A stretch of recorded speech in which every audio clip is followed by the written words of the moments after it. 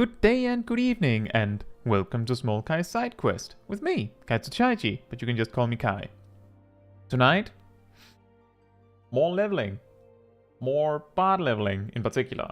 The way we're going to do it is, as usual, I will be logging in on Alpha momentarily to check out whether I have check on my retainer and things like that. Then we hop on over to Ravana. And then we do some roulettes. The last few times we've spent quite a lot of time trying to make Alliance Raid work. And even with everything going right, I think it still took us like an hour or something to make Alliance Raid even pop. So I think we're just not going to spend a ton of time trying that. I think we'll just skip that. And then if by some miracle we reach level 70 on Bard tonight, then maybe we will hop back to Chaos to get that and maybe Frontline done. To avoid having to do, Alamigo 3 or 4 times. When we're already level 17, we don't want that. I think that's the plan. But I'm not convinced we will reach level 70 tonight. With that said, hey Aradel, hey Emia, hey Tristan, hey Kireen, hey Gazel, hey Bob, hey Orion, hey Gaze, hey Matthew, and hey Vince, and hey Warcraft Traveler. Hope you're all doing very well.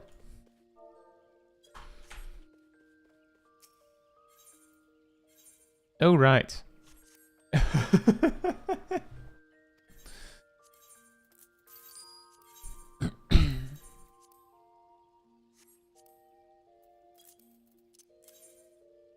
Hey Gleaming, hope you're doing well.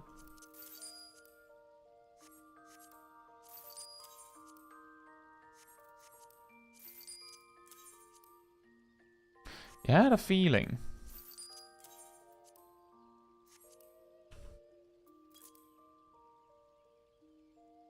I had a feeling that an Orchestrion roll from a random dungeon wouldn't be super valuable. Hey Matoro, hope you're doing well as well. Right, and then we do this. Hop on in again. And then we travel to Ravana.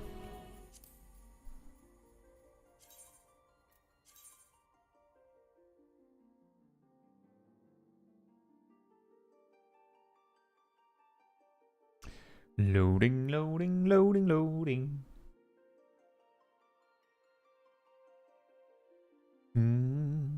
She does look like she's on the way to like a summer vacation, doesn't she?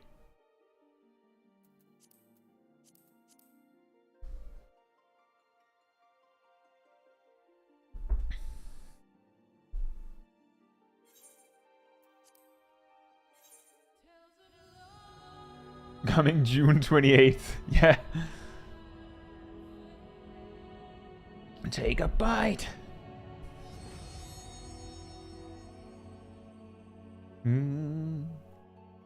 Hey Derby, hope you're doing well. Where are we meeting? We're probably meeting at the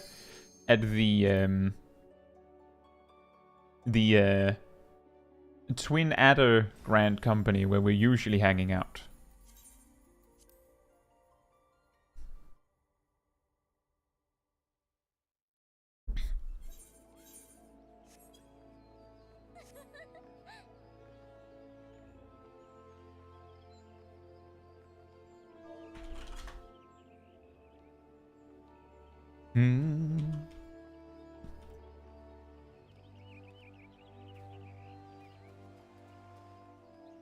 Yeah, I can see I need to drop some things off first.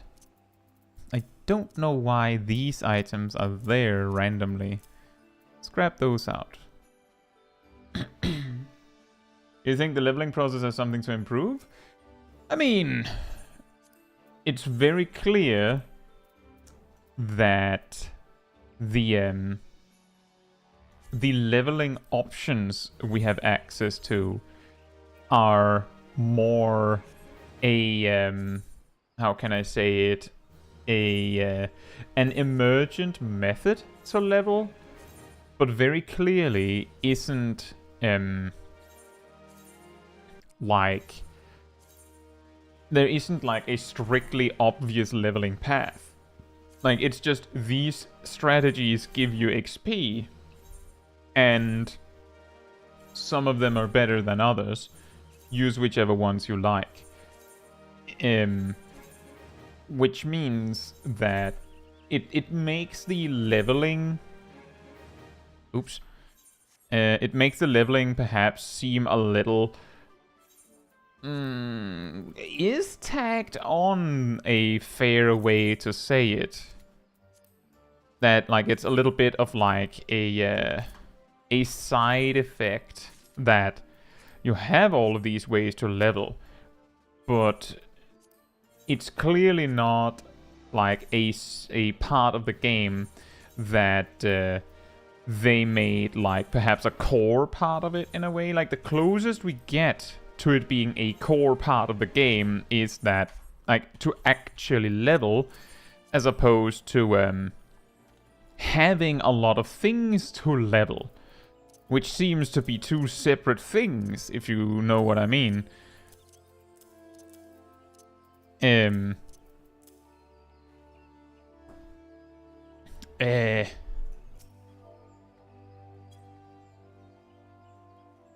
Complicated to say, but let me put it like this. If leveling wasn't a core part of the game, then they would have much less reason to make, like, all that content that syncs down. Like, the entire feature of syncing down to do content is, like, at least in part, making sense because you want to level all these jobs.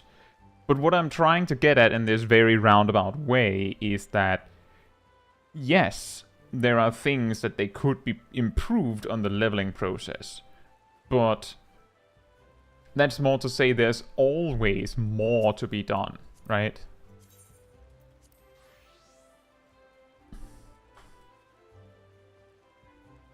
Also, hey Shakespeare and Gage, hope you're doing well. I'm glad to hear that, Gage Smith. Thank you.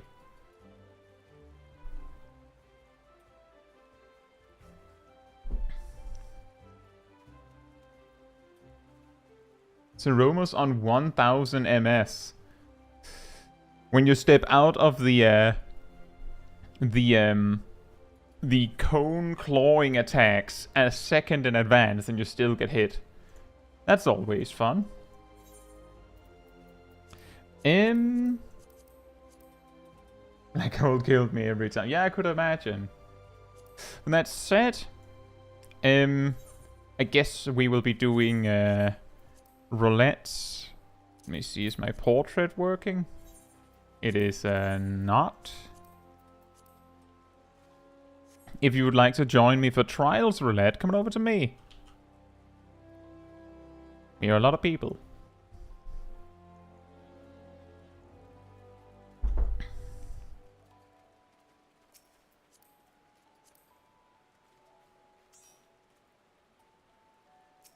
Oh, perfect.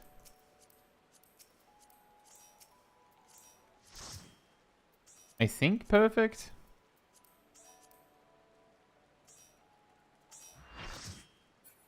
Ta-da!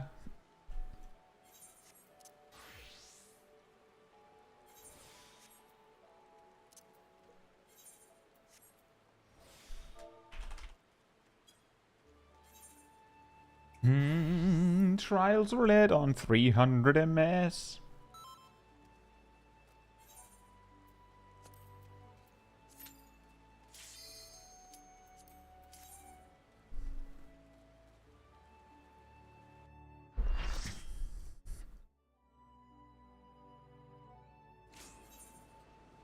Oh.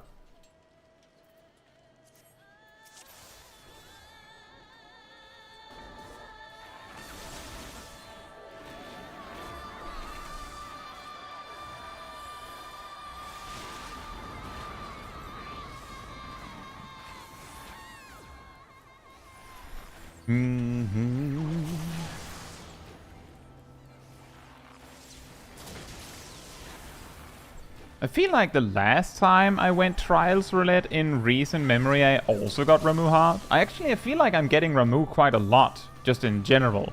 Is it just me? Anyone else?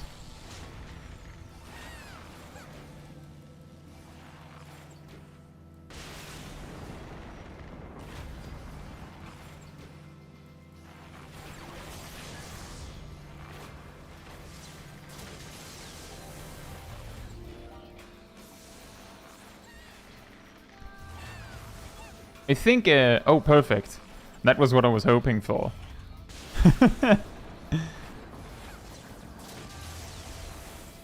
When you get feared and you're standing all the way over in Narnia and you're like, I guess I'm just dead for the rest of the fight, or until the boss manages to kill me randomly. 7.0 Summoner Spoiler Trial? Hmm.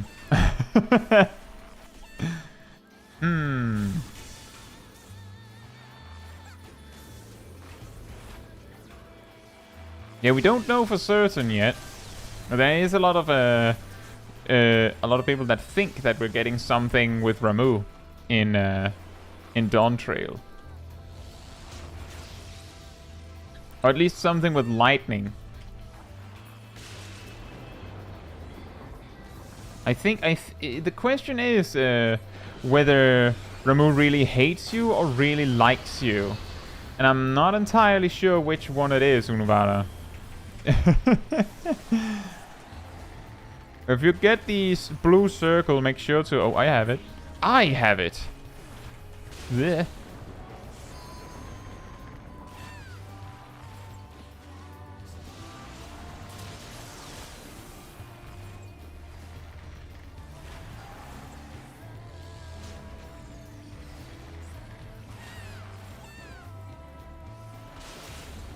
Hey Philippe, hope you're doing well.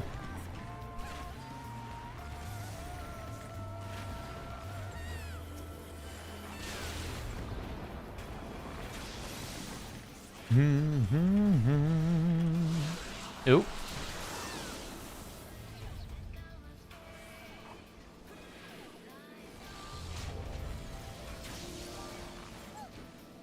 That's how it's done. Wait, why is it? Why did Ilana not get help?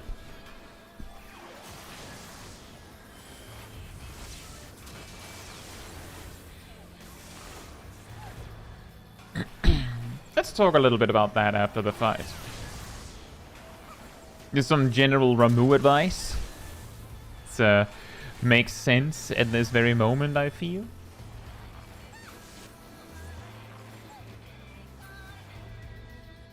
Look at all those spheres. There's so many.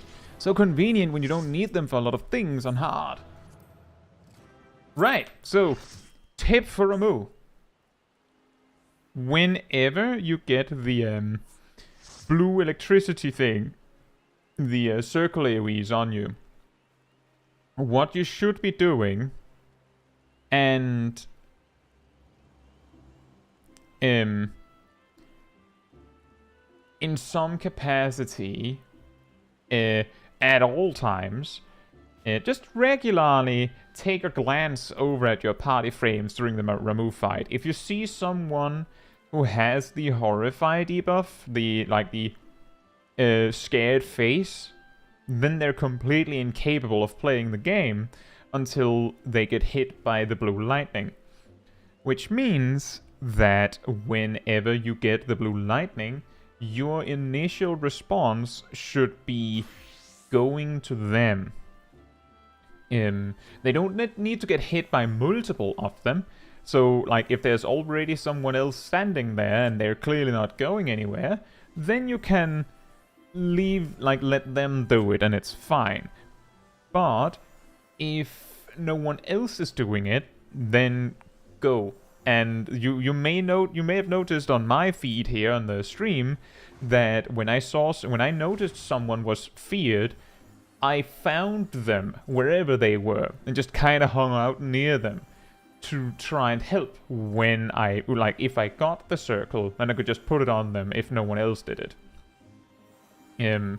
Highly recommend you learn to do this. It's a lot harder if you get it in like synced extreme, because if you get 2 overlapping blue circles, you kill the person that you're trying to help. But on hard, it doesn't kill someone if they get hit by 2 of them. It hurts a lot, but it's better than getting hit by 0. 2 is better than 0, because then they at least get to play game. Matthew says I had to try pretty hard to fit the Ramuh potential spoiler into my everything's an upgrade prediction. Yeah. Also, hey Becky, hope you're doing well. This spot in particular.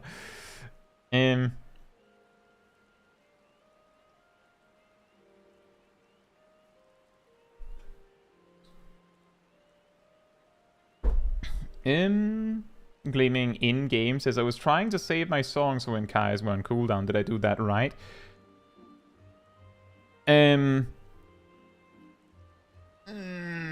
That's a complicated one. At level 50, obviously bards have a 30-second interval where there's no song. So a second bard could like displace their song use so that like they fill in that gap. But it is better if you like just use your songs. Like if you just use songs and get it over with. Battle voice might be better to like wait a minute. Like either wait a full minute and then use it if you can keep track of that at level 50 somehow. Or at least wait a bit, so that you don't both use battle voice at the same time. You should still reuse raging strikes with the rest of like everyone else. There might be other cooldowns. There isn't that many raid buffs at level 50. I think it's like divination and battle voice at specifically level 50. The reason why it doesn't matter that much to like displace your songs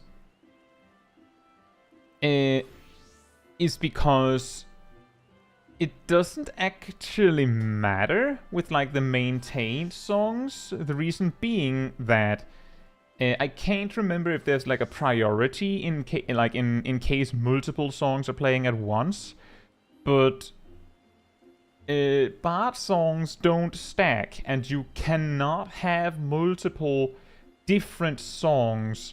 You cannot benefit from multiple songs at once. Which means that if you have two bards and one is playing Army's Paean and the other one is playing Mage's Ballad, then you only get to benefit from one of them. They don't stack, and they are also mutually exclusive. So there's not much you can do. The only thing you could do is push your songs like 30 seconds so that you fill in that 30-second gap with no song. But then you also don't get to use your song like potentially on top of like raging strikes and battle voice. And the damage difference is relatively small. I would also add that at level 50, there isn't that much content where this like amount of optimization really matters. So I think the important part is this concept completely loses all significance the moment you hit level 52. So I don't think there's any reason to master this particular aspect. I think like it's maybe you're thinking a bit too hard on it, Gleaming.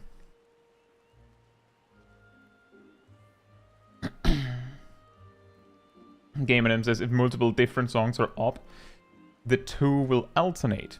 Indeed. I couldn't remember if like one specific one just takes preference or if like they alternate. But the key point is that you don't get to benefit from both or all of them if you have enough bards. It doesn't work that way. They don't let you do that, unfortunately. And there's no reason to try and play around it. To be clear, the damage gain from the different songs is also relatively small. If I remember correctly, let's see here. Mage's Ballad is a strict 1% DPS gain. No magic, it's just 1%. Army's Paeon is a 3% direct hit, which is about 0.75% damage. Wanderer's Minuet is 2% crit chance, which is somewhere between 0.8% and 1.2%, depending on your gear and stuff. So they all are relatively close to 1% damage gain. Relatively close to. It's good enough.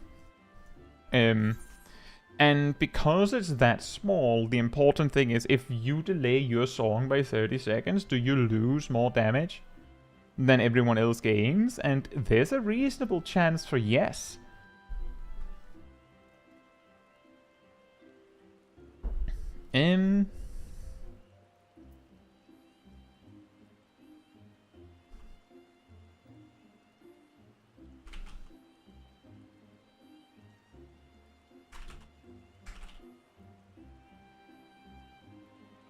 Right, next we are doing normal raids. If you would like to join me for that, come on over to me.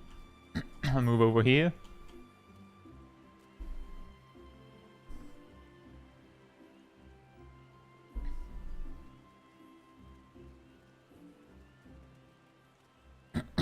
By the way, who is Marilette here?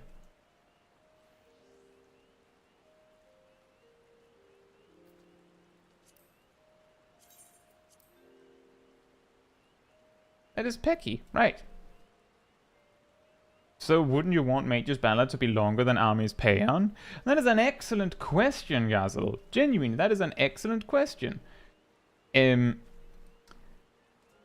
Paeon is like at max level. Army's Paeon is the second best song in terms of the Bard's performance on a single target. And Wanderer's Minuet is the best song. And Mage's Ballad is the worst one. Mage's Ballad, however, is the second best in terms of like raw damage gains, right? It seems relatively clear, like if you're optimizing. But the way you do this is because you open with Wanderer's Minuet and you stay in Wanderer's Minuet for around 42 to 43 seconds when optimizing, and then you stay in Mage's Ballad for, you know, around 33 seconds, if I remember correctly, and then you stay in Army's Paeon for like 42, 43 seconds. Like 43 and 43, so you have 86, and then like 34 seconds for Mage's Ballad for the rest. If you do that,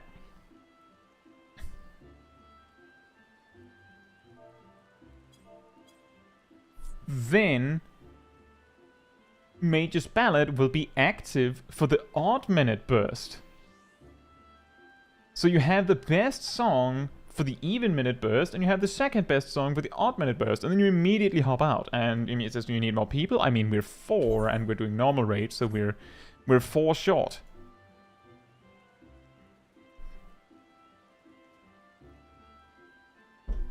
No one wants to join the normal raids?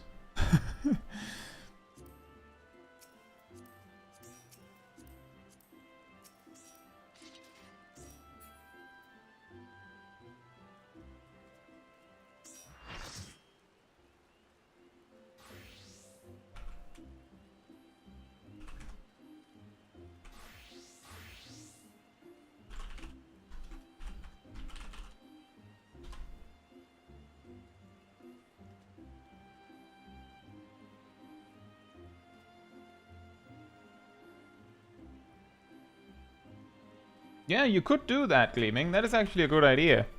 Something like that could work. Believe says, how much time left in each song do we switch again? Wanderer's Minuet and... so basically, Wanderer's Minuet, you switch when there's no more ticks to be had. And you get a tick, or you at least get a chance for a tick every 3 seconds. Because the first tick happens exactly when 3 seconds have passed, So you use Wanderer's Minuet. When there's 42 seconds left, it ticks or doesn't.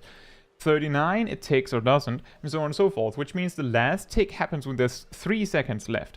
The reason why we stay in the song for 43 seconds-ish is because if you get a tick, you want to weave pitch perfect.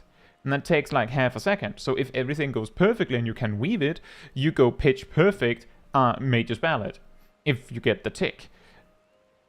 Army's Paean, you want to stay in for as long as possible. Technically, Army's Paean, once you've gotten 4 ticks, it doesn't matter that much whether you stay in it for 43 to 45 seconds. Like, I mean, when you have 4 ticks, you have 4 ticks, and that's it. You just need those 4 successful ticks. But around 43 seconds is fine. Part of the reason is also that every 3 seconds that passes, you can get a tick, and that tick gives you Song Voice gauge for Apex Arrow, which you also want. And because 45 seconds never gives you a tick, you can get more Apex Arrow by switching at after 42 seconds have passed, meaning, you know, less than 3 seconds left. And Mage's Ballad, well, as Gleaming actually said, what you're really looking for is that you just want to fit Mage's Ballad in the remaining time between those sections, right? And that's ultimately what we're looking for. So you use Wanderer's Minuet, you stay in it until you have gotten your last tick. Then you use Pitch Perfect, switch to Mage's Ballad. Then you stay in Mage's Ballad until there's around 43 seconds left until Wanderer's Minuet is ready again, and switch to Army's Paean. And then you stay in Army's Paean until you can use Wanderer's Minuet again. And then you just use Wanderer's Minuet. And part of the reason why you use Wanderer's Minuet exactly when you can is because Wanderer's Minuet is going to line up with your 2-minute burst. So that can't wait. How absurd. Materia is a data center. That is the Oceanic Data Center.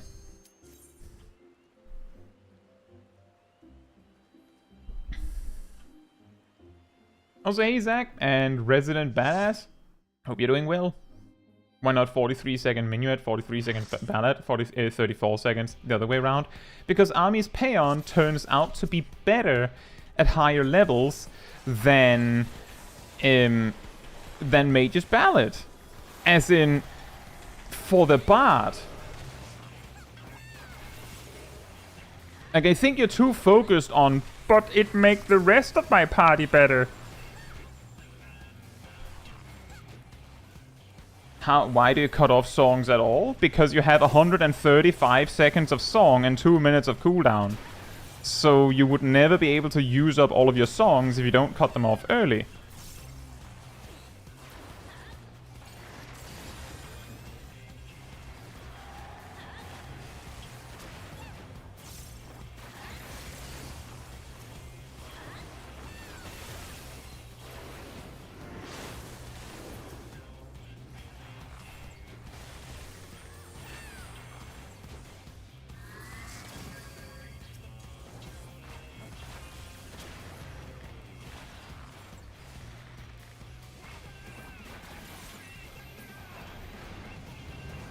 Absurd, I do recommend watching my Bard guides. That is a way to figure out whether you're doing it right or wrong.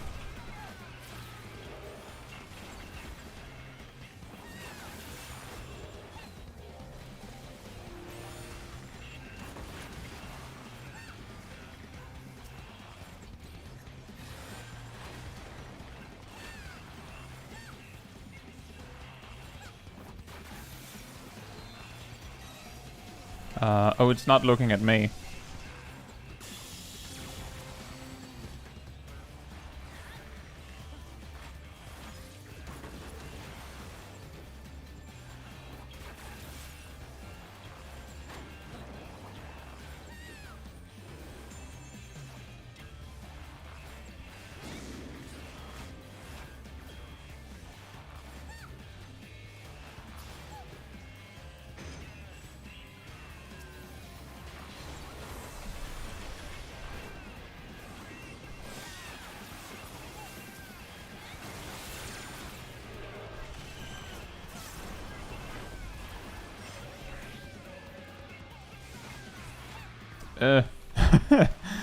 having to figure out what counts as lower high ground while also doing a burst.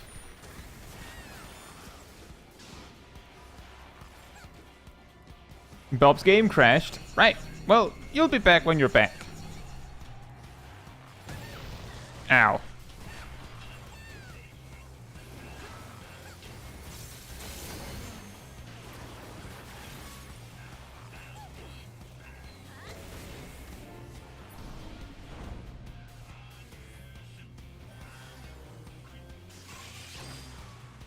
And yes, Gamernim says, part of the reason why you're trying to make your songs fit in a combined 2-minute window is also because a lot of other cooldowns you have go on a 2-minute timer, so it's rather important that the Wanderer's Minuet, which is your strongest song, happens to come out at the correct time.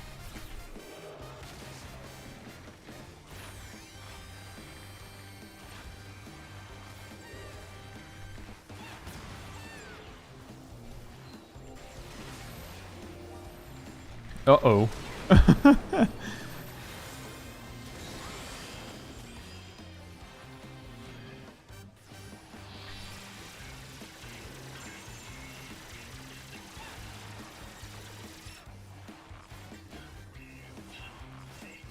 Super jump. Bonk.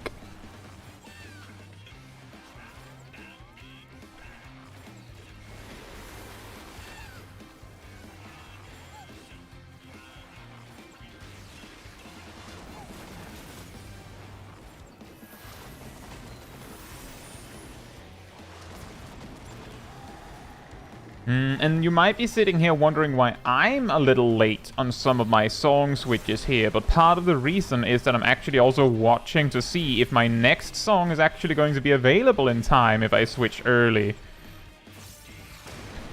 And if I switch when the cooldown is too long on the next song, then I'll just have no song file. And speaking of nothing, I have no dots because I forgot.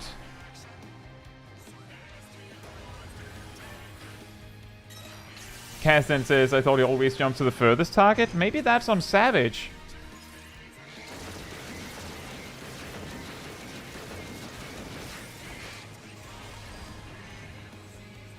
It's pretty common that, like, if the Savage version is like, oh, he always jumps to the furthest target, so you need the tank to go furthest away for that to work, that then, for normal, he just always targets the correct person for you.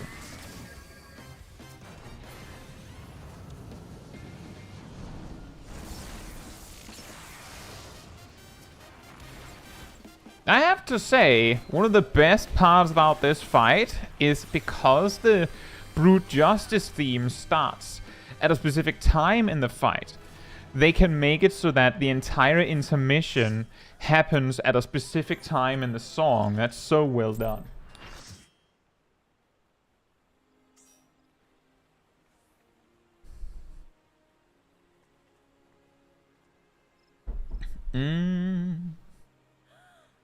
But yeah, essentially, to go back to this, Gyasel, your question in regards to the song order, every time Wanderer's Minuet ticks successfully, you get somewhere between 100 and 120 potency. 100 if you use Pitch Perfect on one stack, 120 if you use it on 3, 110 if you use it on 2. Usually you want to use it on 3 every time, but sometimes things happen. Which means that a repertoire tick is, you know, worth around 120 potency. In Mage's Ballad, a repertoire tick is worth 55 potency because you only get half of a bloodletter every time it ticks. Only half of one. 55 is way less than 120, which is, of course, the reason why you wouldn't want to prioritize Mage's Ballad over Wanderer's Minuet. On AoE, Mage's Ballad is 50 potency per target, which means that a significantly high enough amount of targets, Mage's Ballad becomes quite insane. But at max level, or even just at higher level, Army's Paeon, when it peaks, a 16% cooldown reduction, which puts your GCD with no skill speed at 2.1, which means that every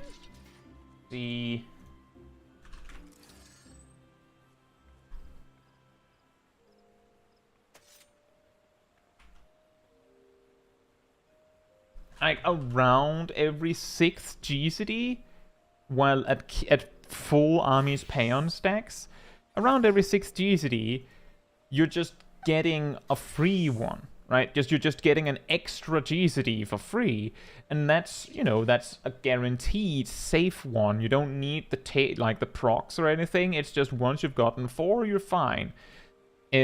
And let's see, at level 76, 1 GZD is at least worth 220 potency. And when your GZD is 2.1, you can fit 3 of them in around 6 seconds, right? Around 6 seconds. So it takes you around 12 seconds to get 220 potency. If you're in Mage's Ballad and you conveniently get exactly 4 procs, as in you get repertoire successfully 4 times, which would take 12 seconds on its own, then you're getting 220 potency. But only then. And the army's peon doesn't even consider the fact that, you know, about a third of the time you get Refulgent Arrow, which is even more valuable. So, like, we can math out that Army's Peon is slightly better than Mage's Ballad. It's close. It is close. And then there's, of course, the argument of, but Mage's Ballad gives you more damage, gives you more deeps to everyone.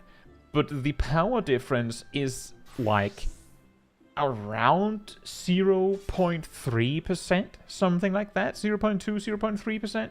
It's relatively small, so it's not a big deal. It doesn't take the bard that much for Army's Peon to get better.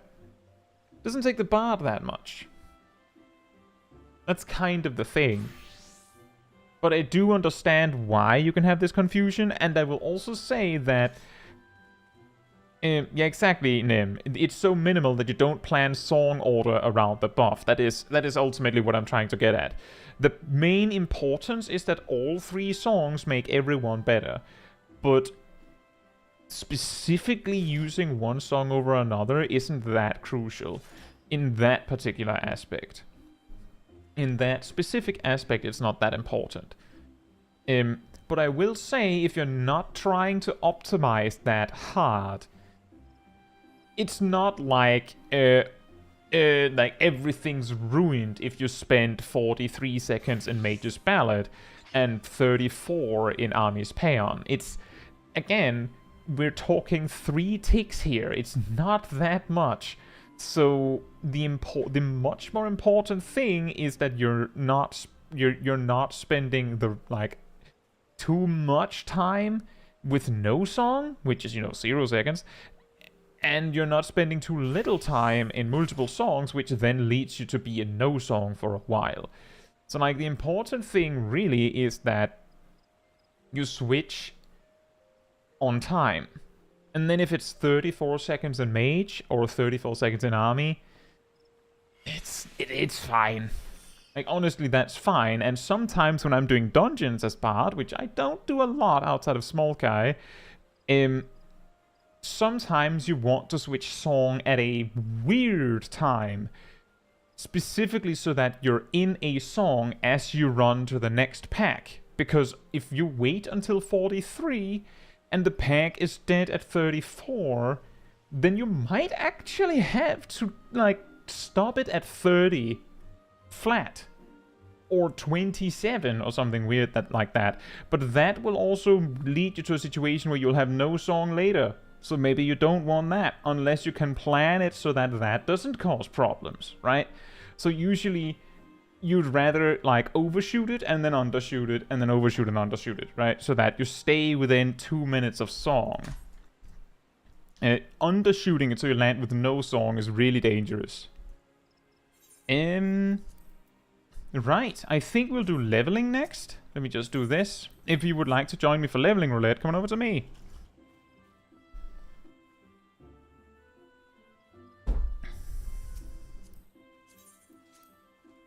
I moved location, by the way. And by the way, if you want to join, you have to come over. I have a list of names that have joined me previously, so I'm trying to keep track of who I brought and who I didn't bring yet. But if you don't want to join, then that's of course fine.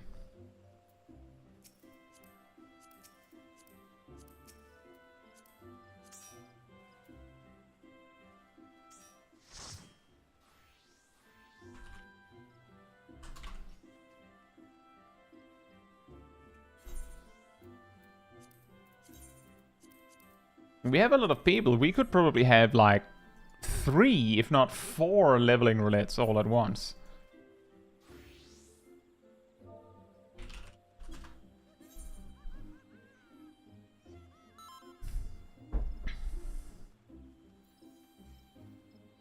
Philippe says, I got a friend playing through the game for the first time and he picked Archer. Which is funny because he's a musician and has no idea Archer becomes bard. I wonder if he'll be excited or annoyed that it becomes bard. Because I feel like that's like a common... Oh, we got the Brute Justice card. A common, like, deal breaker for a lot of people. And for others, it's exactly the perfect thing. I think that's exactly what they wanted. Also, hey, look at the Magi. I guess, like, we're level 62 now.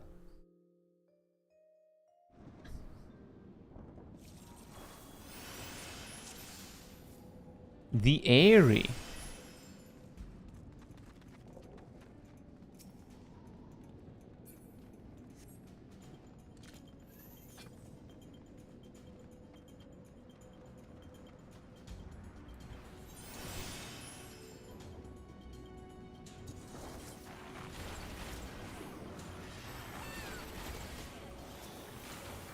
Alright, Emia.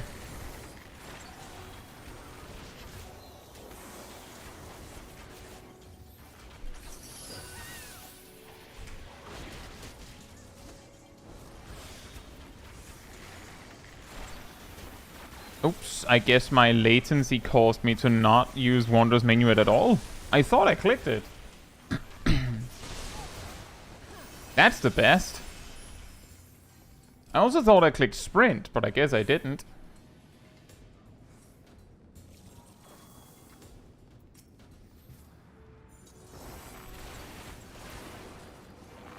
Not to be confused with the Hairy.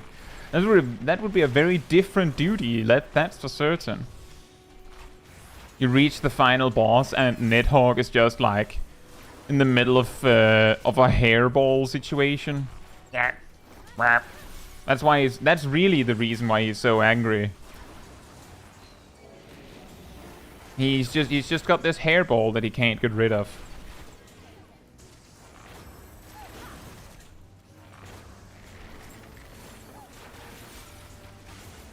Barbaricia's dungeon. Oh yeah, that would be the Hairy.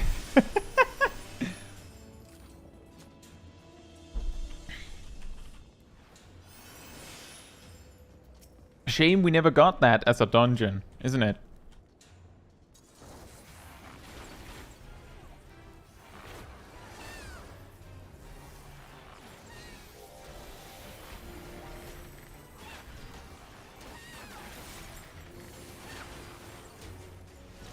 Blah.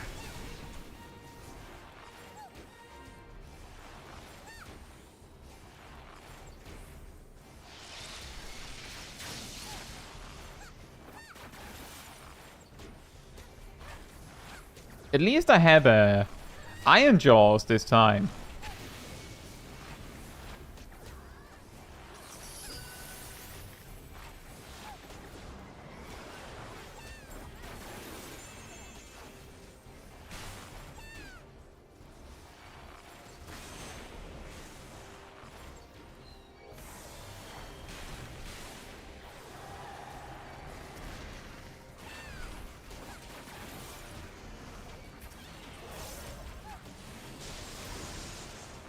Hey, Jack. Hope you're doing well.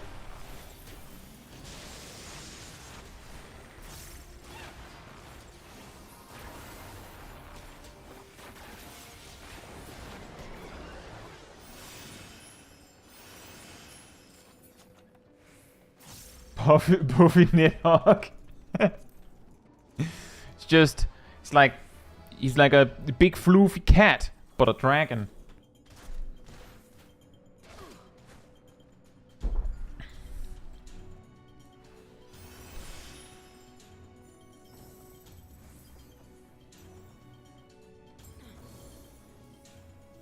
A terrible dragon appears before you and randomly AoEs the floor in front of you. Why? Don't ask stupid questions. Obviously, it makes perfect sense why it would do that. No, it does not. Sure it does.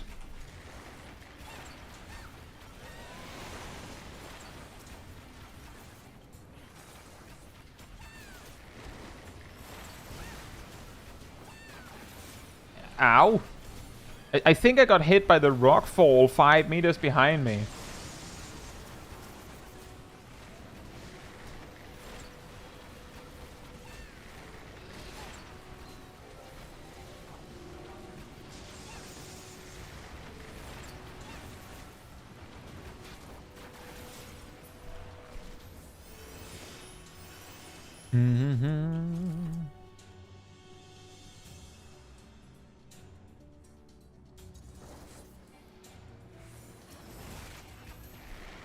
Hey Fila, hope you're doing well.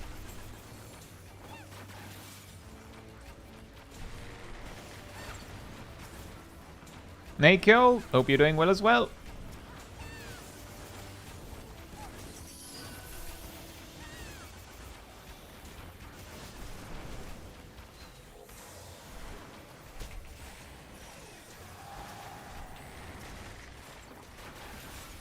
Yep, we're basically just running roulettes for some levels.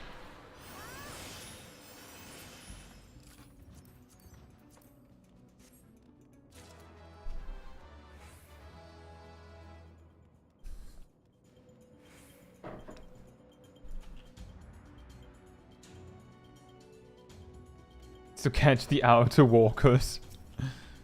Ah, yes.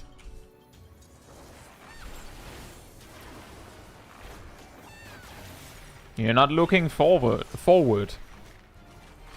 And you then get hit.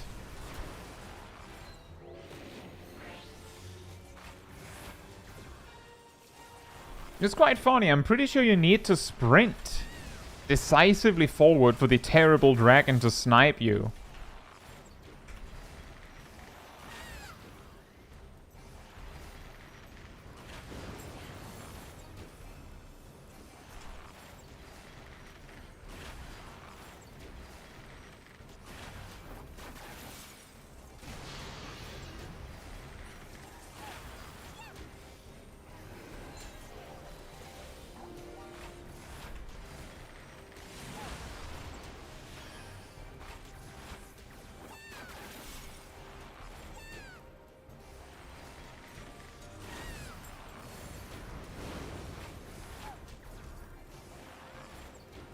Proximity Pyre.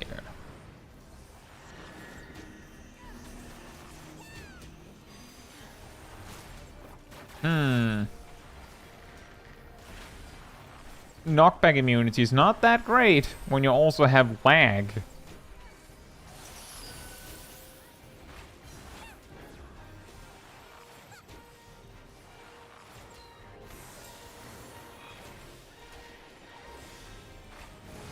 Also, having Iron Jaws to reapply dots is not that great when you forget it on time every single time. Isn't that weird? On a scale of 1 to 10, how would you guys rate Nidhogg Extreme? Personally, I think it doesn't get enough love. Oh, I don't know. I don't remember actually doing Nidhogg Extreme on, like on level synced. I don't think I have. So I don't think I would be able to give a very fair assessment in that regard. A thing that I find mildly annoying, at least, and I could imagine would cause some players to like rate it more harshly in retrospect, is fights with a lot of mandatory waiting. Like how Bismarck and Thordan both take like even extreme, like even unsynced, where you can like basically beat every single thing that comes at you instantly, it still takes 5+ minutes, because the boss is like, oh, now you have to watch me do this other thing for like 2 minutes. And I could imagine a lot of people would rate such a fight a lot more harshly just because they find it annoying. You know what I mean? Fight with a lot of men.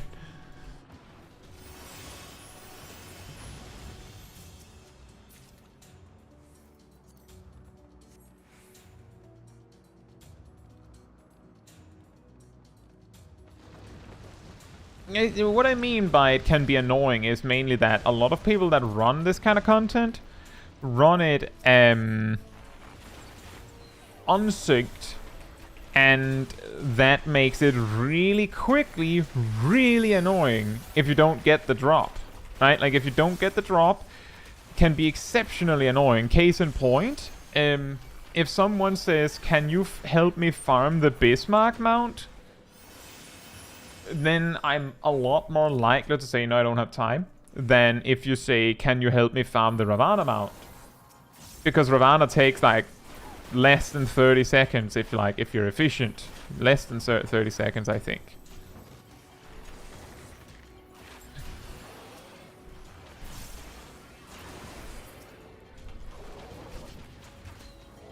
It was exceptionally convenient that in my, like, I believe in the free company, that most everyone has the Bismarck mount from, and I think the Thordan mount, I think, from a previous Moogle Treasure Trove event. So we didn't have to sit and farm that for so long.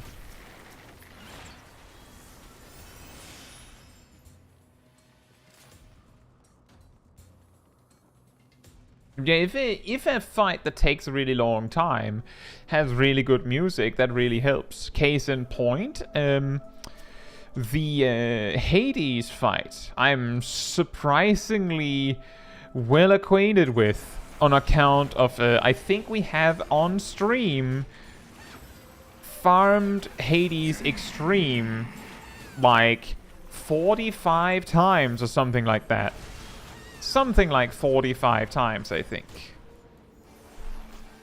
And that fight takes over 5 minutes, I'm pretty sure. Again, because he wastes an astounding amount of time. Hey Traverse, hope you're doing well.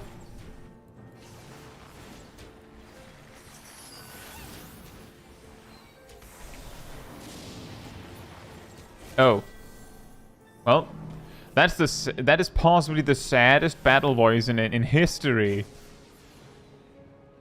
Wow.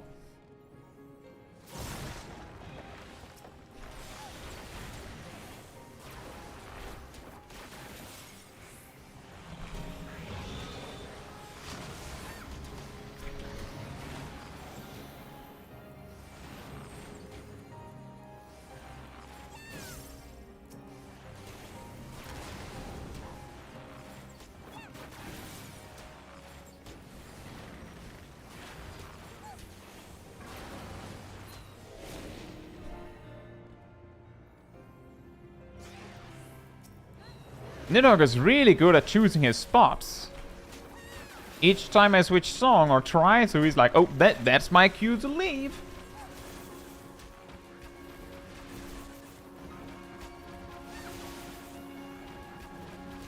You're doing Zeromus Extreme with your FC for the first time. Is your FC, like, good players? Like, are they strong Raider players? Or is it like maybe the free company at large is first big step into hard content?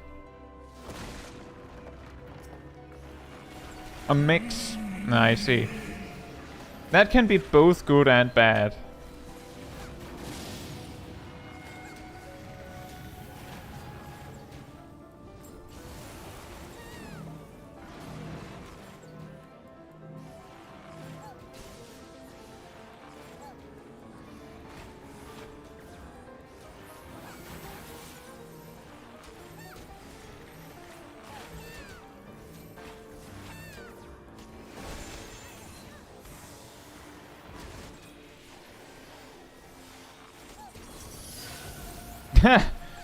I was out.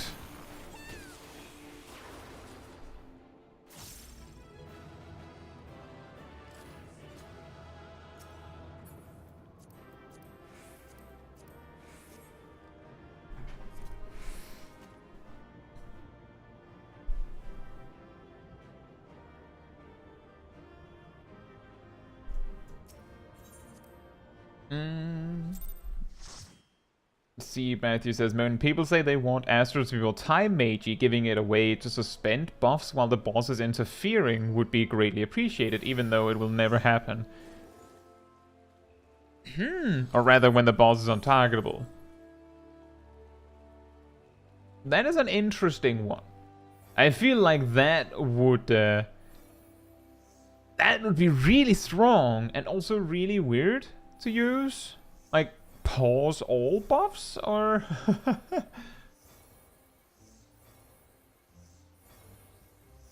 Nidhogg was sulking because you were not playing Dragon's Song. You didn't play my song in particular.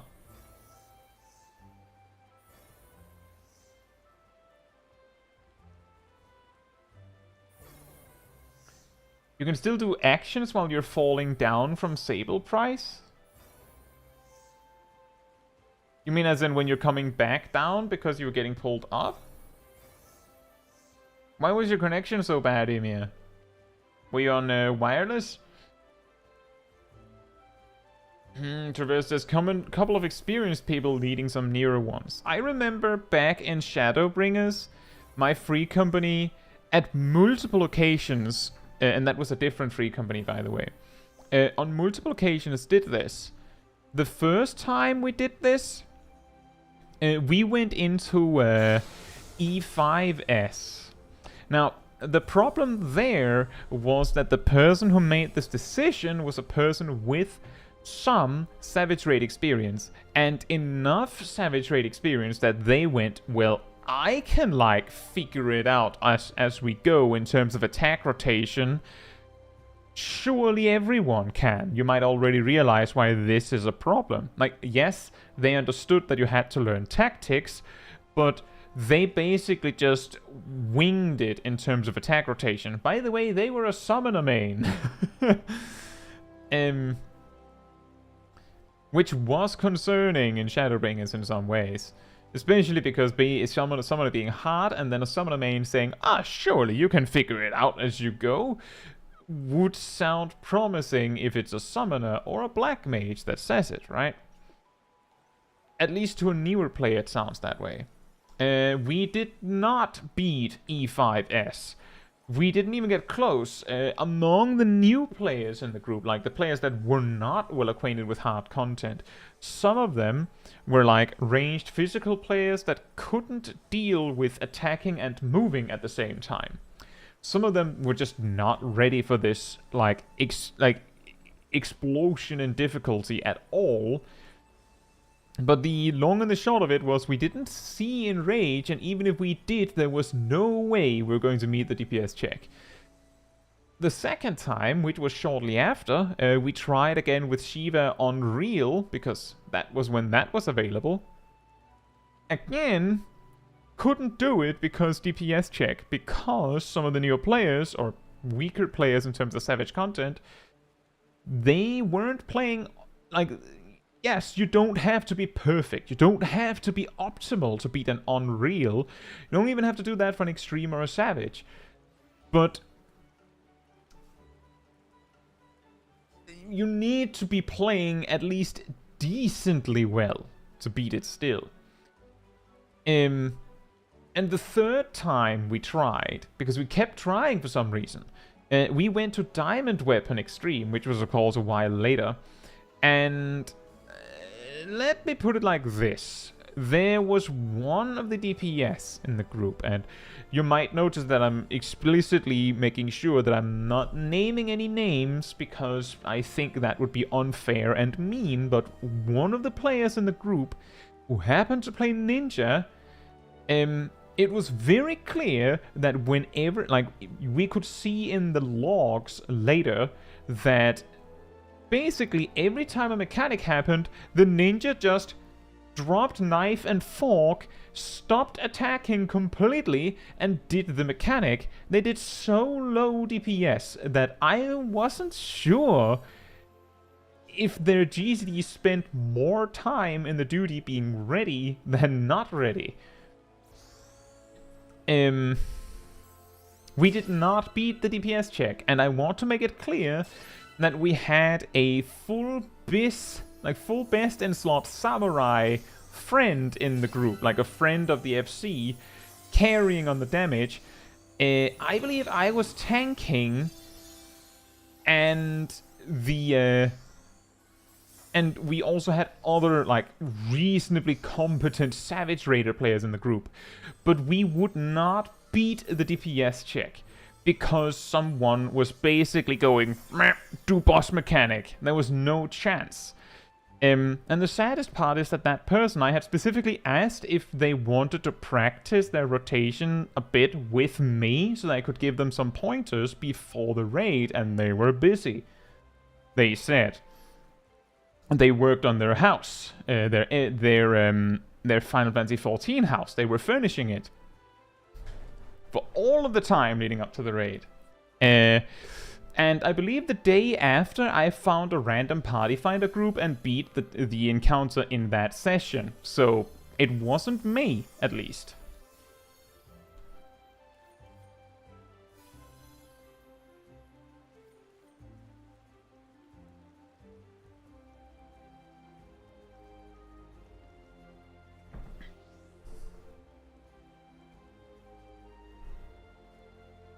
Right then. And next up, let's do 5, 6, 7, 8. Let me do this. If you'd like to join me for 5, 6, 7, 8 roulette, come on over to me. See how absurd? I think there's something that you're completely missing here. Yes, you should, of course, dodge mechanics, but if you're good, you can do that without stopping your attack. And in harder content where there is a strict time before the fight ends, as in the boss gets tired of you and just goes dead. Like, we're talking Thanos snap, you're dead and there's nothing you can do about it. You don't have time for the ninja to go, oops, I have to do a mechanic, and then just stops attacking entirely. That's not an option. Like, that is flat out not an option. If you don't feel comfortable doing mechanics and also dodging because you're a melee DPS and you can't deal with both, then you have to play a different role. Like, them's the beans. Like, then you need to play a different role than melee DPS in hard content. And that's just how it is.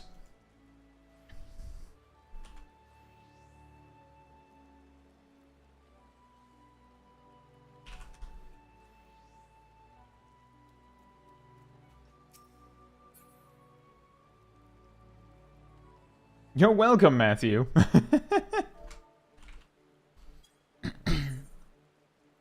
Ha! we have the school field trip group composition here.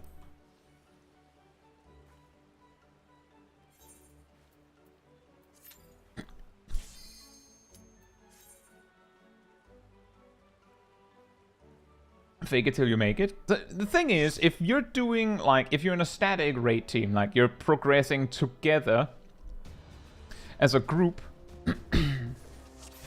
and you're, and you decide as a group, let's not attack for this pool, and just see what the boss does. You can do that. If the hardened raid, like, if you haven't even seen all of the boss mechanics, then it makes perfectly good sense to, like, go, we have to, like, focus on this mechanic, just don't attack for a bit. Some groups do this. Like, some groups do this, where they just focus on the mechanics. But that was the thing, is that with extremes, it is reasonably common, to my knowledge, that you shouldn't be seeing the hardened rage. Like, if you fight well enough, it shouldn't be a factor, right? Like, you should beat the boss before the hardened rage is close. So there's no reason to do this. If you want to know how good are we, how many mechanics do we actually need to learn? How many mechanics will happen and how many won't happen? And if someone is just not attacking, then you have no idea.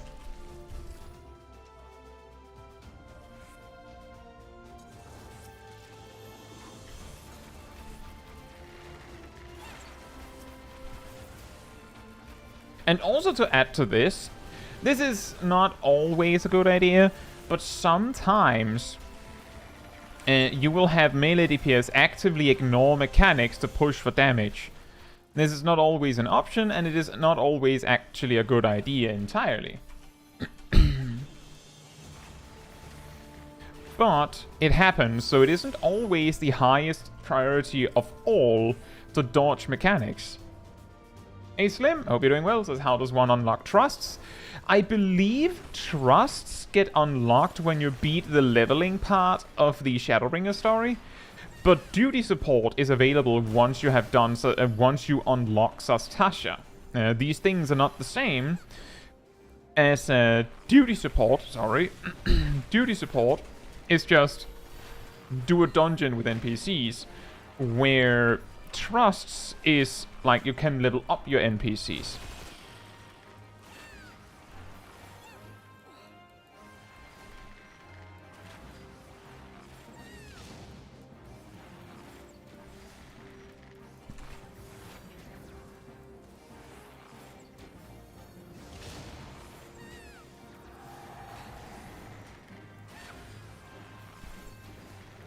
No!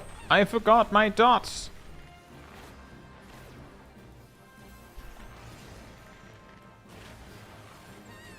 But my uptime! My uptime, my damage. Is there a reason to do trusts outside of titles? I don't know. I don't know.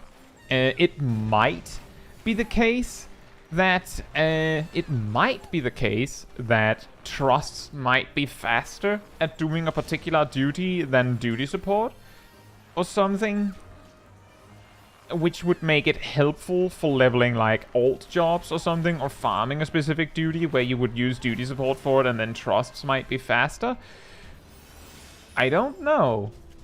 And honestly, I don't know if it would make enough of a splash for it to be worth actually investing time and effort into for that. Thank you for celebrating 11 months as a member, Emir. That's a long time, yeah. Soon 12 months. Soon.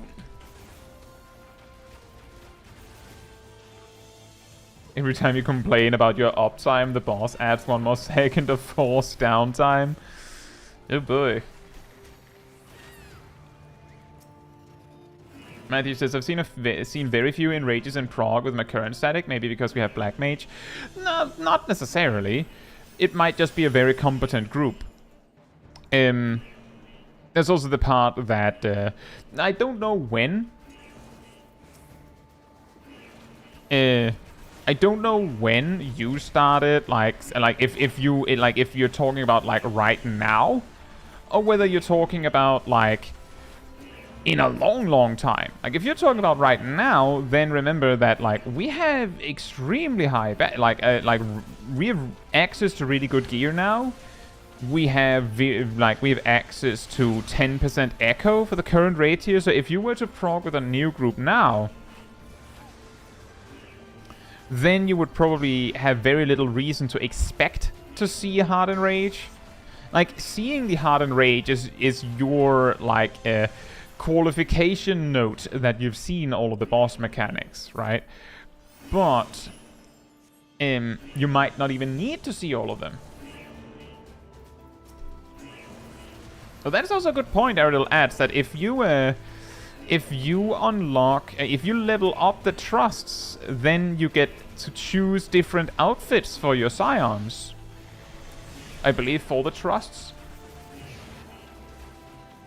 Oh, Ymir, the reason why it matters that they specifically have a black mage is because in a savage raid team you usually only have one mage. So if you have a black mage, you don't have a summoner or a red mage.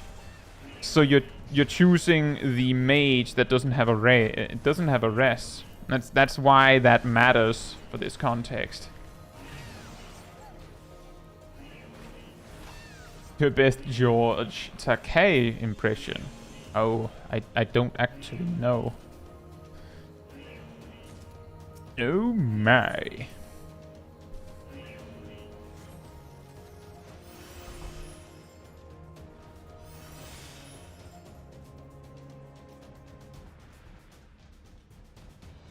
How Picture's going to fit in? Well, they don't have a race. That's something we know for certain. Beyond that, I guess we don't know much. It doesn't exactly mean that Pictomancer is in a weird position. The interesting thing is that Pictomancer not having a race actually changes the way that we might look at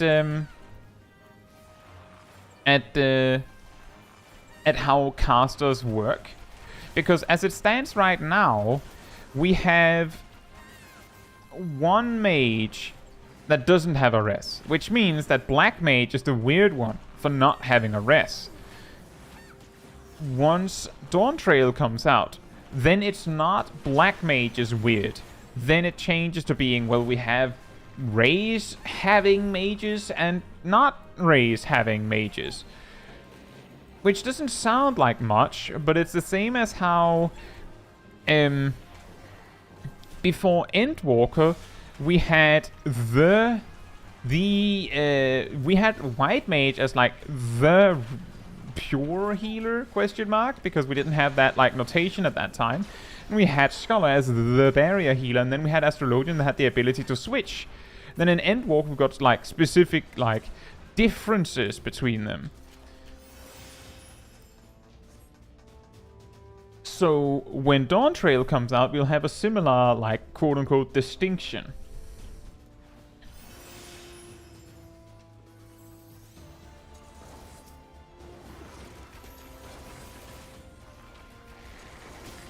And nope, I did not see that video, cool.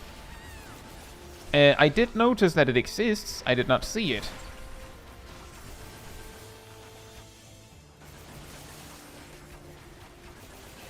Floor mage.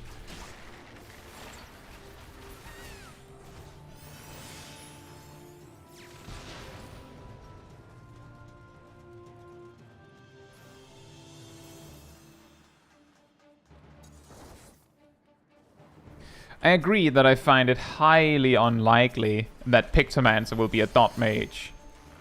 Given how they've been removing dots for so long, it seems really believable that we will see fewer dots rather than more. Like, I'm actually more inclined to believe that, like, if someone said, I checked the files, I have proof that, like, I'm confident that Black Mage is losing the Thunder Dot.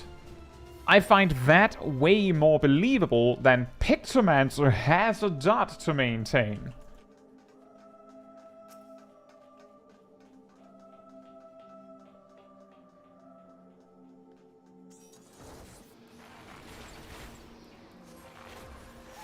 Emir says, can I ask why so many people want more dots? It's more that it's just a kind of playstyle, Emir, that some people like. An interesting thing about dot jobs is that they're more like, usually more maintenance driven. Like, they get their power from probably managing their dots and things like that. Which does not work very well in a burst driven game like Final Fantasy XIV.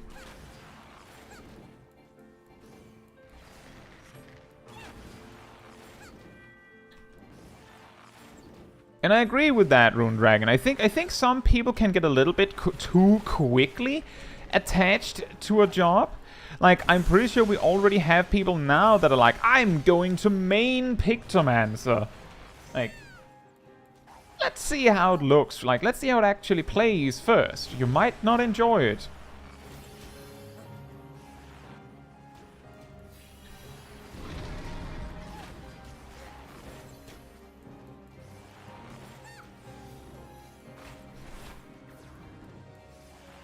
But part of the reason that I think that people are asking for a dot-based job so much is partly because, well, we don't really have one. So it's like, it's the obvious one to request, because that would certainly add something new, because we don't really have one.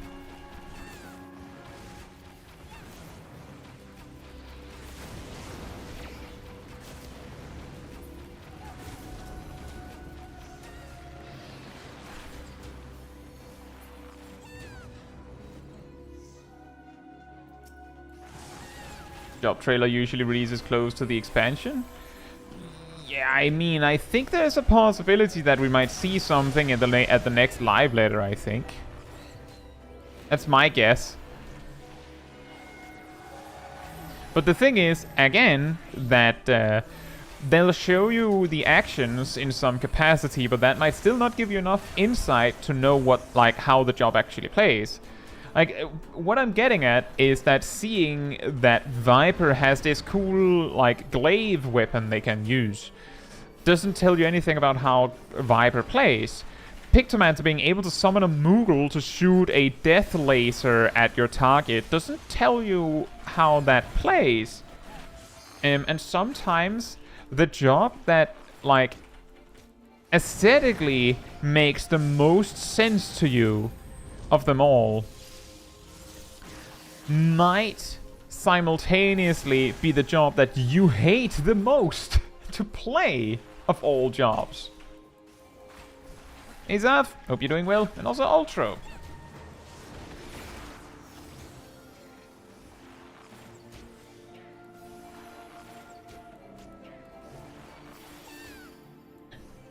Like, that's the thing, is partly why whenever I've talked about, I haven't talked about it a lot, but when I've talked about making, like, for example, Viper more, like, sustained damage focused, like, you could design Viper as a dot job. It usually comes with an asterisk of, but you need to have, like, a 2-minute burst. Like, you could make Viper or Pictomancer, you could perfectly design that as a dot-centric job, but whatever you do, you need to give them... Well, you need to give them Dreadworm Trance, is basically what I'm saying. Because back in... So this is, of course, really far back and is a little difficult to explain, I suppose. It might not make that much sense. But in Heavensward, rather, in A Realm Reborn, Summoner was like, you maintain dots, you have a pet that does damage over time. Once you've placed all of your dots and you, like, those are ready, you don't have to do anything, and your pet is doing its thing, the only thing you had left to do, more than one pet too, well, you had multiple pets you could choose between, but you would only use one at a time. And there was always a best one. You also had to actually maintain where your pet was, because it could get killed by boss mechanics. But once you'd done all that, the only thing you had left was spamming Ruin, which did not good damage at all. Like, it was terrible. In Heavensward, the main thing you got was Ruin 3, which cost an insane amount of MP to use. And also thank you, Ardell, for celebrating a year with the channel. 12 months of pinky dot on my wallet and heart on my YouTube history. Thank you. Thank you so much. Right. In Heavensward, the way that it worked was that Ruin 3 cost a ridiculous amount of MP, but it did way more damage than Ruin 1. So, like, if you had MP to spare, you could cast Ruin 3 a bit. Dreadworm Trance was a mode you could switch into, which gave you access to Death Flare, I believe. Death Flare would end Dreadworm Trance immediately, so you wanted to finish Dreadworm Trance with that. But Dreadworm Trance made Ruin 3 cheaper. That's what Dreadworm Trance did. It basically allowed you to spam Ruin 3 for a bit without it just annihilating your MP bar. In Stormblood, they decided to just make it so that Ruin 3, just like Ruin 1 just turns into Ruin 3. And made it not crazy expensive. And then they made, I think they made it so that Dreadworm Trance just made your spells instant. Like, reduced the cast time of your spells by 2.5 seconds. And then you still had Death Flare, but in Stormblood, they had moved the goalpost, because now the big payoff was that every time you had used Dreadworm Trance and finished Dreadworm Trance twice, you could summon Bahamut. Then in Shadowbringers, they made it so that every time you use Dreadworm Trance, you get both of those resources you needed for Bahamut, but instead made it so that every second time, like after you use Bahamut, Dreadworm Trance turns into Firebird Trance, which then summons Phoenix on top. And then in Endwalker they said, meh, and just started over. But the key thing here is that Summoner, despite being the big dots-centric job, the one spamming dots and all that, and maintaining all these things and managing all these things, the way for Summoner to stay quote-unquote relevant as other jobs became more explosive and bursty was that they just gave Summoner a 2-minute burst, essentially. Back in Stormblood and Shadowbringers, we didn't have the 2-minute burst in the same way. There were cooldowns that had 90-second cooldowns, some of them had 1-minute cooldowns, some had 3-minute cooldowns, some had 2-minute cooldowns. So it wasn't exactly the same, but the principle of you had a sustained DPS job, it existed.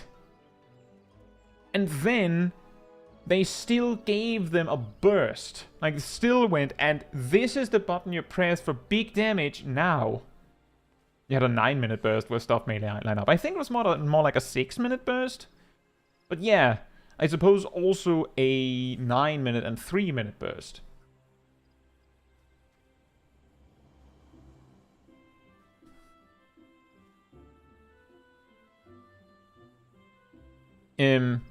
Yeah, exactly, Gleaming. That is kind of part of the problem, is that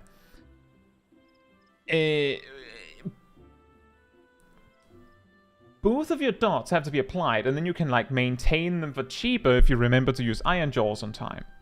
On AoE pulls, you generally don't apply your dots anymore, but back in the day, so meaning before Endwalker, your dots were the source of your repertoire, which meant that you might have reason to .u, and then like Iron Jaws them if they stayed around.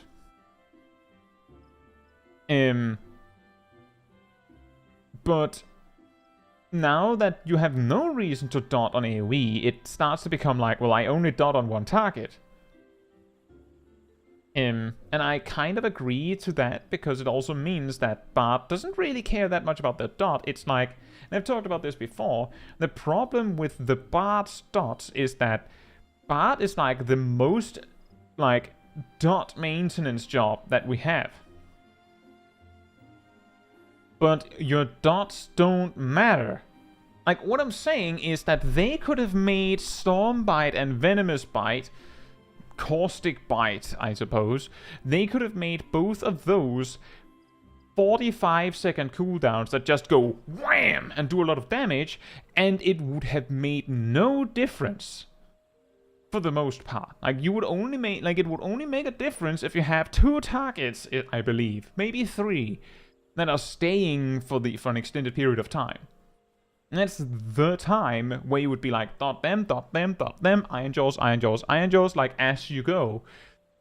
But under most circumstances, you would actually get the same value if they just gave you like Stormbite and Caustic Bite were like, just like a cooldown GCD that does a bunch of damage with an AoE component.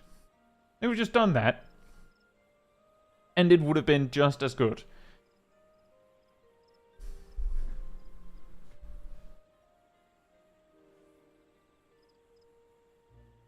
Ultra says, I think tanks and healers shouldn't unlock past like level 50 since those roles require certain amounts of experience to play at high levels.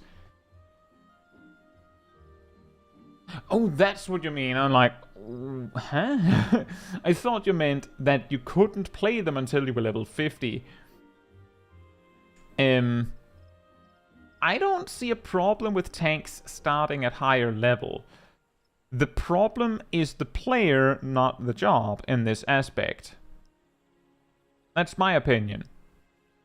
The problem is that, and I'll get to that in a moment, the problem with Gunbreaker and Sage starting level 60 and 70 respectively is that someone will go and unlock Gunbreaker or Sage, have no idea what they're doing, queue anyway, and then do a terrible job. And that's the player's fault. But I've seen warriors and paladins do just as bad in an expert roulette. So what I'm getting at is that like, journey from level 1 to 90 means nothing if the player is the problem. And it also doesn't help that there are ways to level your jobs without playing them. So just take long enough and you can start your warrior journey at level 60, or 70, or 80, or 90.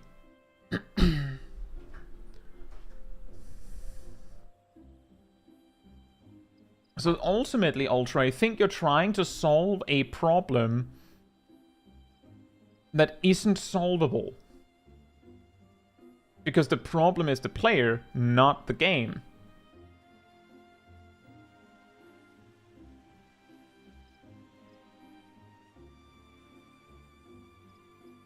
Right.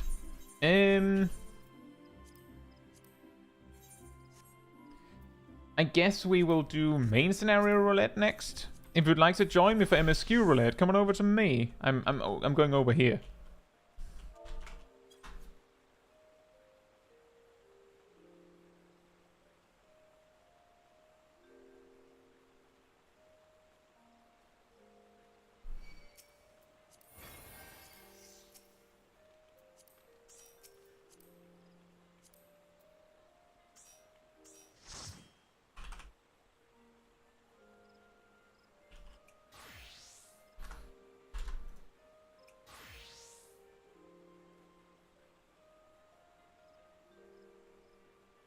Also, hey Kadon, hope you're doing well.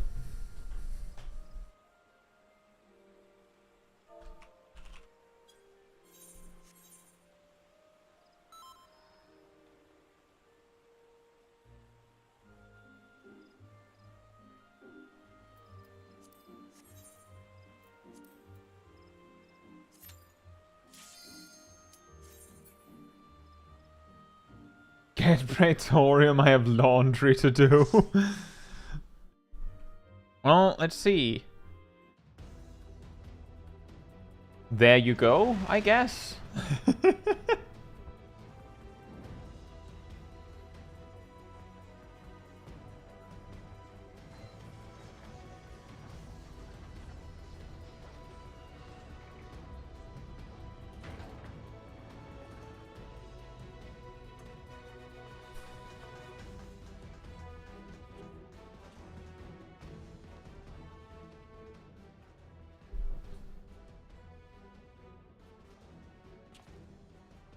The other day was a 0-minute replacement on Ultima weapon. Why? Dude,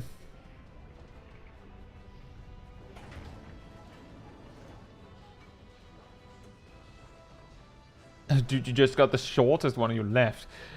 It's almost 100% certain, I think, that if you see your 0-minute replacement on Ultima weapon, that the reason is that it was a mentor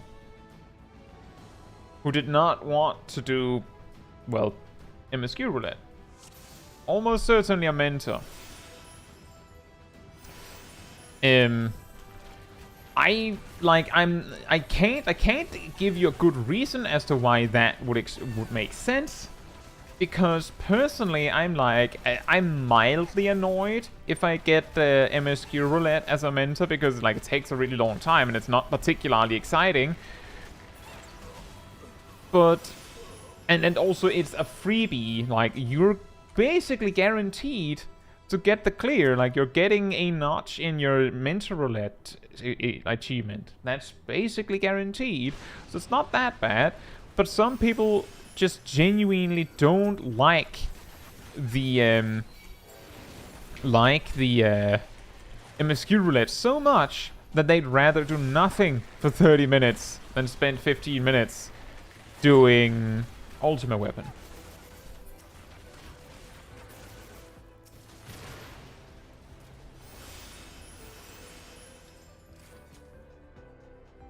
Peggy says, I don't know how you get to 80 or 90 without at least kind of knowing how to play the job or thing to look at a resource. I think I actually talked about this kind of recently. Have you ever had the experience of playing through like a single player game, and throughout the entire game you're kind of just using the same strategy that have kind of worked from start to finish? Then maybe when you've completed the entire game, you might start to get a little more creative with the way you play it. And you start to like go, could I do better than that? Could I do something else? Like maybe if you're playing like some sort of fighting game, and throughout the entire game you're just using the same combo or combos through the entire game, and maybe the final boss gave you a lot of trouble because they happened to hard counter that particular combo and you didn't know anything else to do. So you had a really hard time with it, but only once you had actually completed the entire game, you started going, okay, well, now I've unlocked everything, maybe I should figure out how to best use everything. A particular example I've done of that, Zab says, people play Dark Souls by just tanking everything and never roll a block. Indeed, it's, I believe with Dark Souls and Souls-likes that people often only consider maybe learning how to parry once they've actually completed the game. Maybe complete the game several times. Maybe they'll start considering like, maybe it would be nice to actually know how to parry or something. They'll not do that on the first playthrough most of the time. You might be sitting there now saying, what does that have to do with this? Well, the MSQ is the single player story. The MSQ in Final Fantasy XIV is the story playthrough. The rest is like the side content that you explore afterwards, essentially, is what I'm getting at. Which is part of the reason why some players don't feel particularly keen on doing the Crystal Tower, because it feels like they're getting forced to do side content. Exactly, Amir. I started using setup moves in Pokemon after I beat the game twice. I learned how to, like, about EV training and IVs and natures and all that in Pokemon games after I had completed multiple Pokemon games. And it was like, I had completed one, it was like, I'm hungry for more. While other Pokemon games, I had just completed them and that was it. A particular example of more recently for me is that I played through Stranger of Paradise never blocking. Like, I might use the soul parry, but never blocking because I used the NPC companions as a crutch. I didn't learn how to use these. I didn't learn to use my like melee combos in Stranger of Paradise until I was alone. Most of what I was doing was just standing as Sage far in the back, casting magic spells, like support spells on my party members, or using, you know, fireballs and stuff, and then casting Ultima, because that's surprisingly conveniently efficient and effective. But turns out it was even better if you actually run up and use your mana on attacks all the time. And that took a long time for me to learn. But again, I completed the game first and then started to figure it out. What I'm getting at is that some people might not actually turn around and go, wait a minute, am I actually playing the game right? Until they've, like, completed it. Which is a little weird. Hey, Moo Bloom, what do you mean? This is an alt.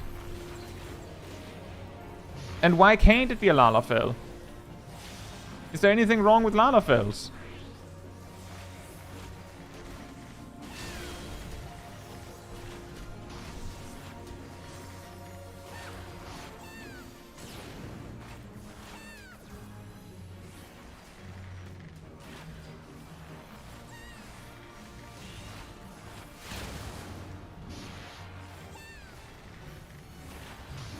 You're a Lalafell player. Well, this is an alt. And this is Smol Caetsu. My main is an aura.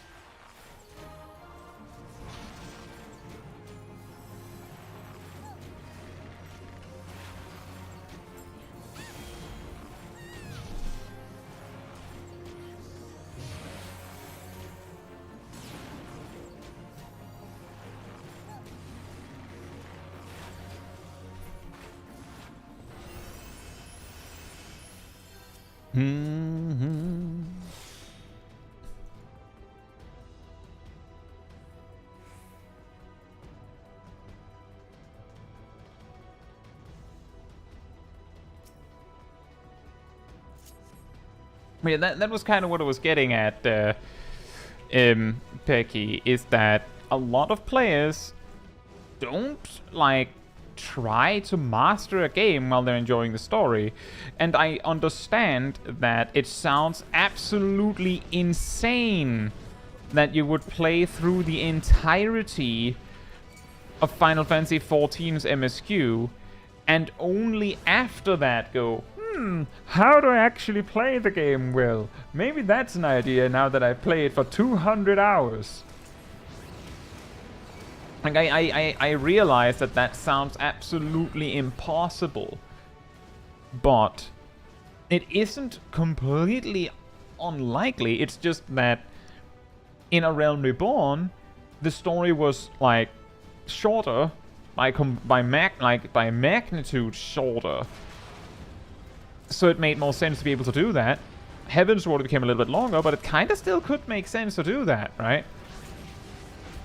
And then Stormblood comes around, and like now that we're at Endwalker, we're reaching a point where the story is really, really, really, really, really long. And honestly, casual content is not easy. It's just that a lot of the players that do this content have had the time to, like, smell the roses and go, well, how do I actually get good at the game? And that has that effect that you see a player that has no idea what they're doing and they're level 80 and you're like, how is that possible? Well, they haven't had the time or reason to get good yet. So, hey Coco, hope you're doing well.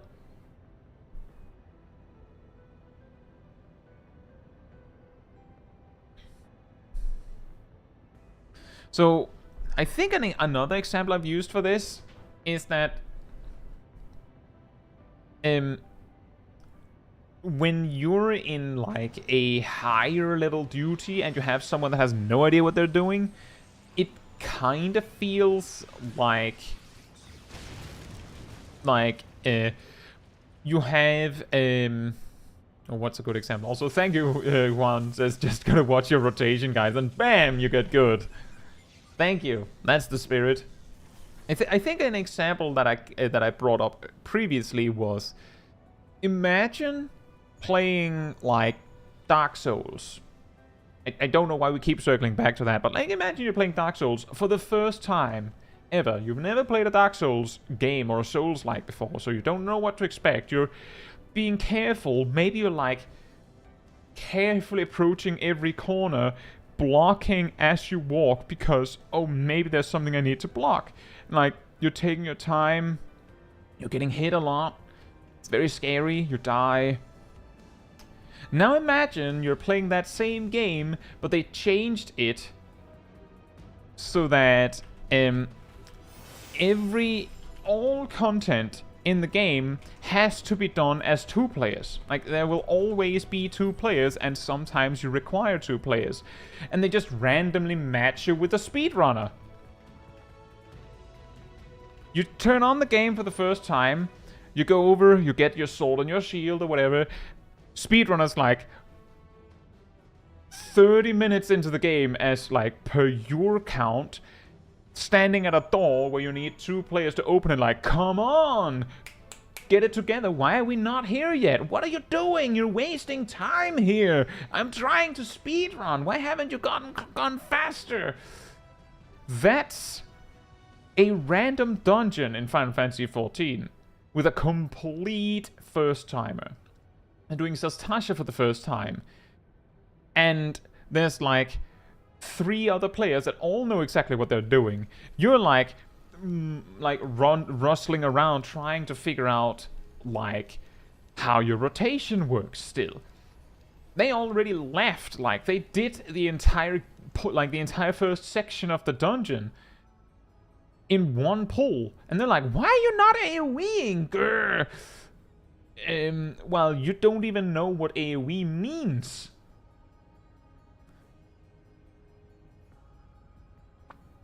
Also, thank you, Emian. Thank you for the outfit. Gleaming says, last night I did the last Evilise raid, and let me tell you, it was not easy remembering what the High Seraph does. I could imagine. It's not often I get Evilise raids.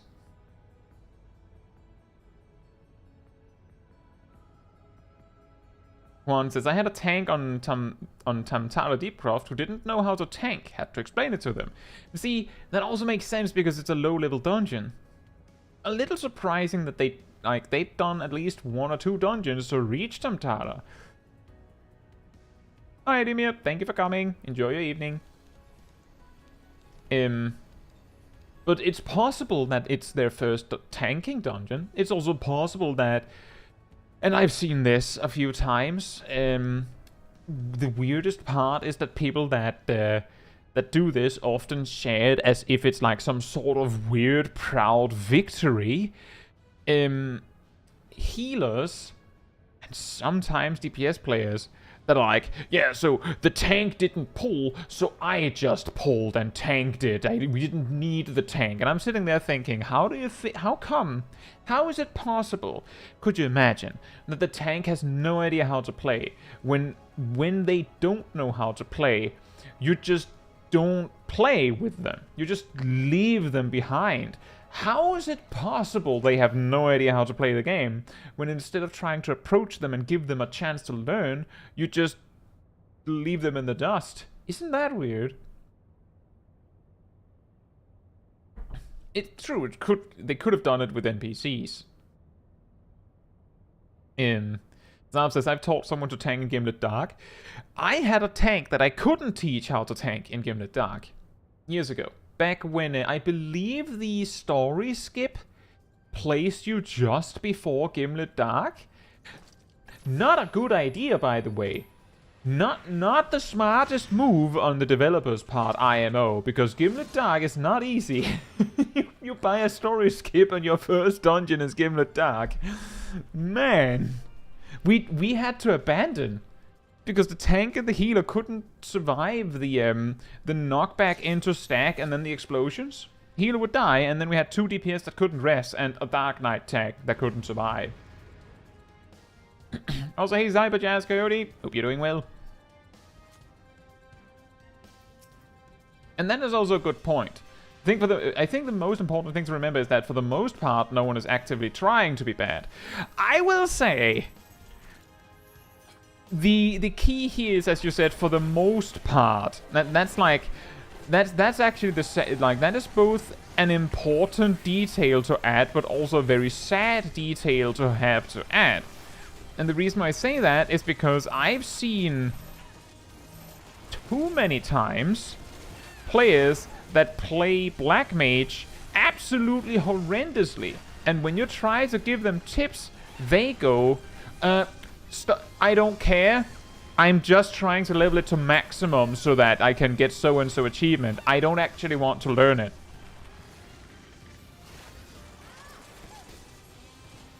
So, like, for the most part, there are no one actively trying to be bad, but there are cases where people just think it's okay to not care at all. They're rare, but they just shouldn't exist.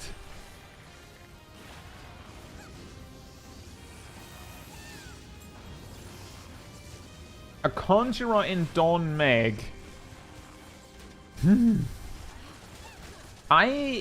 In recent memory, I've had, or somewhat recent memory, I've had a Thaumaturge in Selfatal. I asked them, turned out they were a returning player and they had forgotten that they needed to equip that. I had a Pugilist in the Male Darkhold. I asked them, turned out they were playing on a different PC, and they hadn't realized that they had forgotten to put their job crystal on. For the Thaumaturge, I don't know how they didn't even realize things were missing, but returning player, they might not remember what was missing. The Pugilist was like level 44, like clean level 44. Everyone else was level 46 because of getting synced down in the Male Darkhold. And if you're only level 44, as a Pugilist, you're missing like Demolish and Thunderclap. And your crits don't have a chance to generate chakra. But you're not missing that much, so you might not realize that something is wrong. And if you're on a different PC, then your sets are missing. Your gear sets are missing. Your hotbars are empty.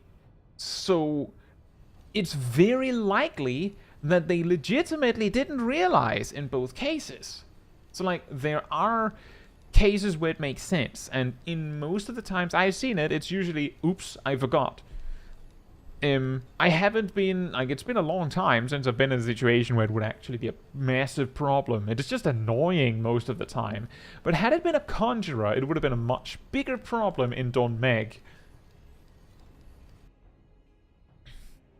Kadon says, I really began learning around End, Stormblood, and Shadowbringers. Friends at FC helped me learn more stuff. Great, and sometimes part of the problem is that you don't know where to start looking, right?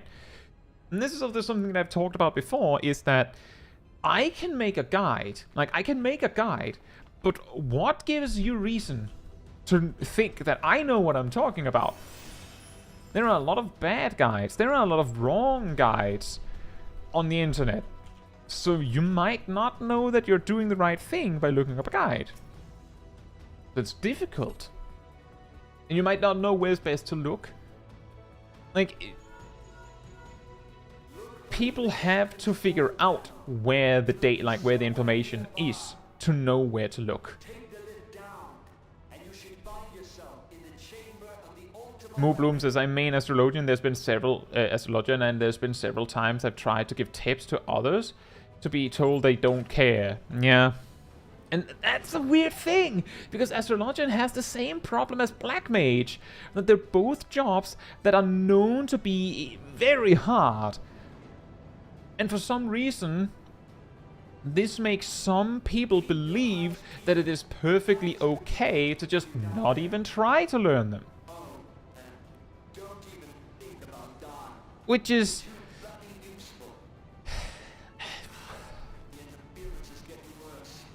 yeah, I don't even know what to say.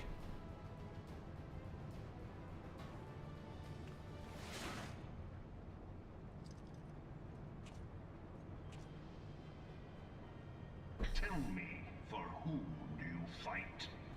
Gleaming says, if I'm being honest, I don't see myself continuing to play Bard, but we're 7 levels from the end and I want to try to all 90 every job anyway. See, the key here, Gleaming, is that there's nothing wrong with going, I'm only playing this job to get it to 90. The problem is playing the job with other players and actively choosing to not even try to do better. Like, if you want to level a job without learning it, like, do it with duty support and, like, leave the rest of us to have fun. Because you're choosing to not have fun with it, and you're choosing to ruin the experience for everyone else. But I know you, Gleaming, are actively trying to do your best. Even if you've realized that I don't actually really like Bard, but I still want to, like, fill out the bar. But there's a massive difference between I want to fill out the bar. Like, I want to fill out the bar, but I don't want to actually learn how to use this. Like, you want to have your cake and eat it too, right? You can't have both. If you don't want to learn it, then play it alone. Like, go over in your corner and play it alone. There are options for you. So you have no good excuse to ruin it for everyone else. But if you're trying, then it's okay. Like, you can perfectly go, I don't actually enjoy this job, so I'll probably drop it once I've maxed it out. That's okay. But like, try your best, try as good as you can. If people are giving you tips, try to at least listen. And like, that's my opinion, at least. Also, hey Darth, hope you're doing well. A samurai in Thalea yesterday, eye on heels. Dude got hit by every mechanic, even the ones that was like a 50-50, and luck would say they accidentally do one. Dude was a waste of mana, but first time. Wasn't sure if troll are very bad. It didn't even look like they were trying to dodge, even it was late.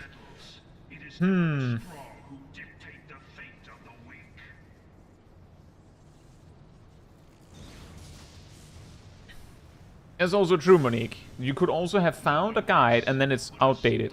A weird thing that I've run into a lot recently is new players watching my guides and either option 1, not realizing that you don't need to level a secondary class to 15 to become the job, or having no idea how to become the job.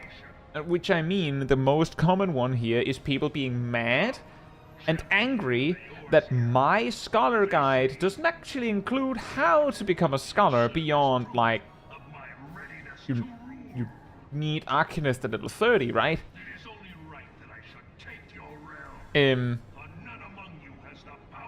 weirdest part about that is when that happens, it's usually people like that might be getting their information primarily from YouTube, because, like, if you Google how do I become a scholar in Final Fantasy XIV, you will get exactly the answer you need. Isn't that weird?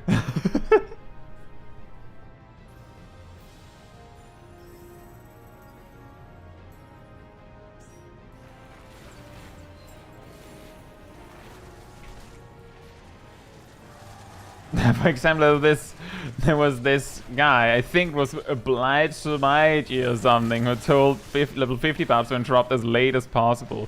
You see, that's the thing. I learned that wasn't necessary while I was doing the Mythbusters episode on it. So there are some things when you look back on my guides where it makes no sense if you've already watched my Nero content.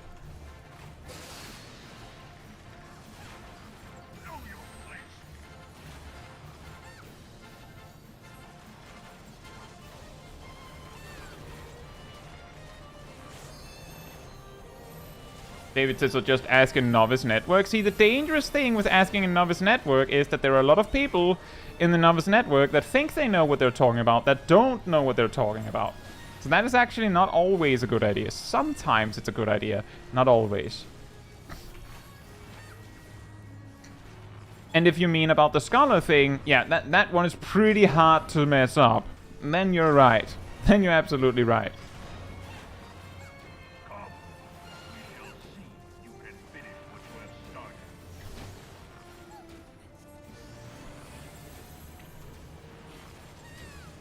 part of what I think causes this is actually more so that I have some people that look up these things before they start the game. As in, the reason they have no idea what they're doing is because they're like, how can I say it? They're looking up how to play the game before they play the game. Like, I've had people go, why are you using these, like, terminology like spell and weapon skill? How would I know this when I'm watching this beginner guide? How would I know this when I haven't, how would I possibly know these things? Like, yeah, if you open the game and read your tooltips, that would be the first thing you'd notice. So sometimes you get some really, really strange questions because people like asking a little too soon.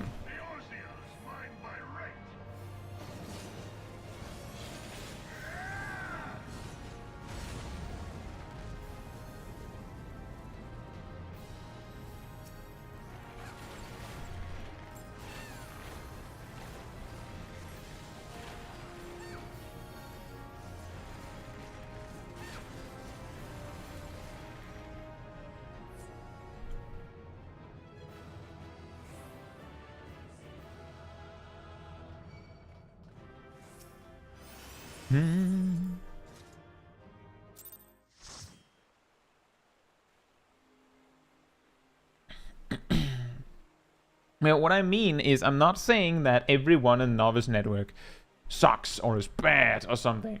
Not at all. What I'm saying is that in Final Fantasy XIV, there are a lot of players that confidently, truly, genuinely believe they know exactly how everything works. Genuinely. They believe this with all their heart. And when they give you advice, they don't give it to you trying to screw you over. They genuinely believe these things are the right thing. But some of these players are those that know actually the correct thing, and some of them are telling you that range DPS should stand as far away over in the corner as possible because that's safer. And some of them are saying that it is perfectly okay to not bother learning anything about Black Mage while leveling it, because they also didn't want to learn Black Mage, but they managed to level it to 90 somehow. And some of them are the ones that say that, well, if a DPS pulls for you, then you're perfectly in your right to ignore those mobs as a tank and just let them die as punishment. And some of them say that you shouldn't use cooldowns at all on trash packs. You should save it all for bosses. You might start to notice some of these things happen to match perfectly one-to-one with some of the kinds of mistakes that I highlight that players do in my videos.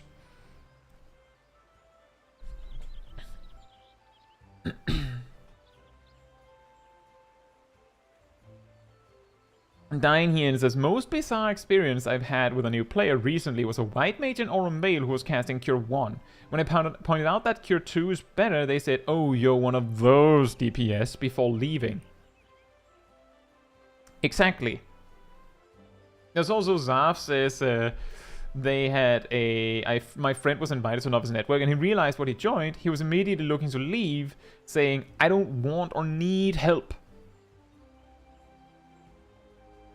And Traverse saying, I got another favorite, the classic I have played Nos Tale, Runes of Magic, Silk Road, Guild Wars 1 or 2, Terra, World of Warcraft, every single version, Warframe, EVE Online, and I know what I'm doing. And yes, I intentionally listed so many that at least half of them would have nothing in common with Final Fantasy XIV.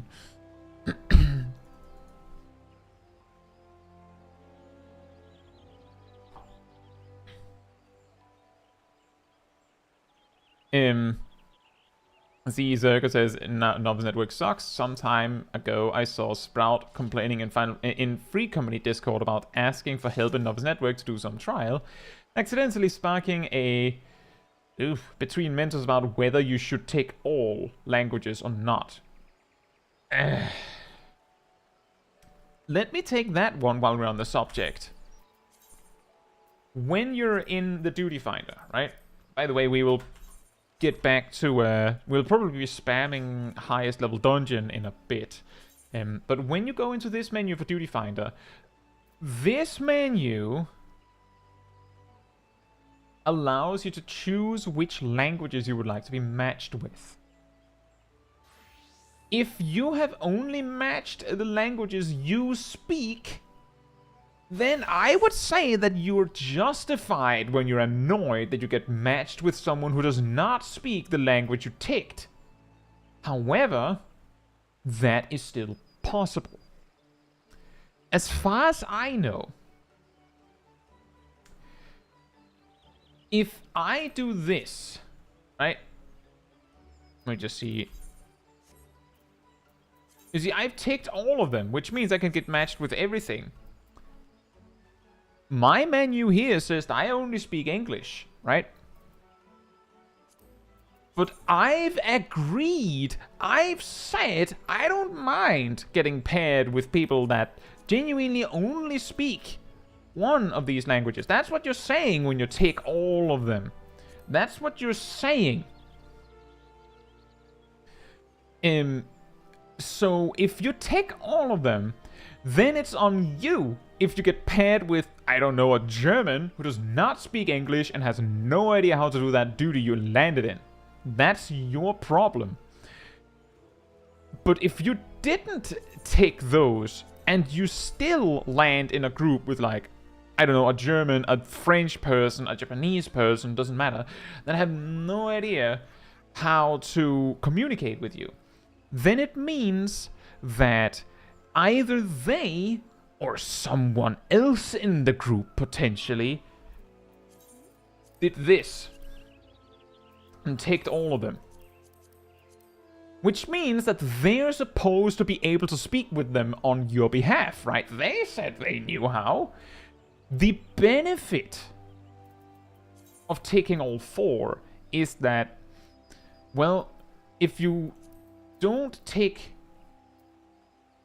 all four, if you take all four, then you can get paired with anyone that has not ticked, like, that have only ticked their specific one, which means you have slightly faster queues. If you only have, like, Japanese, German, or French ticked, then I could imagine, especially if you only have the Japanese one ticked, that your queues for content will be insanely long. Like, insanely long. Because the majority of the people that are playing, even in EU, probably have E ticked. And possibly only E ticked. Which means that if you only have one of these options, and this is actually where the problems arise, and you can probably see where I'm going with this, if you only speak Japanese, but you're in EU for some reason, then just taking the E language, the English language, will massively reduce your queue times. But you will get paired with players that you have no capacity to communicate with. At all. And you can only blame yourself for that.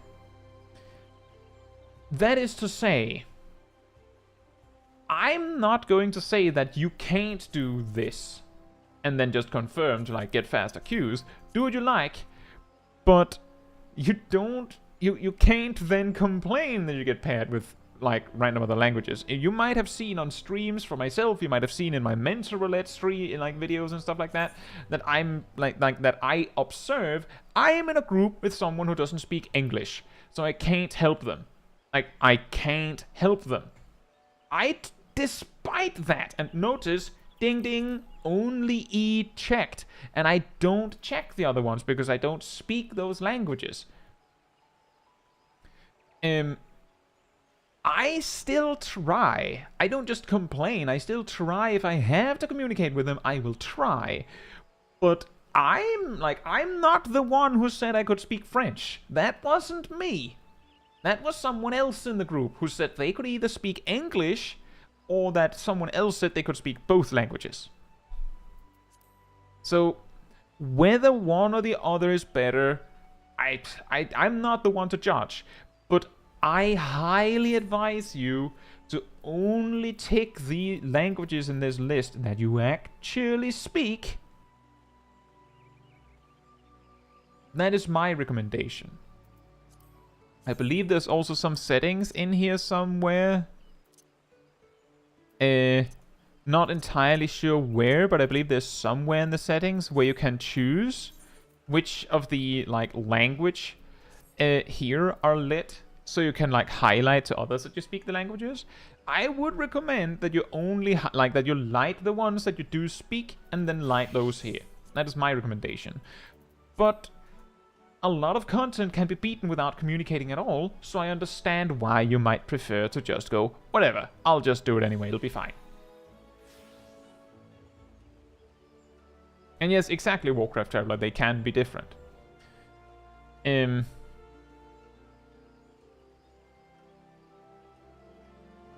that would be pretty funny, Giraheen, if you had to take a language comprehension test to take the different languages.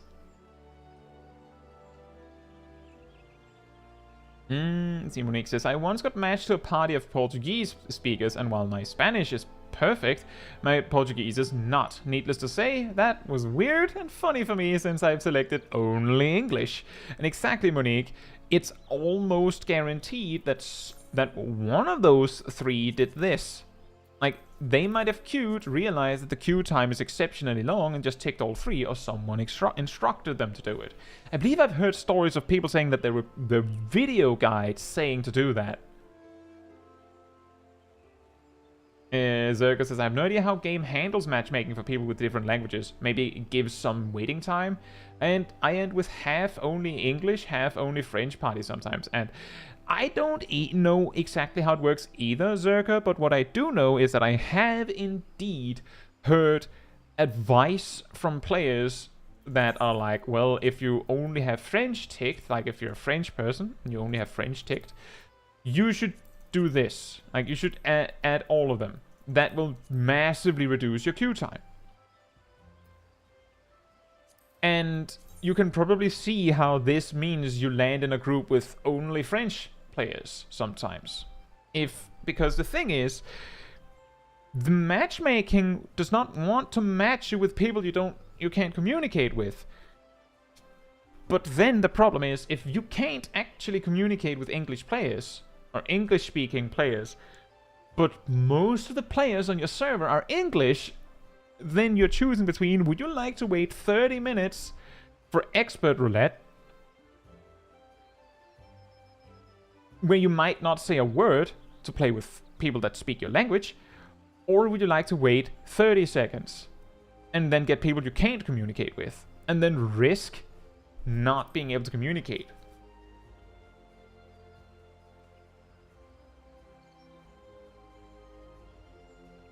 And that is an interesting point. How would those players that speak Portuguese play the game? I don't know if there's a Portuguese translation of the game.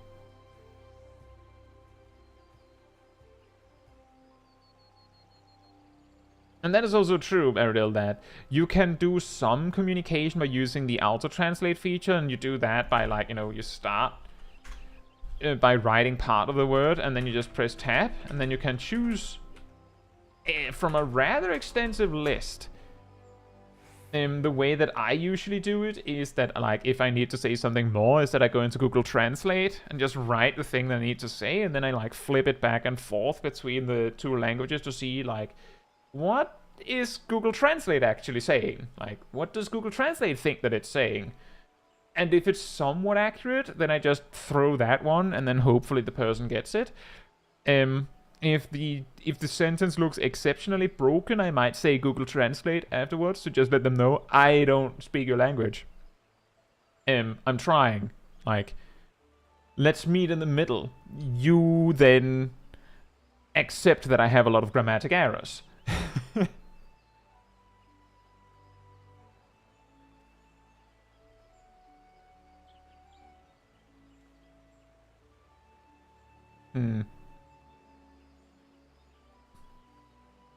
There's a mod for Portuguese translation. Well, there you go. And also, hey Brontom, hope you're doing well. But yeah, the point is, in regards to this, I would highly recommend you only take the languages you actually can communicate in. If you can't communicate in English, and you're on a majority English data center, then I would highly advise you to learn English. I know that sounds really mean in some way, but I would highly recommend that you learn English to communicate in this game. Instead of just going, nope, I don't need this. Yes, you do. Do you want 30-minute or 30-second queues? Potentially. I don't know if it's that bad, but that's my recommendation. Unfortunately, there are not majority German or majority French servers. There just isn't. There are majority Japanese servers. Right. So what we're doing next is... let's see, we're probably just doing Shisui of the Violet Tides for a bit. But before we do that, I will have to be right back.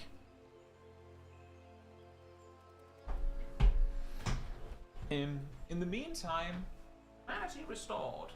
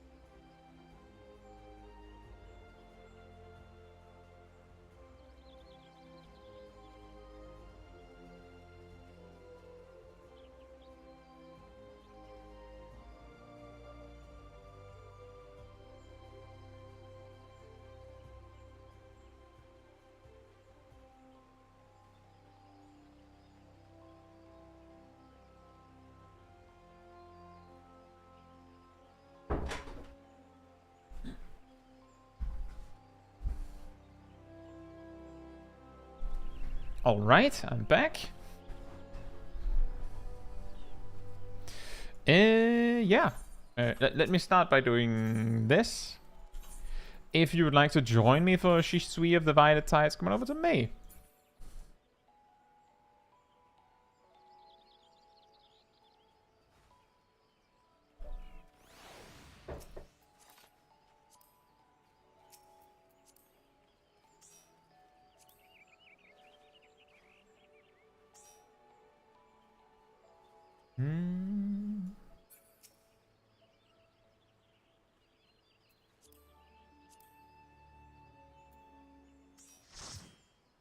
Now I wonder if we actually have a tank and a healer.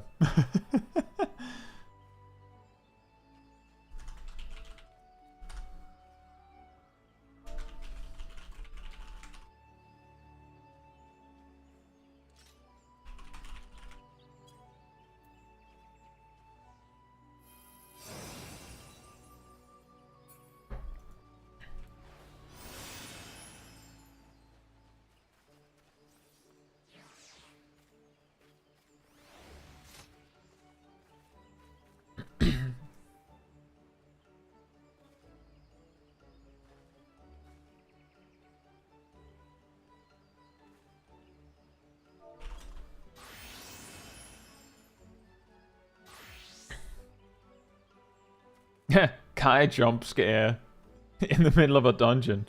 Surprise! What else is in French? Manatees are called lamentins because they sound like they are lamenting. Oh. We also call them sea cows. Yeah, in Danish we only call them sea cows. I believe.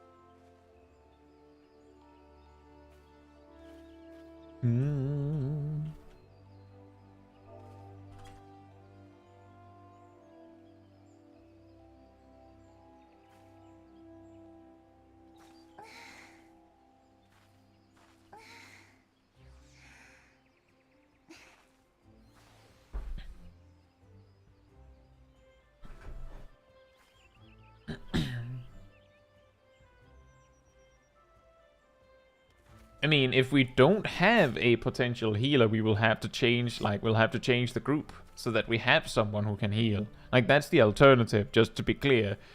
I'm not changing to healer because that would completely defeat the purpose of doing Shisui of the Violet Tides in the first place. So, that's the alternative. That's the thing. That also works. And I don't want it to be that, oh, well, then someone in particular has to leave. It's just, like, if we don't have a functioning group, then we can't actually play the game. But thank you for that, Bob. I do appreciate that you wanted to join.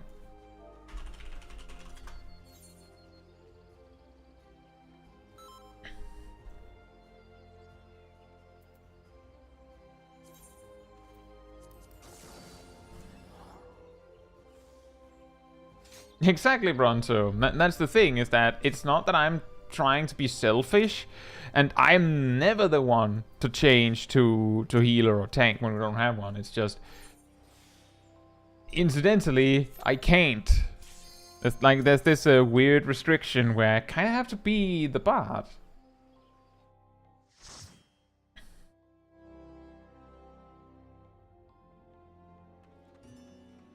If it's level 56, plus you can take Warrior and 3 DPS. Part of the problem, Zerga, is that depending on which 3 DPS you're taking, you have to remember that Warrior isn't, like, the reason why Warrior is so broken at high level is because not only can they heal themselves, they can heal other players too, but they don't get Nascent Flash at level 56, so they can't actually heal someone else at level 56, so it isn't quite as clear-cut, and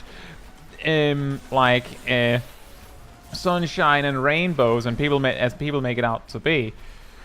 The rest of the group, you have to be a lot more careful if you don't have a DP. If you only have Warrior and DPS at level 56.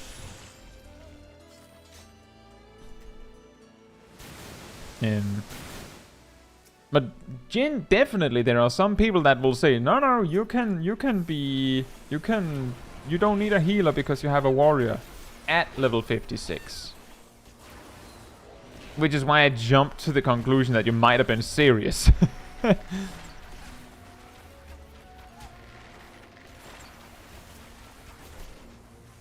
that's the interesting thing, is that and like that's the same as how I've seen some people that get confused why healers aren't using AoE at weirdly early levels, because they're used to healers always having AoE. It's like, well, this is Bravelock's long stop or something.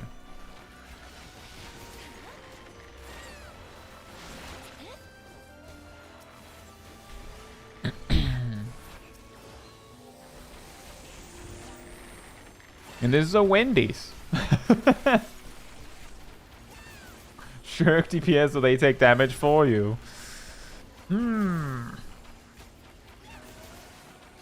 idea is good, but how will you heal the DPS? I suppose there are dungeons. There are dungeons after level 56, but before you get Nascent Flesh. That a warrior can just straight up solo. So it like I mean, the DPS players still get experience. They're just not going to be alive for the entire duty. But they'll still like get their part of the experience.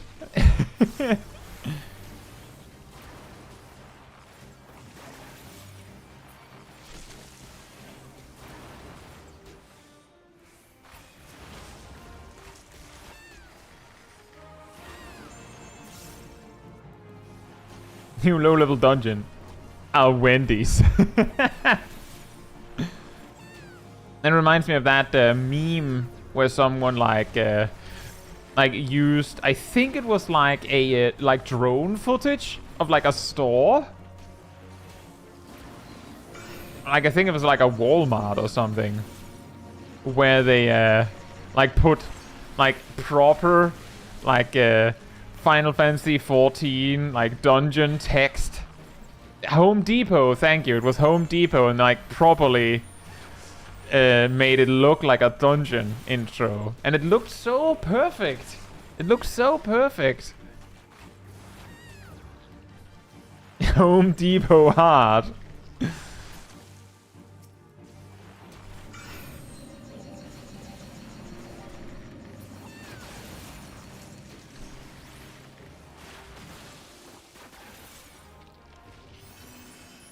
What do you mean, Killads?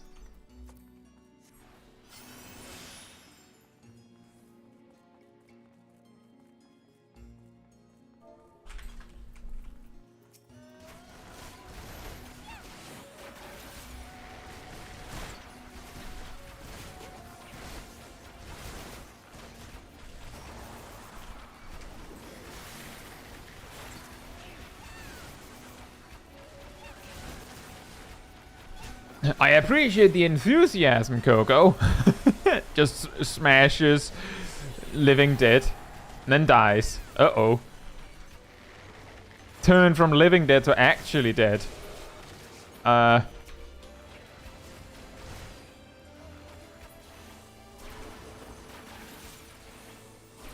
It's okay. We can make this work.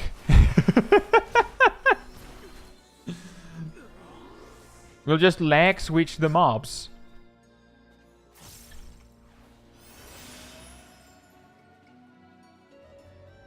Coco? Coco?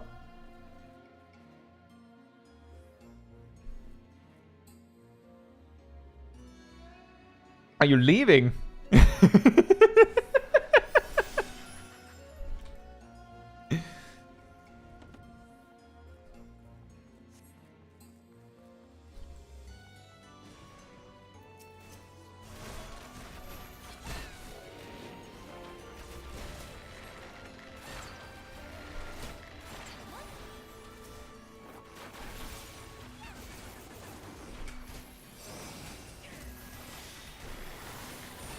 I was a little bit surprised. I didn't actually see that Coco suddenly died. I was just like, wait, why are they targeting me now? That's what I saw first.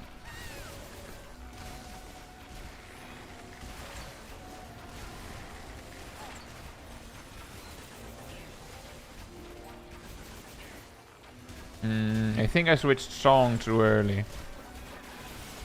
Should have waited a few more seconds. Maybe it'll be fine.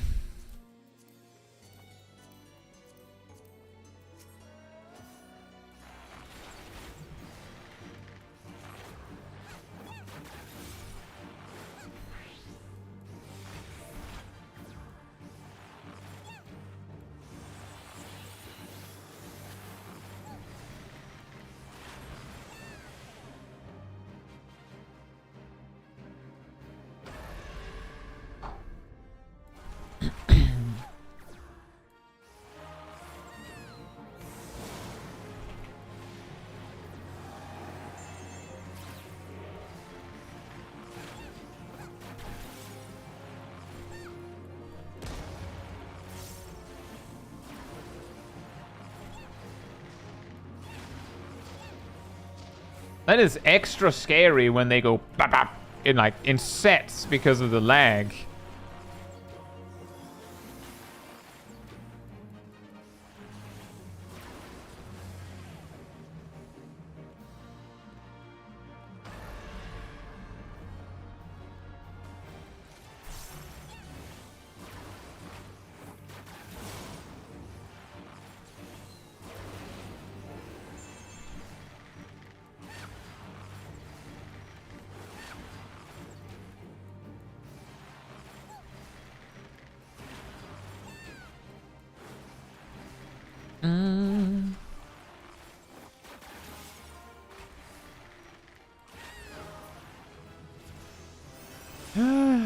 I finally got the good dots.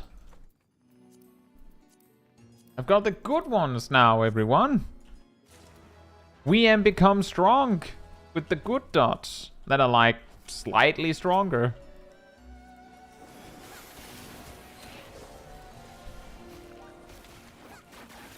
Who can be the bard of all time? I am definitely a bard of all time.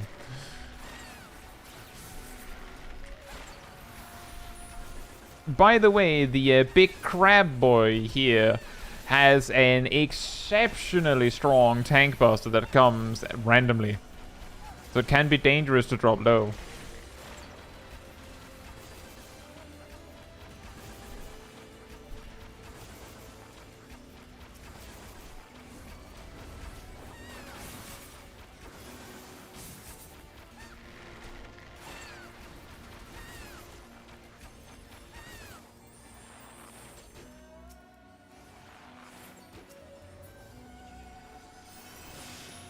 John Bard.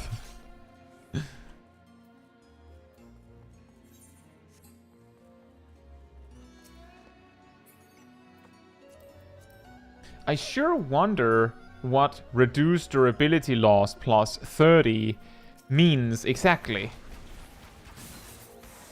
How much is 30? Is it 30%?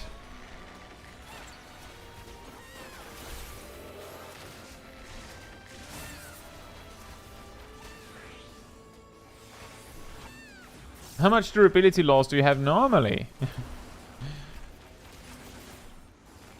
That is one I really confused me. 30 extra durability? See, that also, like, that also is one where I'm like, I don't know what that means.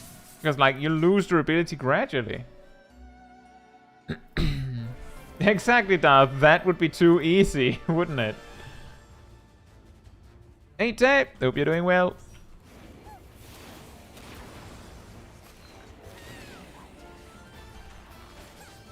One of those secret stats that nobody knows how to quantify.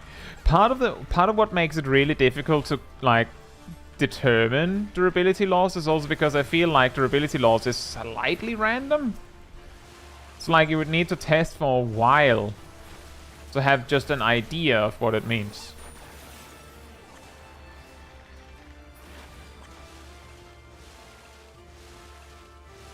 I'm pretty sure because of the way it's intended to use that it's supposed to be used to like reduce the durability you lose. But I like the thing is, your guess is as good as mine. Like I'm not saying, well, I know the answer. It's just that kind of makes sense to me, I guess.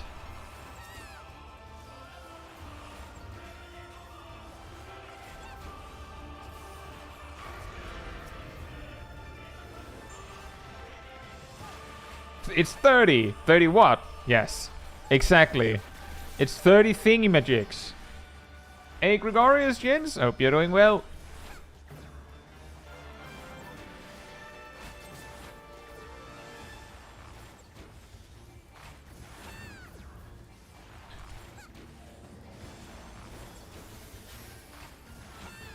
Yeah, Derby, for me, I only, like, for me, it's just a bar that I need to, like, fix every so often.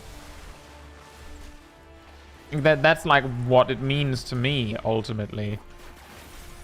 But on Smol Caetsu it means slightly more because I can't fix it myself. Warcraft Travelers, what's the question about? Marilette here has the reduced durability plus 30 effect from a potion. 30 watts is what we're talking about. Because the game doesn't explain what it is. It's just you get 30 of them. Dart says it could be 30% less durability loss. And that's what it means. But then again, that sounds really simple, doesn't it? Hey, Wool. Hope you're doing well. Durability is the ultimate Grand Company seal dump. No, Ventures is the ultimate Grand Company seal dump. And the reason why I say that is because I already have 999 dark matter.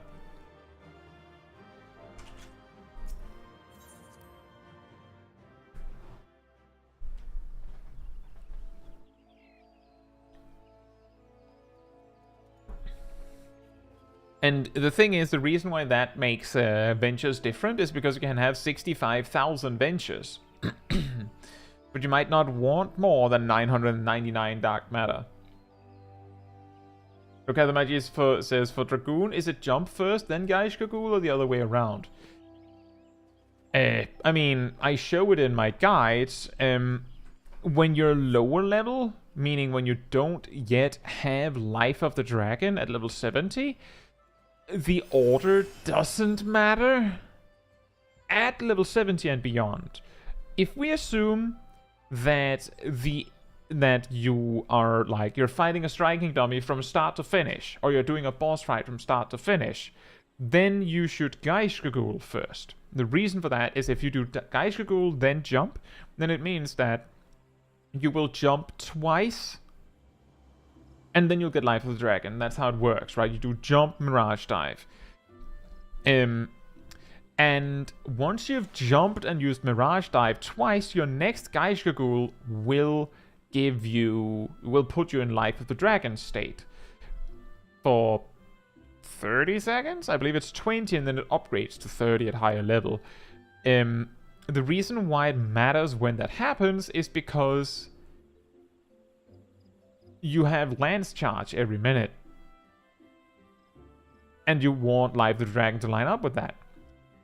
So, the reason why you open with Gaishkagul, then jump, is because that means that you open with Gaishkagul, then you jump, then you get one stack, then 30 seconds later you go do Gaishkagul, then jump, then you have two stacks, which means the next Gaishkagul will give you Life of the Dragon, which happens to line up at 1 minute exactly. And the reason why that matters is if you had done jump then Gaishkagul, then your Life of the Dragon would have happened at 30 seconds with no buffs. The reason why I'm going like trying to detail this like this is because if you're like in a dungeon and because of random downtime, Lance Charge is ready. You have one stack, so if you use Jump, Mirage Dive, then you will get Life of the Dragon next time you use Gaishkagul. Then in that situation, where you already have one, so like your next one will, like your next jump will put you into the state by using Gaishkagul after that. And Lance Charge is ready due to drifting. In that situation, you would open on the following fight with jump, Mirage, like you would, you do GCDs correctly, but you would do jump, Mirage Dive, Gaishkagul, so that you would get Life of the Dragon, and then you can do Lance Charge and all that as well. So, what I'm getting at is that you can flip it. I actually have a...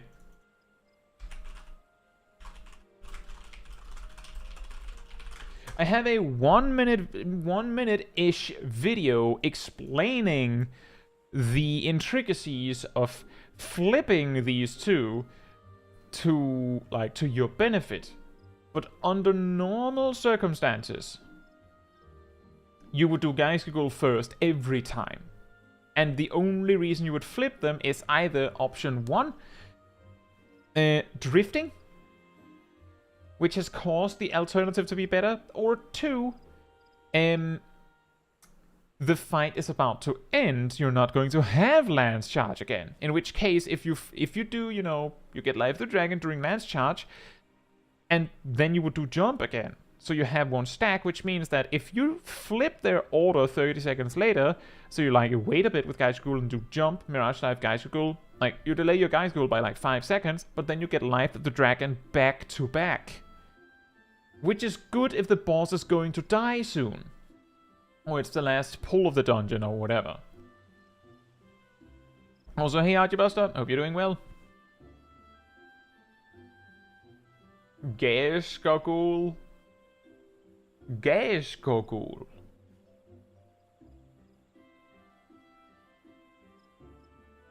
I don't know if I can pronounce that.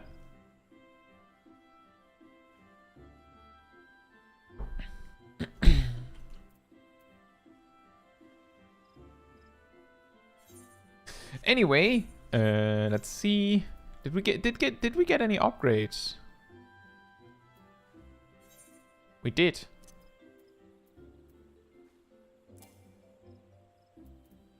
Oh, bracelet, right. I was really hoping it'd be a ring.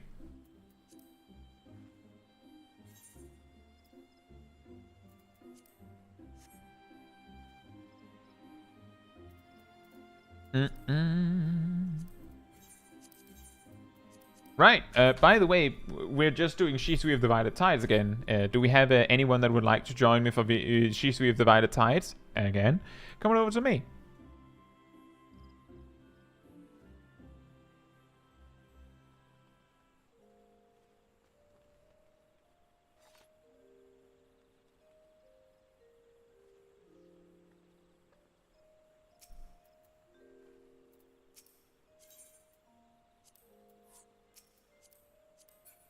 Well, I'll have to ask again whether we have a tank and healer volunteer.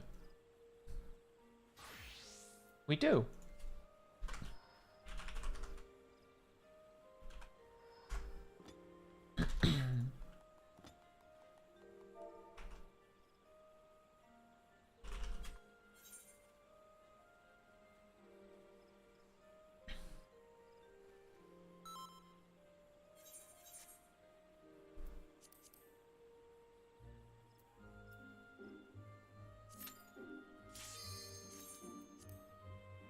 I think it'll take 1 or 2 runs of Shisui to reach bottoms. Bottoms metal. It's the duty sneaking in on you. The big mega pull at the start of the dungeon.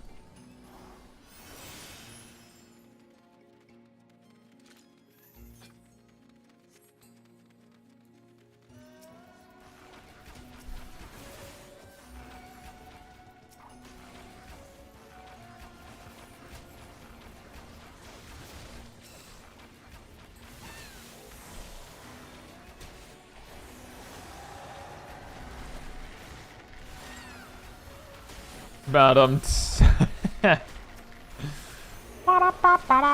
Bottoms metal.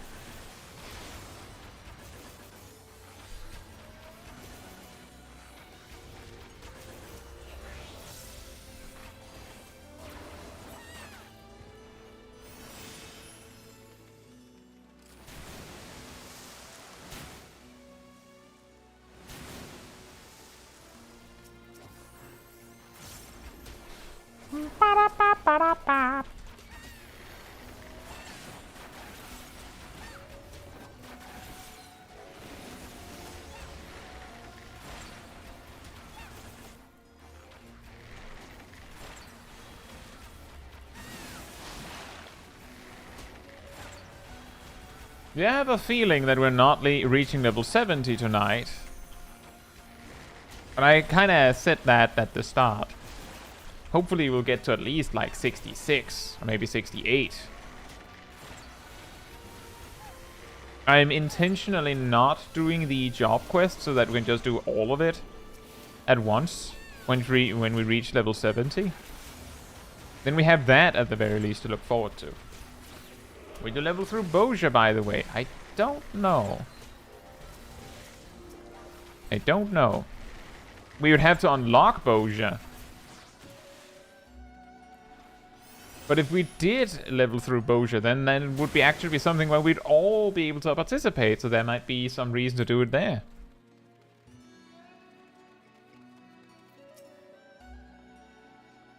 Field trip part 2.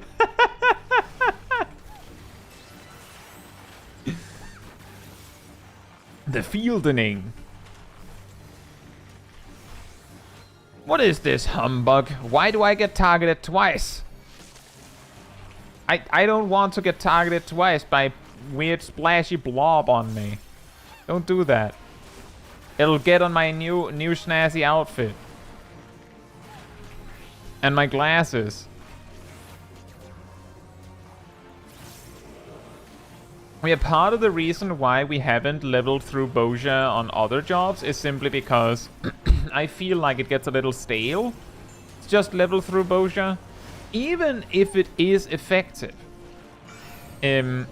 But on previous jobs we've leveled on Smol Kai, we haven't had the issue of there being so many people here that I have no capacity to bring everyone at all.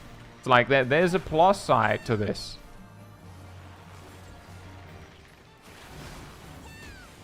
That in Boja we could all participate.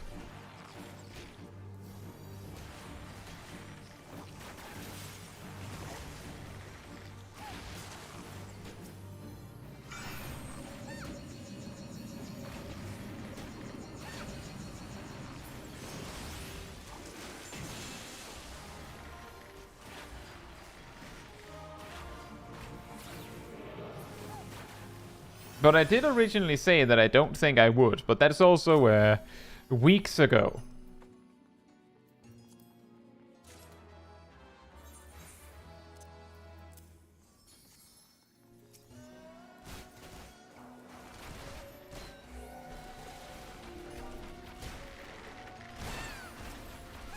Da da da da da da da da da.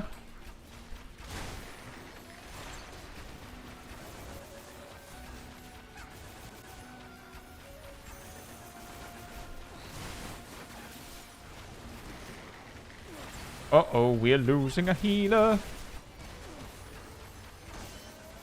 Oh dear. Let's give it a little bit of a troubadour. Uh-oh.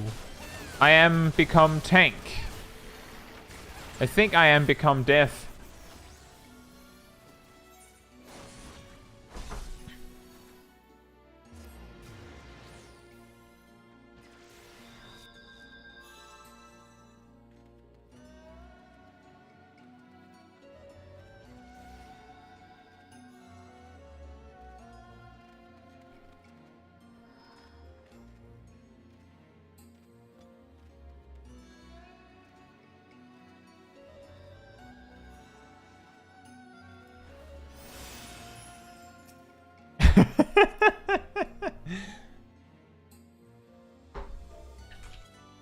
It's fine. We just go again.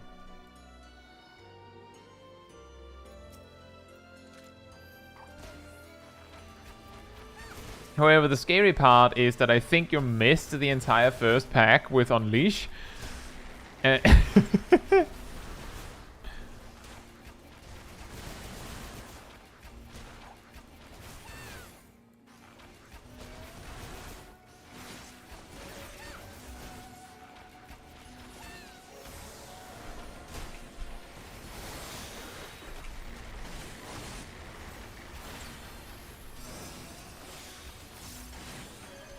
Hey Ham, hope you're doing well. I don't know why I bothered to use Barrage there. Shouldn't really have done that. That was weird.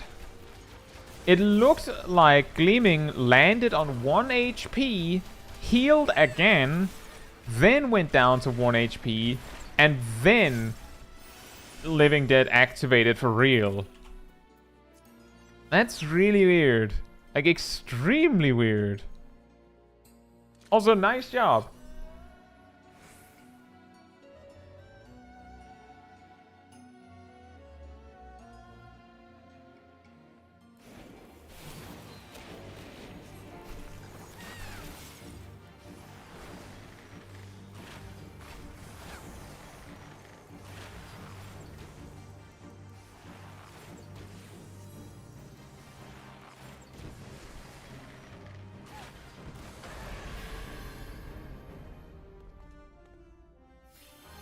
Mm.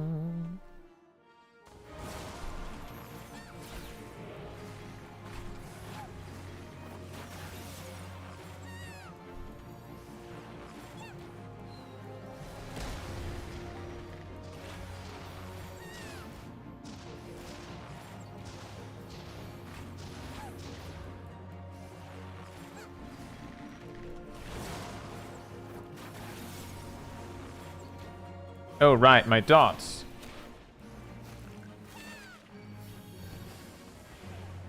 Ding! Right! The dot thing!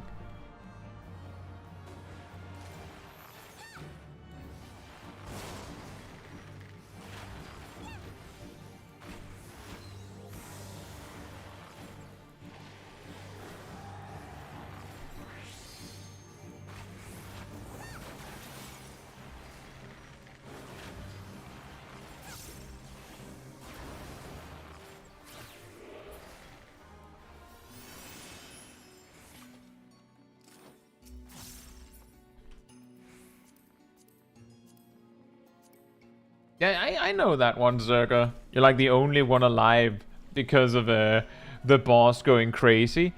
Although, I usually just play a job that can also raise if I'm playing like in a large group, or at least someone is. I have spent quite a lot of time as specifically a warrior in Boja.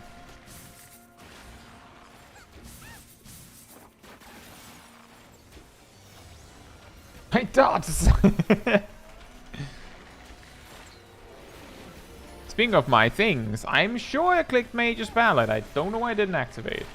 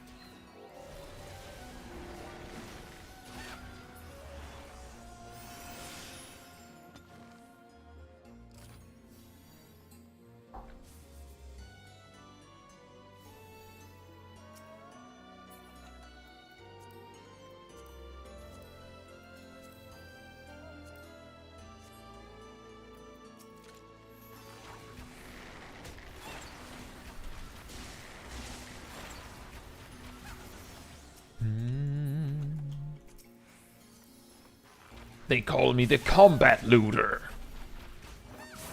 Sounds a lot cooler than it is. It's not really that cool. But it sounds cool. I'm the combat looter. Dun dun dun.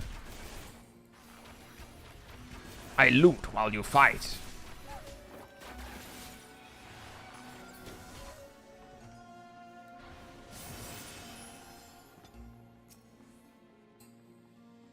No song? Yeah, I decided to not use a song so that my Wanderer's Minuet would line better up for the fight.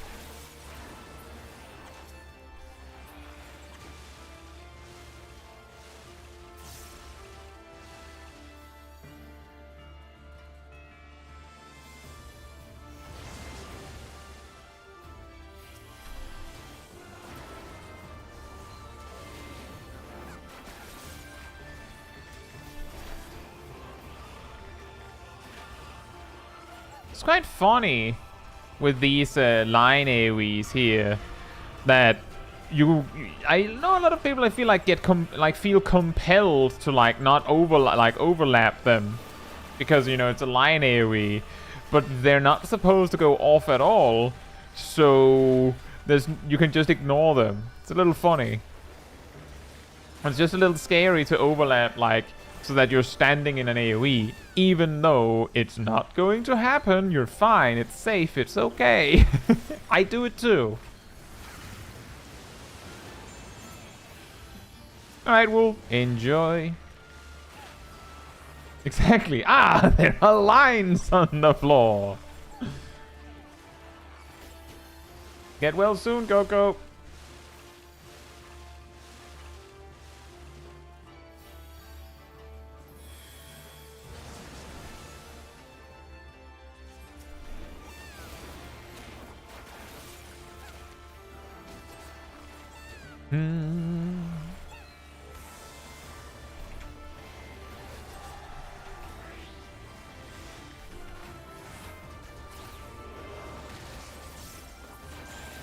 Oh.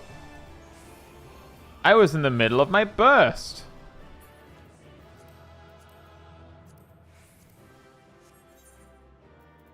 You're gonna do that? You're just going to die right in the middle of my burst?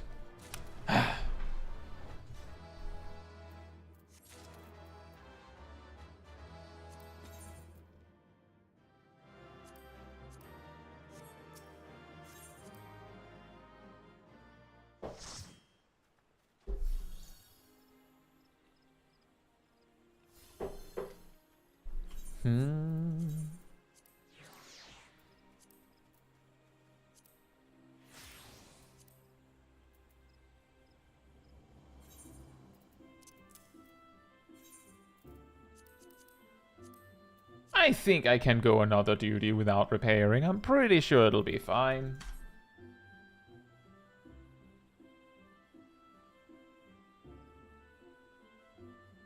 Alright, Gleaming.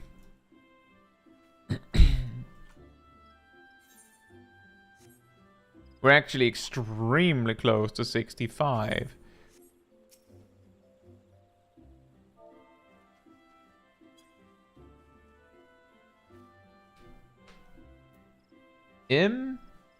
I think we're probably doing... I think we'll do Shisui one more time.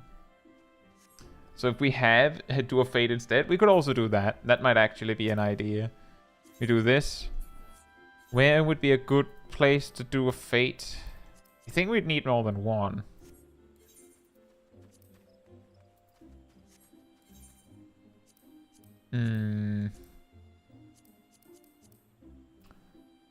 Maybe this is fine?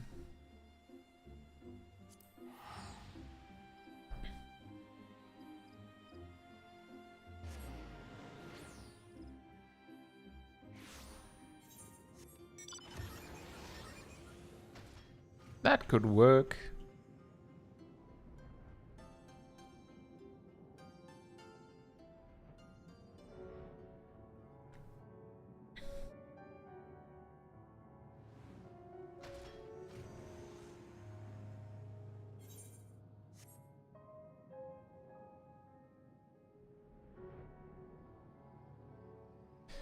Oh.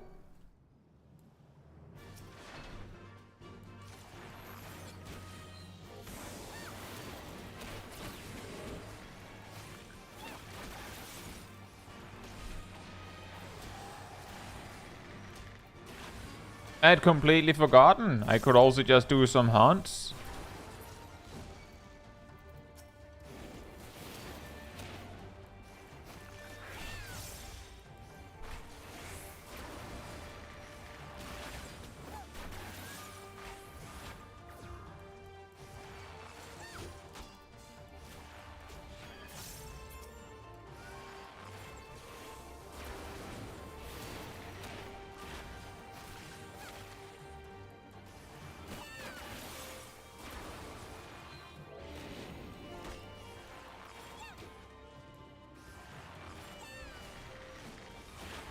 Although I don't remember how much XP that gives. And we'd have to do multiple. How much does the Fate give? Spotted Sea Serpent. Not to be confused with a Sea Serpent that you have not yet spotted. Boink.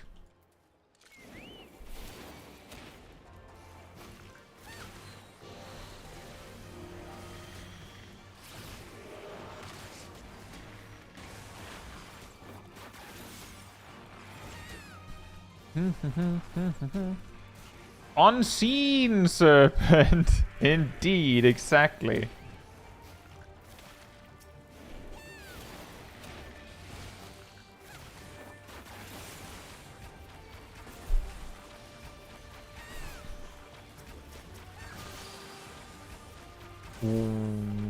Okay.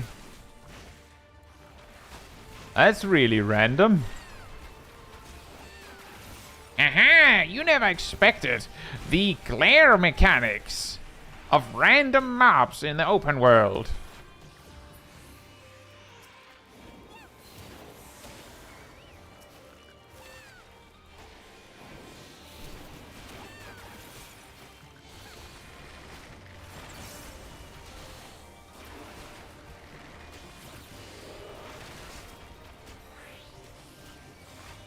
Do you enjoy Bart? It's fun. It's one of my significantly less played jobs, certainly, because I find it very difficult. But I enjoy it.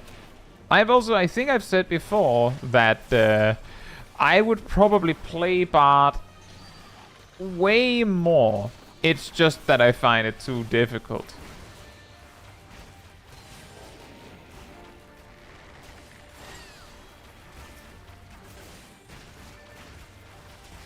Like, of the 3 ranged physical jobs, I really, really like the animations the most of Bard. It's just that I'm not that good at it.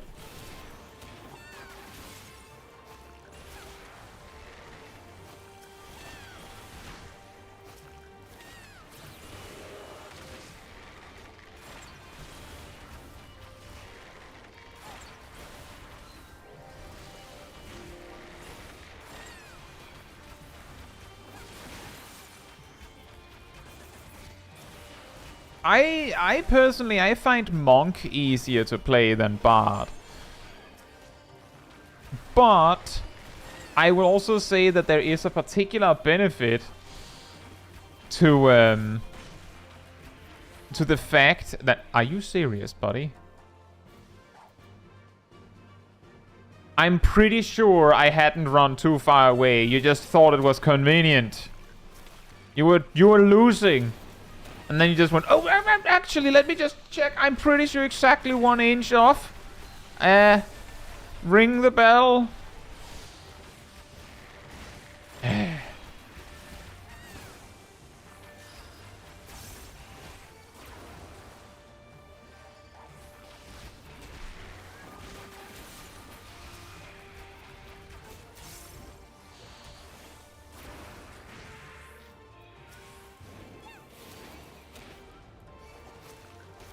Look at these serpents. They're just playing for time.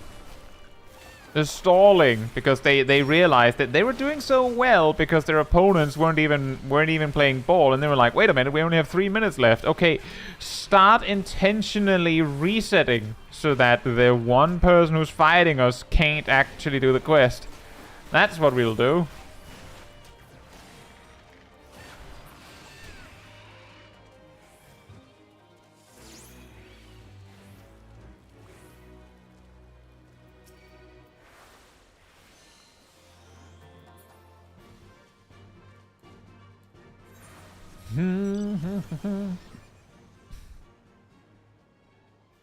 I think we'll do the boss. I think we can do it.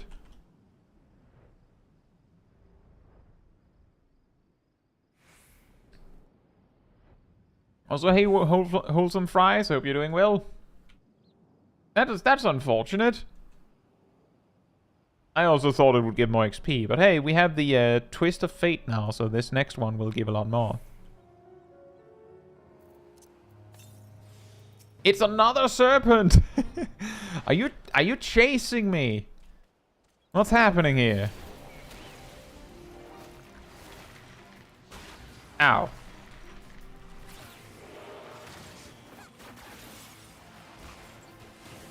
Ow. What? It did true damage because of the icon and applied a dot. but the dot did 0 damage. Like, as in the attack did 0 damage, but did a true dot, I guess.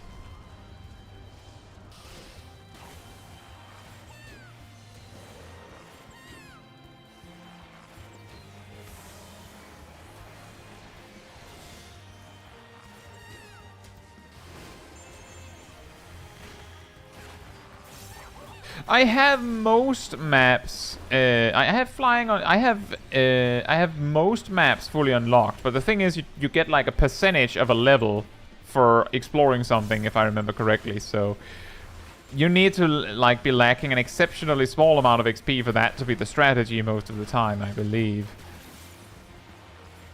Also, this seems to work pretty well.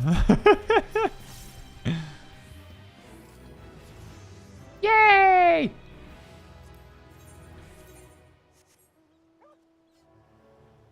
Right then, back to Gridania we go. But that was a good suggestion, Kyo.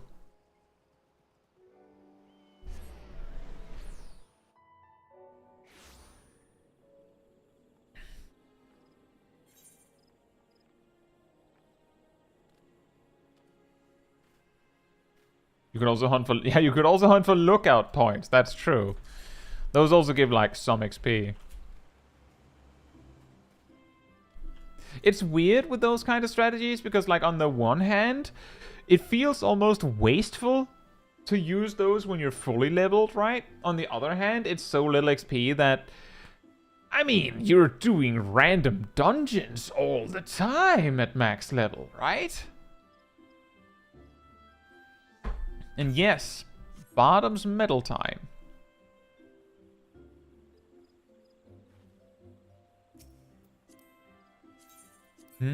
So if you would like to join me for Bottom's medal, come on over to me.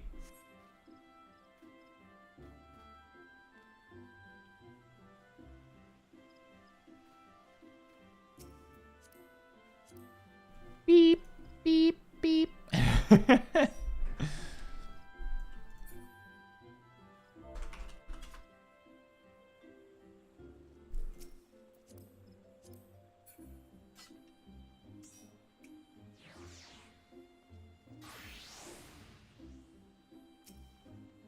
Bottom.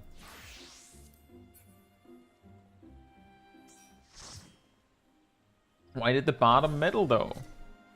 By the way, does anyone in the group happen to have crafter so I can request a repair?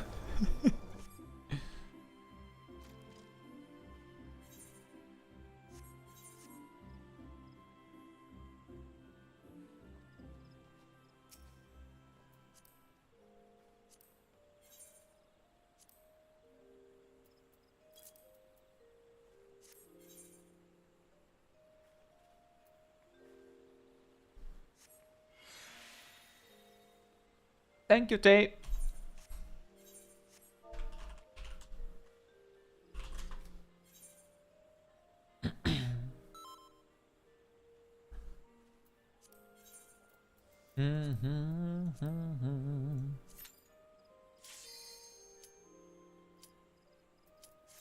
Is it that bad, Moo Bloom? I feel like I usually have good experiences with Bottom's medal. Although the first and the second pull is my it can be concerning.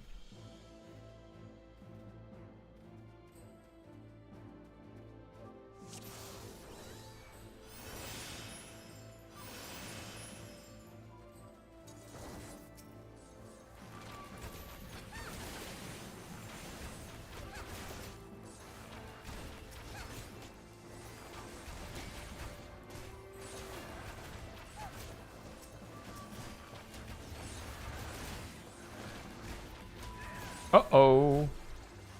Oh no. Things are getting weird. Things are getting weird.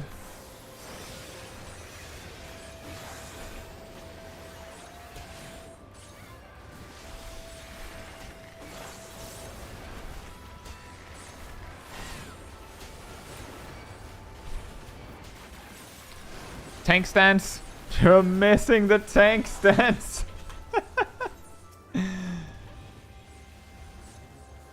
Ha! I was wondering what was going weird. We should probably just try again. By the way, Lei, you should probably run back, or you're going to get run down. Yeah, I was wondering as well. Why is it so hard to hold aggro on the mobs?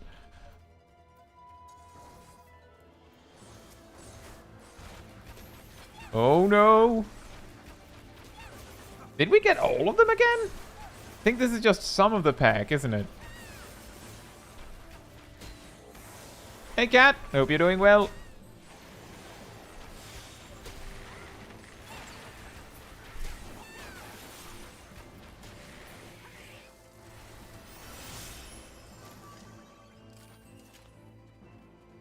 Yeah, I don't know how much how much latency you're all working with, but if your latency is over 250, you can actually click Euthrasia as a sage and then use diagnosis.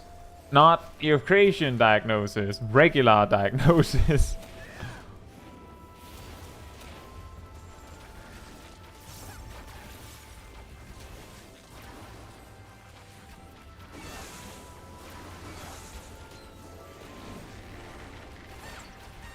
First name basis now. I don't know. I can call you Cat Damon. Does that work better? I don't know. I don't think I usually call you Mr. Damon. Or Mrs. Damon. I don't know. I don't know what you would prefer. I diagnoses you with 400 ping.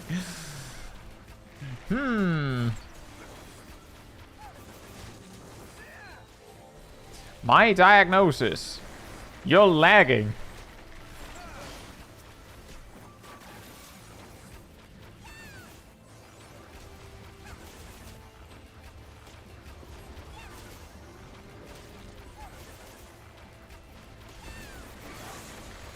Uh-oh. Oh no. Well. I guess get ready to run.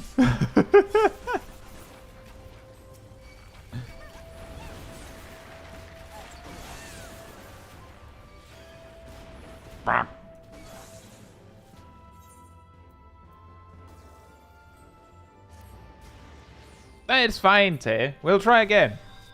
You know, we don't have to pull this big.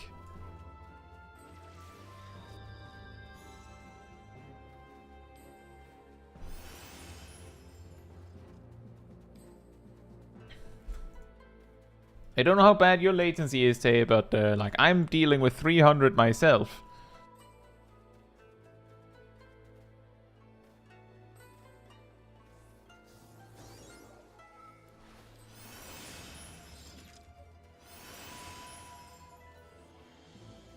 If creation diagnose you with a crit shield, so the scholar gets angry. Don't have to check it. Yeah, it's not exactly easy.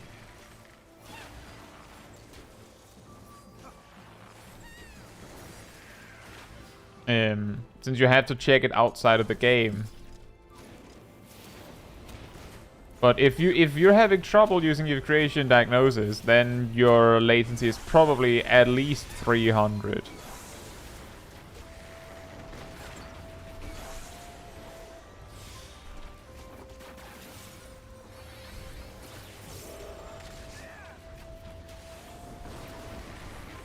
But it's fine. We're not trying to be god gamers here. We're just trying to have fun.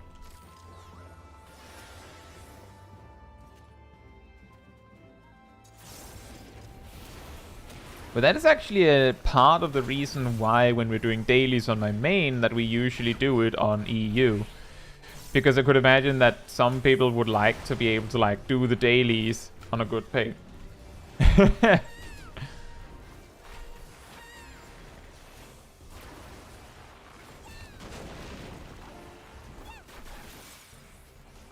And it's sometimes also like it's like you can't get both, unfortunately.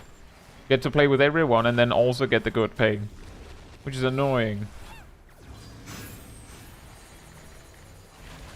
But then we have the middle ground of doing a bit of both in a week. No, my dots! I realized in the middle of a heavy shot.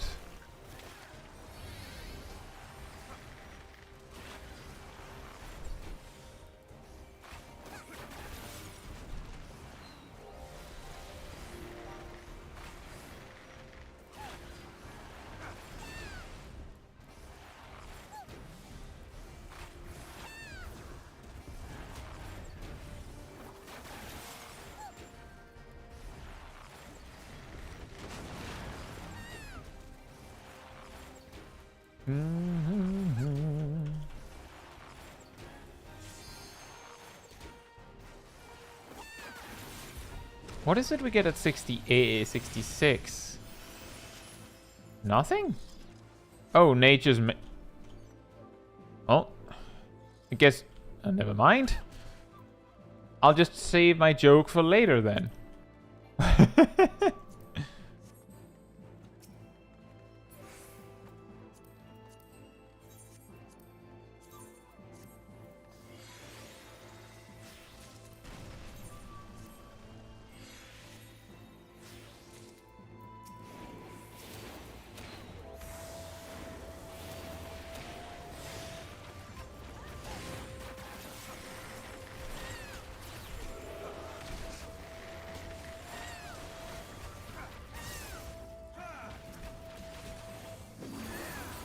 Oh, Nature's Min is perfectly fine. It's a good cooldown. It's just more that at 68 you get the enhanced Imperial Arrow, which is a lot more interesting. That's the reason why I was like, oh, Nature's Min. I mean, so that it's not bad. It's more that there's something more, way cooler coming up shortly. It's like... it's like, oh.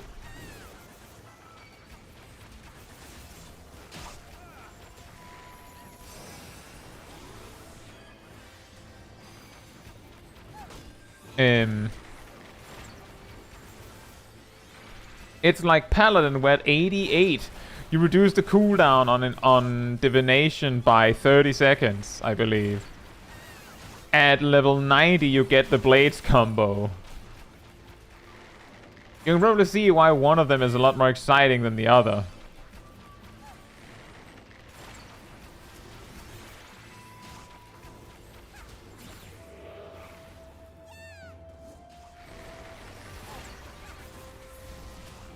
The Blades combo, indeed.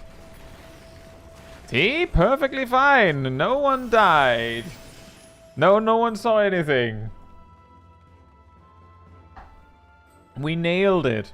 No one saw that. Don't worry, I distracted everyone with my talk about blades.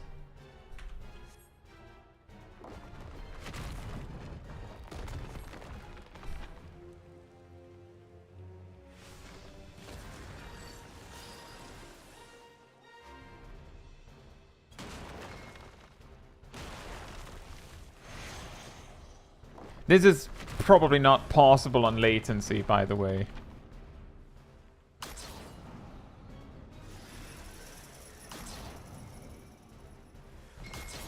Oh. Yeah. I'm not going to walk the whole thing. There's a particular mechanic that I know it won't work on latency. The one that you'd have to backpedal for on a good connection.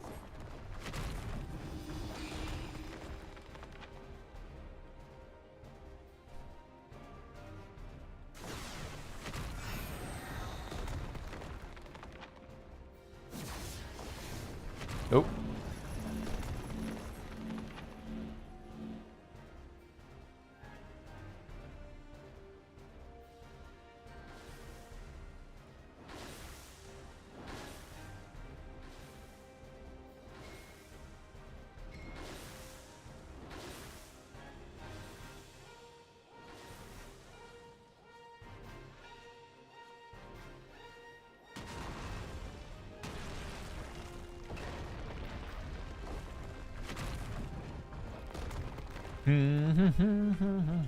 I saw nothing, I'm blind.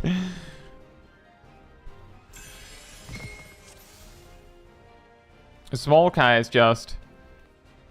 I sure hope it's sunny, because I did bring my sunglasses.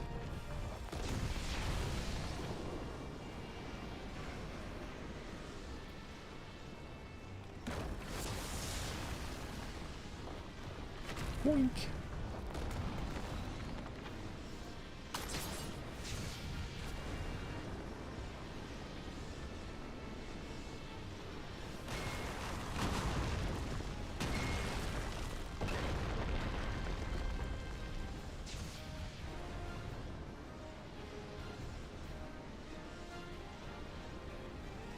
Yeah, I do see it. It looks pretty dire on your end.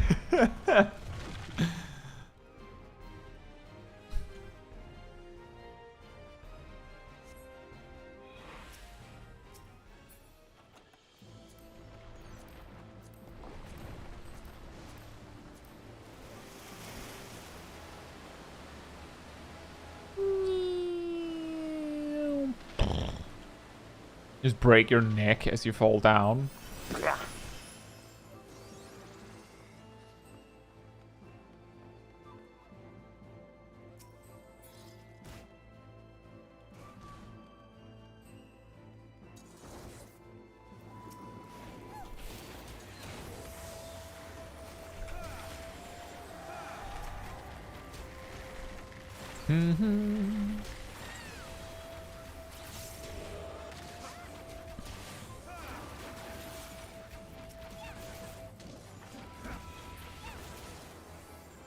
It's weird when your character's using a skirt. It's not so bad when your character's using a skirt that actually has, like, that is actually wearing something underneath. And it's not nearly as weird. And that, ladies and gentlemen, is the reason why my main is always wearing shorts.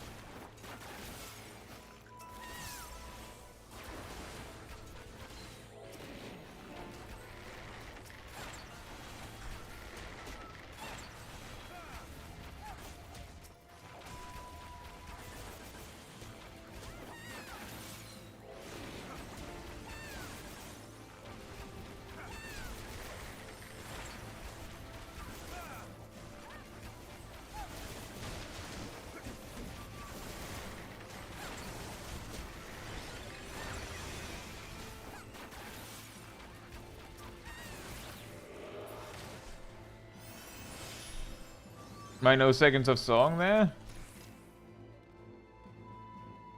I mean, I forgot to turn on a song. I was genuinely like, wait, why don't I have a song running? Oh, because I didn't activate one. That would do it.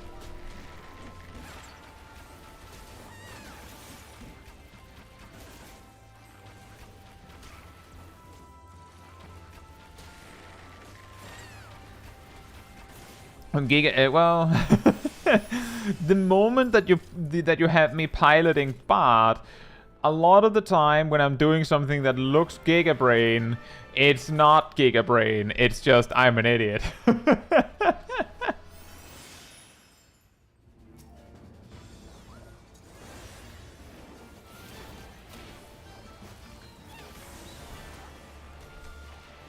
And it certainly doesn't help when we're playing on high latency, because sometimes the reason why I'm doing something without a song on is because I'm like, I clicked a song, but it didn't go through, so now I just don't have a song, and I clicked it, and I just assumed it would work, so I don't check again, until like several seconds later when I'm like, why don't I have a song running?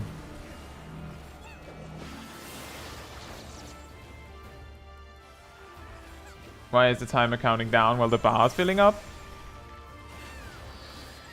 That is an excellent question. I believe it's because the bar is showing that you're like progressing towards the finish, rather than you're running out of a resource or something.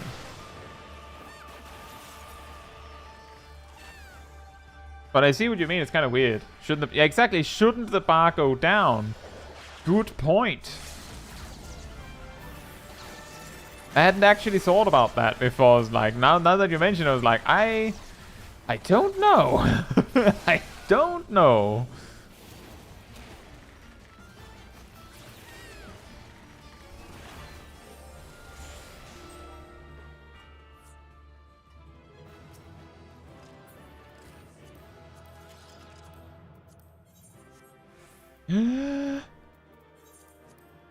Wow.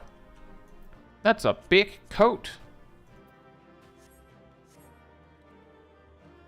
Shouldn't there be an ad phase? Yeah, I believe when they passed through, and changed some things, like in Stormblood, when they added duty support, I think that they made it so that the boss does the ad phase weirdly later, which has the side effect of making it very possible to skip it. Just entirely.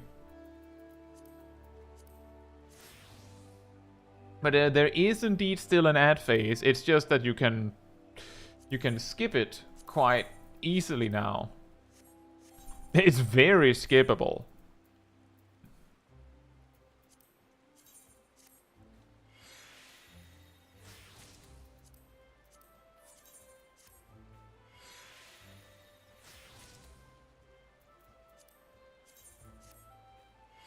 It's a potato sack.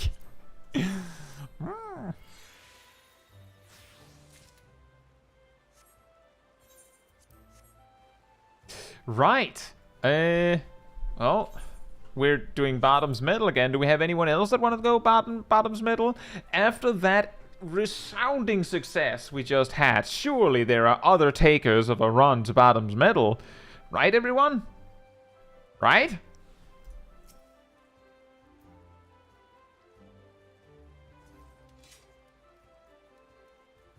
Do we have takers? I don't know if that is a I want to join.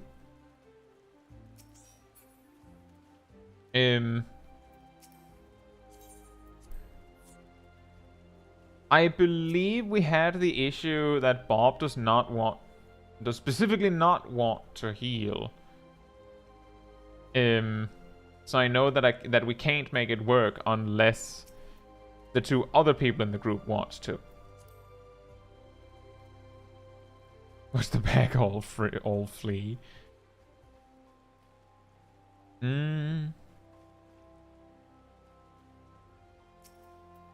Oh, we have two people here that I don't think I brought all evening. Well, I believe Ilana joined for the very start. If either one of you can tank, then we're in business, I think.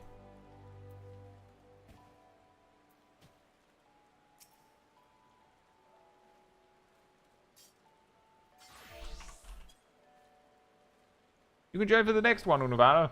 There will be a next one. I'm not even level 66 yet.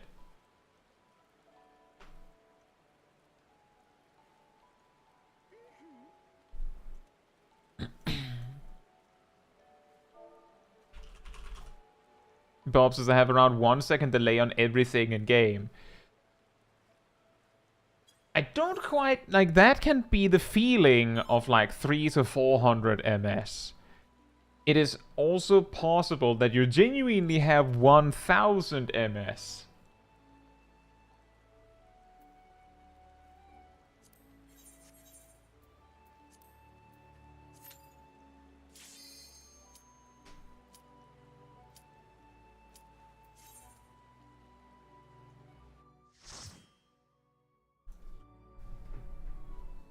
Watch the pack all flee. Yeah, I totally understand that, like, that's the thing, is that I encourage the massive group of people that are there. Like, you could do some roulettes. You could easily do some roulettes while I'm doing this. And I also know that a lot of people really could not care less about spamming a dungeon they don't need. But some would find it fun. Oh my goodness. That is getting really close.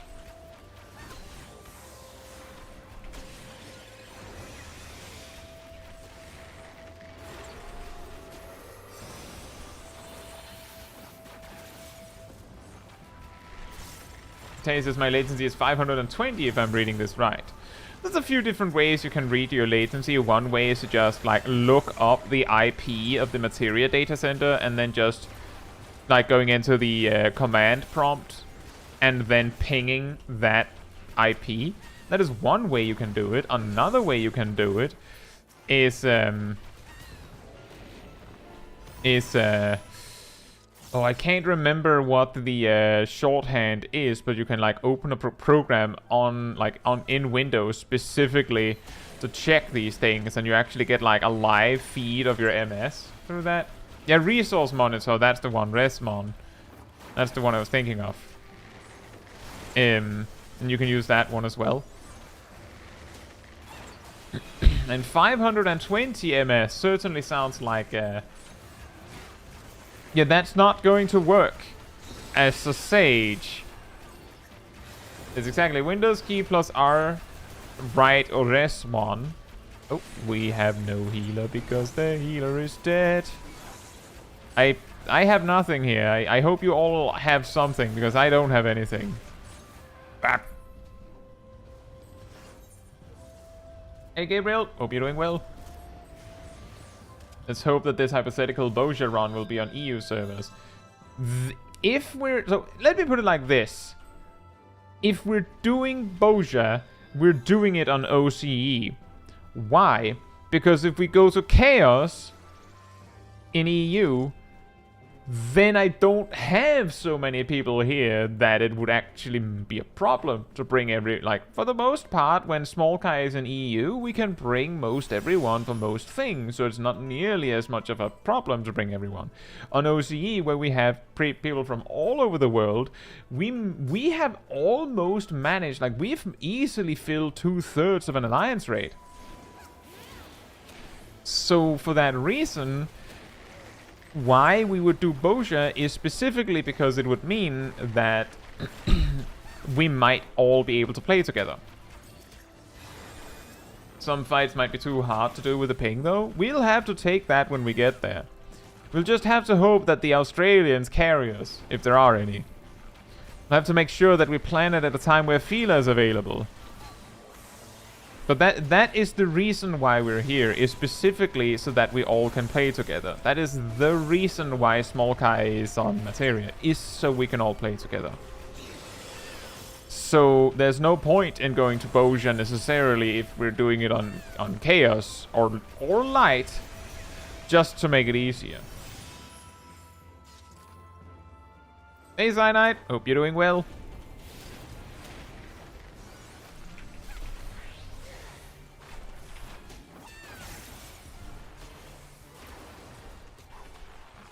Yeah, Boja has a lot of scary things that might be really difficult on a high latency.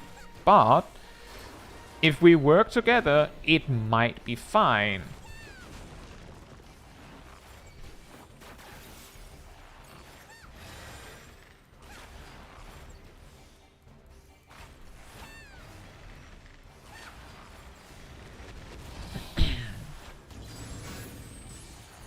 And also, just saying, while we are on the subject, wouldn't it be way funnier if it was really, really, really difficult?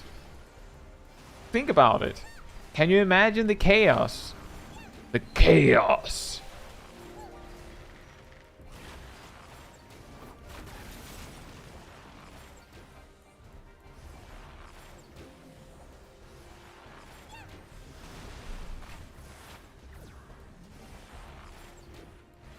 If everybody is on terrible ping, then no one is.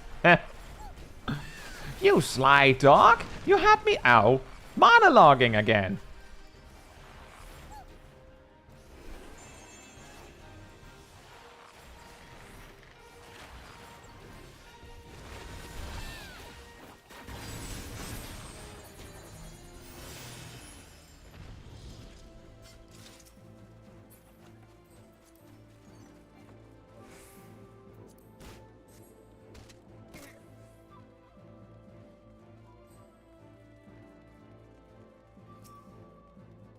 That sounds like fun, Bronto. The important part is that you're enjoying it.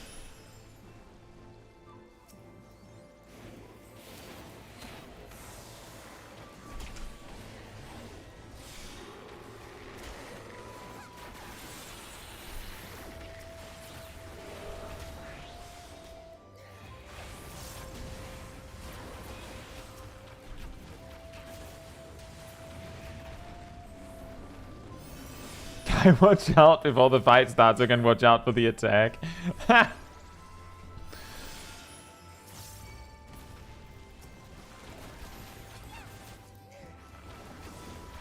I'll warn you before the fight starts, then surely you'll see my message in time.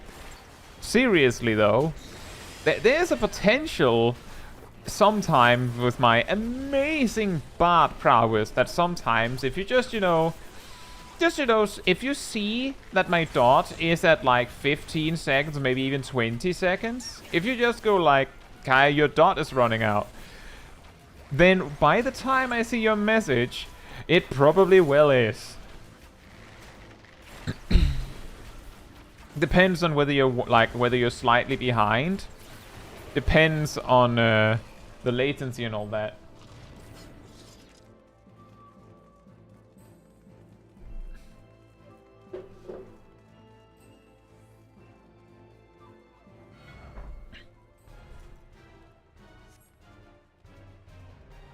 And the interesting thing with the tether on the first boss, Zerker, is that before they made duty support changes, the tether would stay pink and spiky regardless of how far away you ran, which meant that the further you ran away, the less damage you would take. That is how that kind of mechanic works. If it's a mechanic where it is spiky and then turns purple and non-spiky when you get to a certain distance, then it means that there is a significant damage drop-off when you reach the time where it stops being spiky. They reworked the first boss, for some reason, to have a reachable maximum where it turns purple. Because back before it got reworked, or before they started making duty support changes, you could not run far enough away that it would turn purple. And I know that because I made a short way about, I think I got, I only got hit once. I made a short about those kind of tethers, and I discovered that that one had infinite, like, that it would never change. And then they got duty support, and then it changed.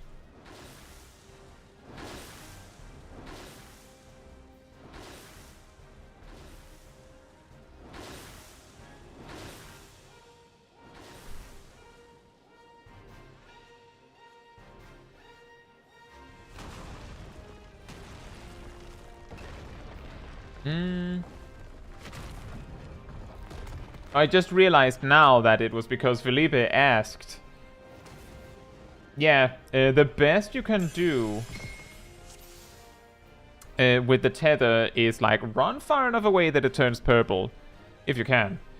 And I mean, if you can make it so that the boss doesn't run into the largest pile of mobs, that might help, but ultimately there's not much you can do. The mobs kind of just place themselves randomly.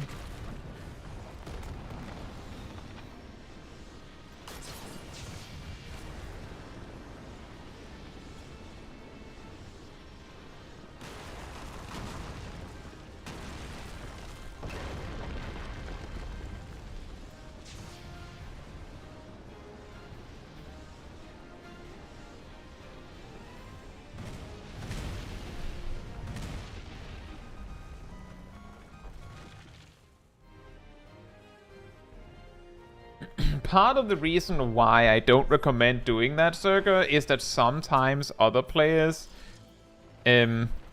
prefer to stick to their slice. Because that's the alternative, is stick to your slice. But I suppose if you actually turn at the correct, like if you turn at the correct angle, you'll just circle around in your slice, right? So that is a good point. You could just hold W and D. But that mechanic with the chase AoEs on that boss is actually weird, because if you're not lagging like crazy, you can actually beat it by just backpedaling. I know that because I did that. Isn't that weird?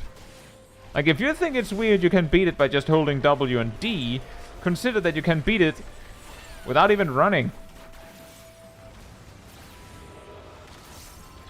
You do have to sprint and you have to be backpedaling, but you can do it without running.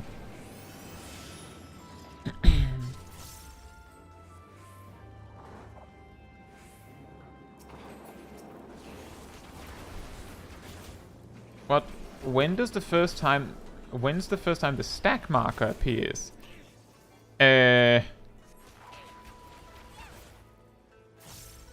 Before any reworks, I guess. I'm pretty sure the first time you actually saw a legitimate golden arrows pointing inwards stack marker before the reworks was against Nidhogg in the Steps of Faith. Because the T-Rex thing in Smol just had a blue and an orange marker. Ow.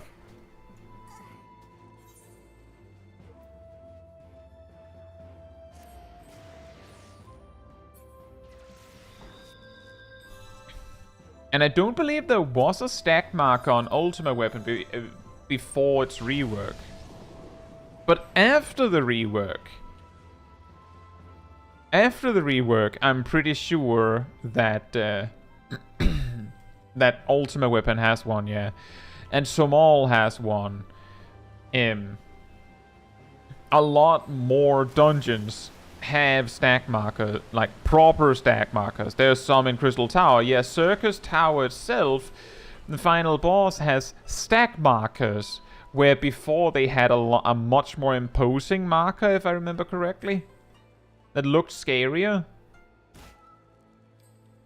Exactly, the one where everyone just stacks them on top of each other. It used to look scary, I'm pretty sure, so people were scared of stacking them. That, like, the reason why I'm pretty sure Steps of, like, Nidhogg and Steps of Faith is the first time originally is because Nidhogg stack marker where the sprouts run away is just the last surviving player. Was a common problem.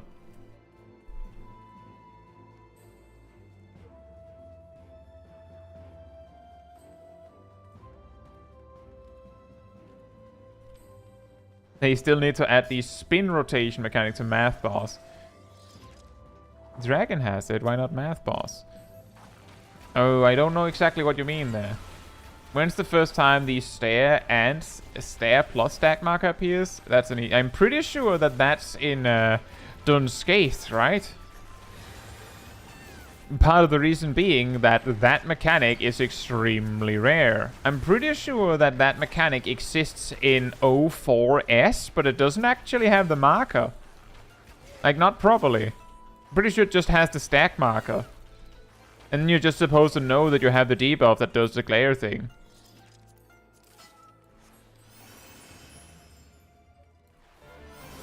They don't stare. It's on Dunscaith, someone will get on the final boss will get a stack marker that simultaneously is also a glare, so you're not allowed to look at the person you're stacking with.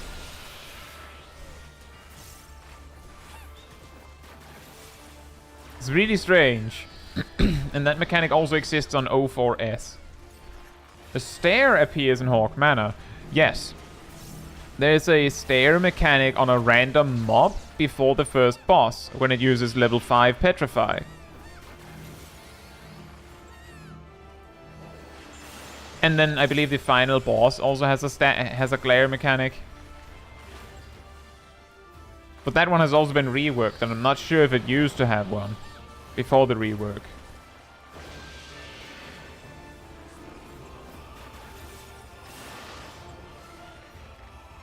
I don't think that counted. Nope. Uh-oh.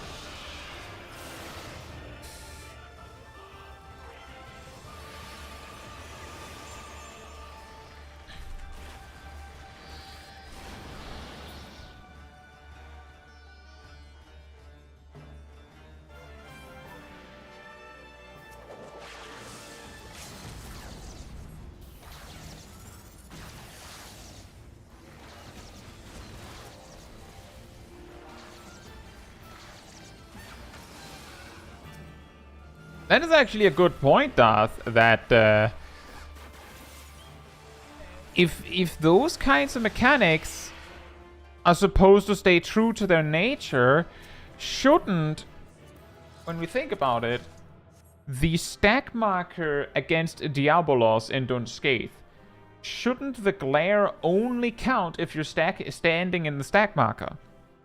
Like, if we're going to be consistent, because the glare mechanics with a cone, those you can choose between whether looking away or stepping out of the cone.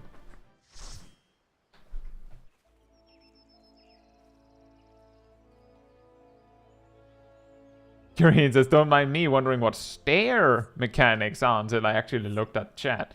Yeah, I usually call them glare or gaze mechanics. Although people have a hard time taking it seriously when you call them gaze mechanics. It's like when you're sitting in math and the professor calls something a homogeneous object. It's really hard to stay focused when you hear that one drop for the first time, right?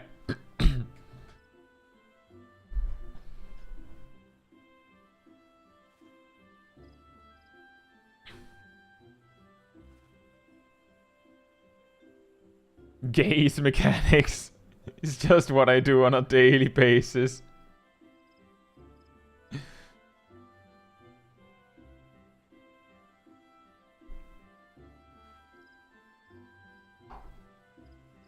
Cyanide says, I had a run of Crown of the Immaculate where DPS kept running around when they got the stack marker, and me, trying to be the little hero I am, stepped into it with them at the last second and died. That's the classic. And it's actually also part of the reason why... part of the reason why my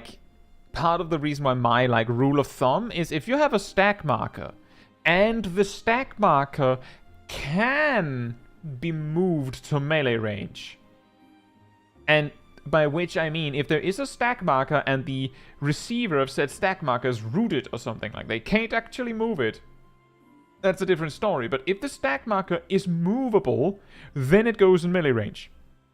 If it doesn't go in melee range and I'm a tank or a DPS, then it doesn't exist. You'll just have to die then, I guess. And I'm, even if I'm a ranged, I'm sometimes willing to ignore the stack marker for the same reason. That, well, it doesn't exist if it's not in melee range.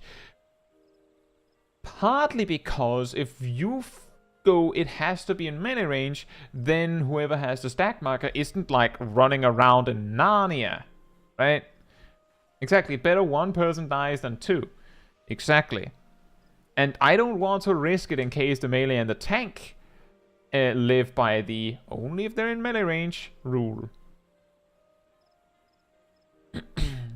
And exactly, as a tank or a melee, like, I'll of course go as far as I can, like, you know, indicate like I'm trying, but I can't reach the marker. Like, if I have to leave melee range for your marker because you're a black mage and my ley lines, yeah, my melee uptime, right? Too bad the stack marker landed on you.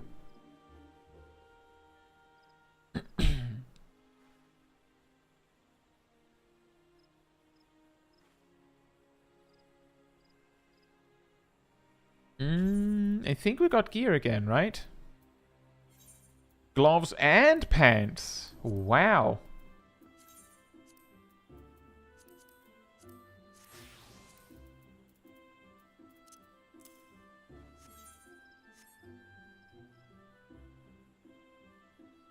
Baron says, if you're a black mage and taking the stack outside of melee, the best you're getting from me is a 25-second cooldown tank mitigation. Good luck! Hey, Arotito, hope you're doing well. I feel like we're doing well, although we've almost gotten 4 levels in nearly 4 hours. With that said, we will be doing... I think we'll just do Bottom's Metal again, honestly. Since we need to get 2 levels to reach the next dungeon, we'll just keep doing it, even though we're like a fraction away from leveling up. But before we do that, I'll be right back.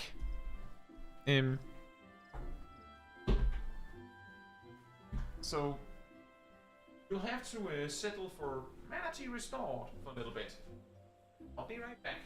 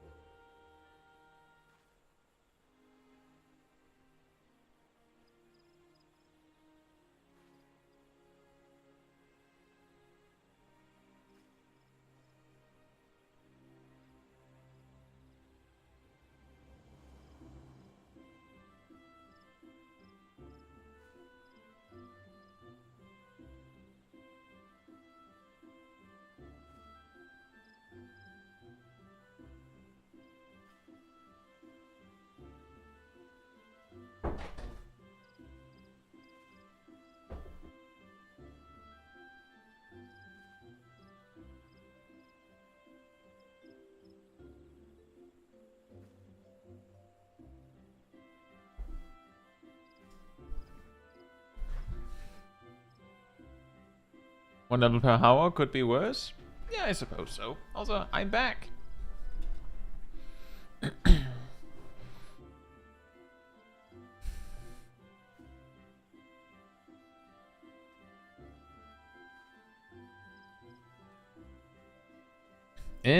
Right. I'll do this. Do we have 3 takers for more bottoms metal?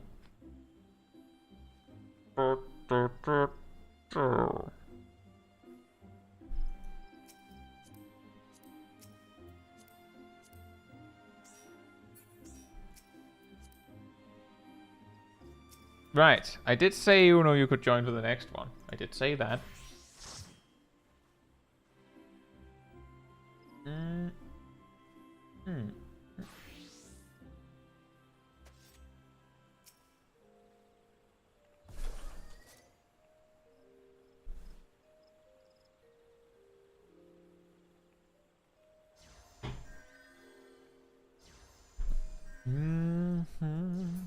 Only you, yeah? Right now we are in Ravana, Materia.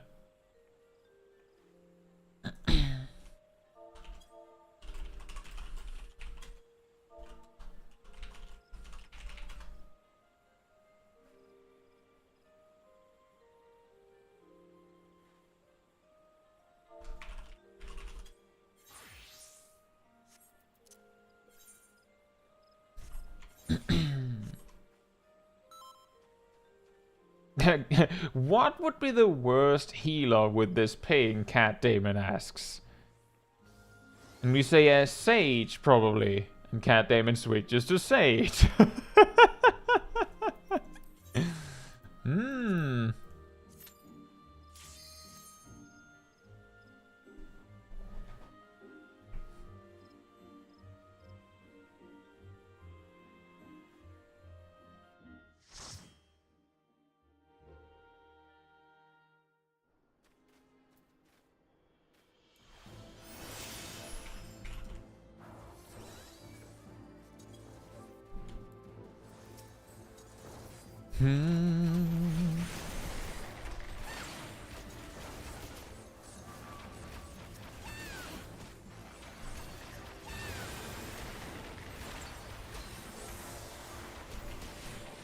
Amos, hope you're doing well.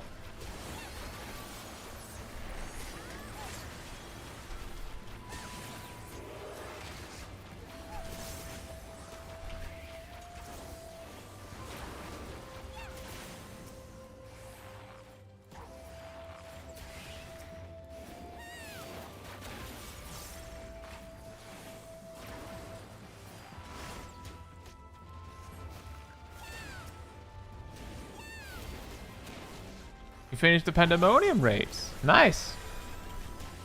Uh-oh, we have a healer that has acquired paralysis. On a high latency, that could be a problem.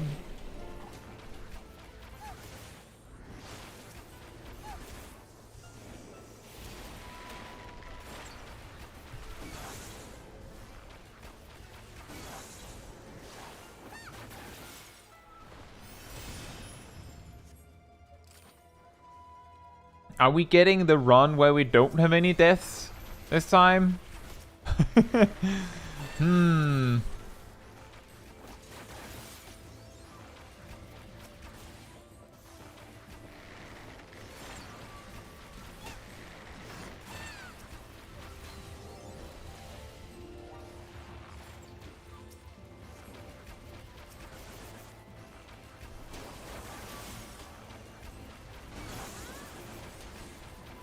The universe just heard you and cursed your team now. I mean, we've had deaths in the 2 previous runs. So if we have in this one too, that's okay. But wouldn't that be amazing?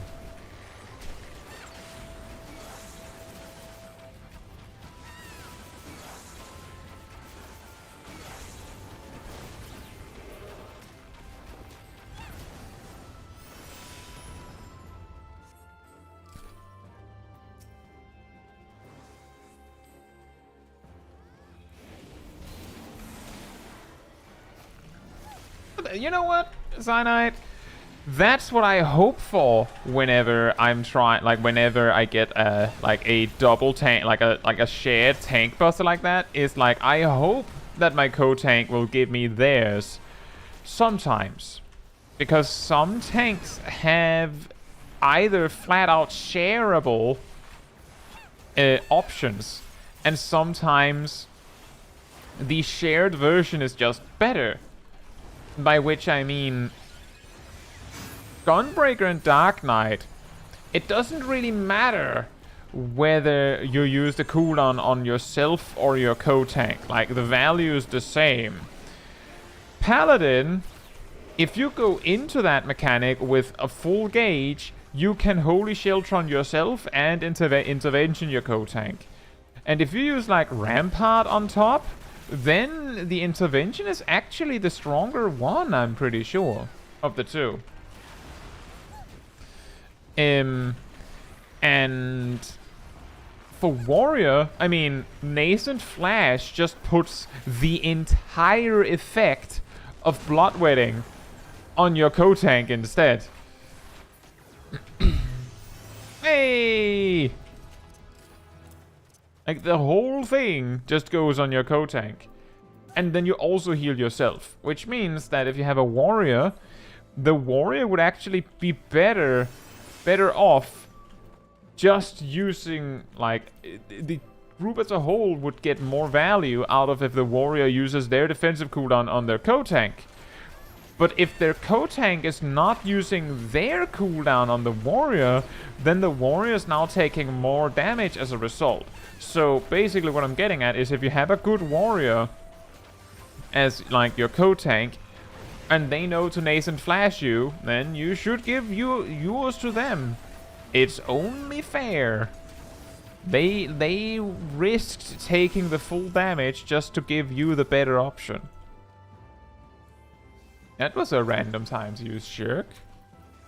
Yep, we're still on Ravana, Ymir.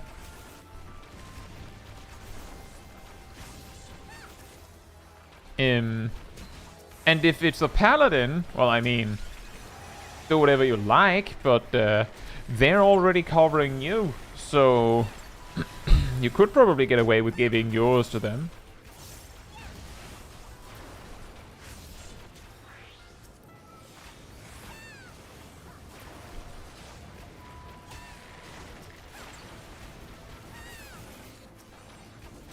Oh yeah, definitely, Girhin. See, the thing is, if you're doing P10N, like the normal version, then as long as both tanks are taking it, the warrior's perfectly fine. Like, perfectly fine. Like, they don't need your help. It's more the principle of being nice. Like, that's what it's about. Also, welcome back, Emium. Hope you're doing well.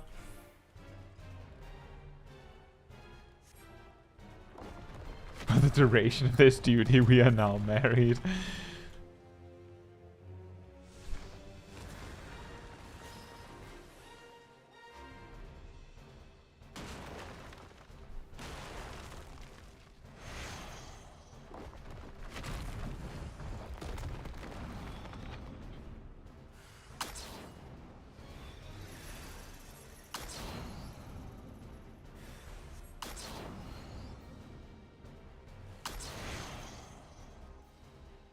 Are you going to call your homie your co-tank if you aren't willing to take a shared tank buster looking them in the eyes?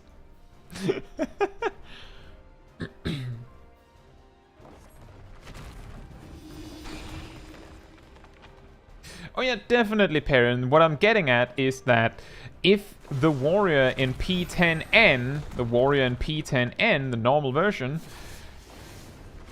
uses like a defensive cooldown in addition to Bloodwetting or Nascent Flash on their co-tank, the warrior will survive it. It isn't more painful than that. If both tanks are taking the tank stack and both tanks are using at least one like defensive cooldown in addition to nascent, like to their short cooldown, and then they'll survive it just fine. Like, that's what I'm getting at. It's just that there's no reason for the warrior to take so much more damage. It means it's not gonna walk it. Well, it's not possible with the latency. Otherwise, I would.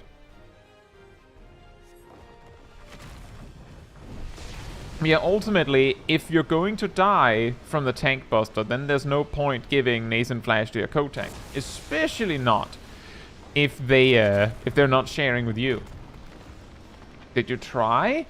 I got hit by a mechanic because I didn't move a second in advance. So I deemed it impossible based on other mechanics hitting me.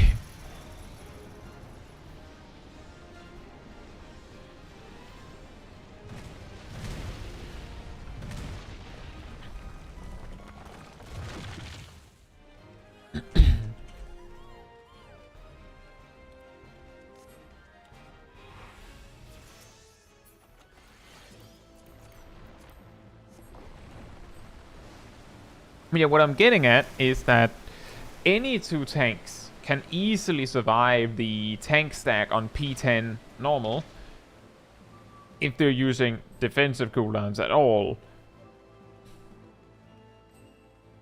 Is a situation you see more often in Savage when you have selfish tanks? Yeah, I could imagine that.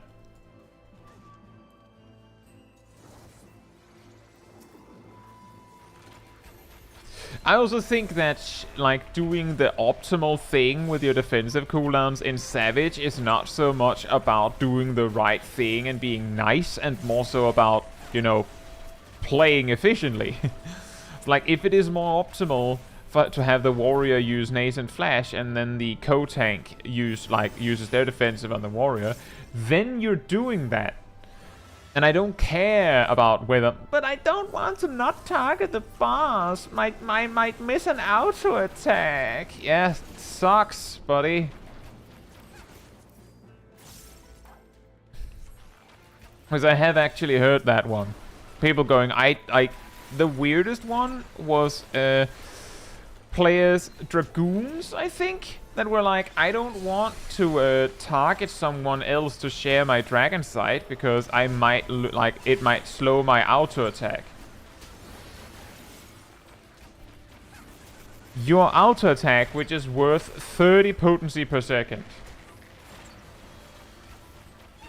30 per second. Might get delayed a tenth of a second. That's, by the way, 3 potency. So you don't want to give one of your other DPS players 5% more damage for 20 seconds. That it? Yeah? You for real? You serious? You serious?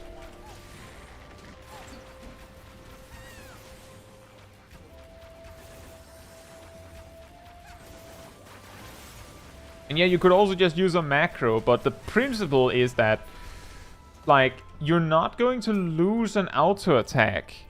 That, like, first of all, you're not going to lose an auto attack.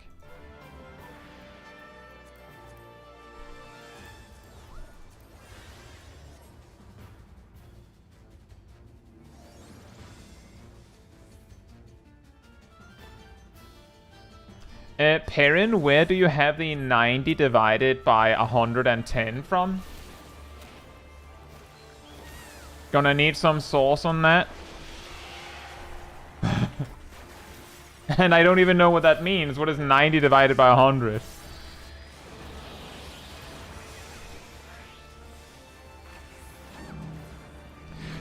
Yeah, so Perrin, your auto attacks are worth 30 potency per second. That's a really, really, really important thing to keep in mind. I said per second.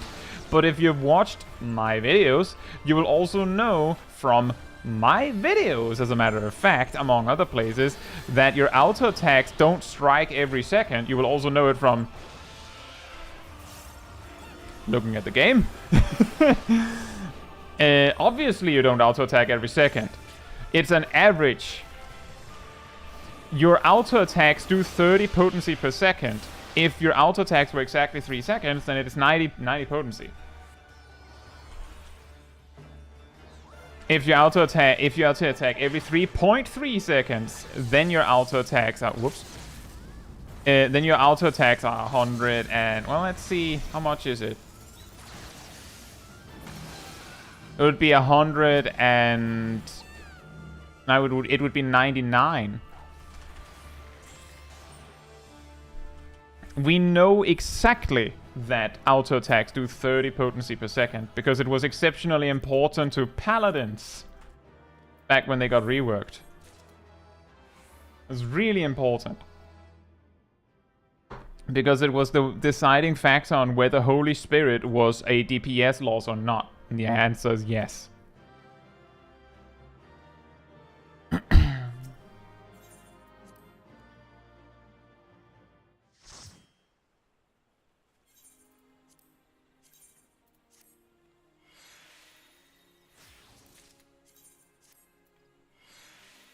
Oh yeah, 0 death bottom achieved. True.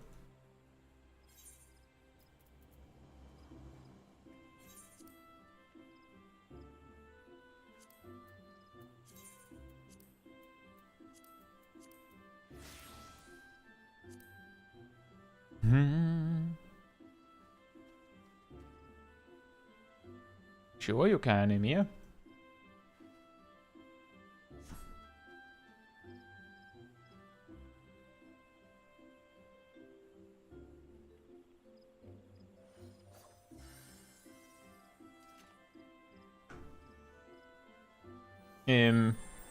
Like, I'm 99% confident in the Paladin community as a whole as my source on auto attacks do 30 potency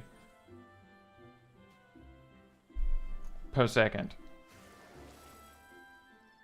The thing is that what I mean by 30 potency is it's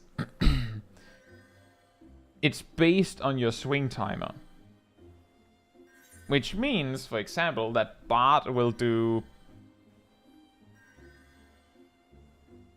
90.9, maybe 90 well, maybe 91, because their swing timer is 3.04 in this case. At least with this bow, I would.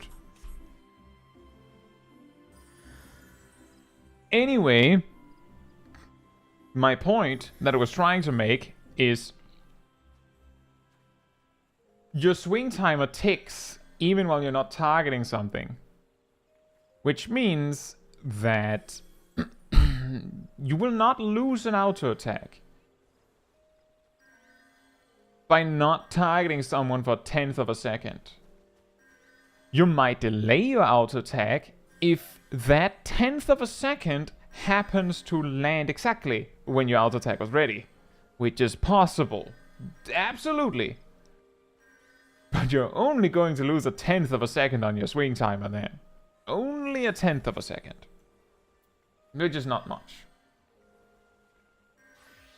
Right, well, we are doing Bottom's Metal again. So if you want to join. I think I saw Naomi wanted to join it before as well. Don't know if they still want to join.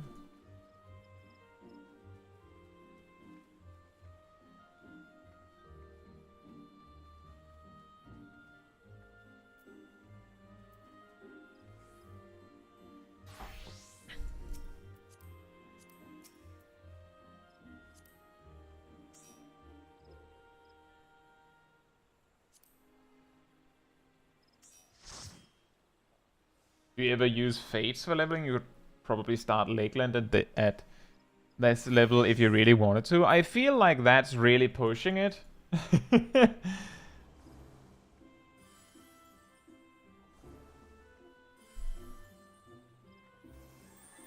But yeah, I don't really.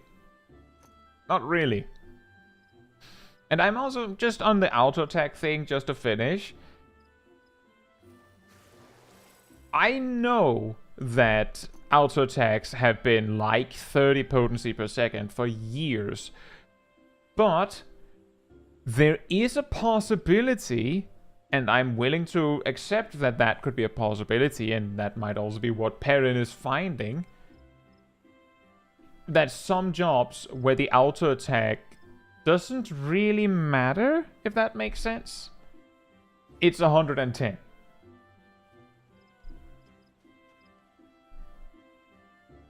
Like, for example, 90 to 110 or something. But I know that for paladins and for other jobs, and I'm pretty sure I specifically tested and demonstrated warrior in my example, it's 30 per second. That's what it averages to, exactly 30 per second.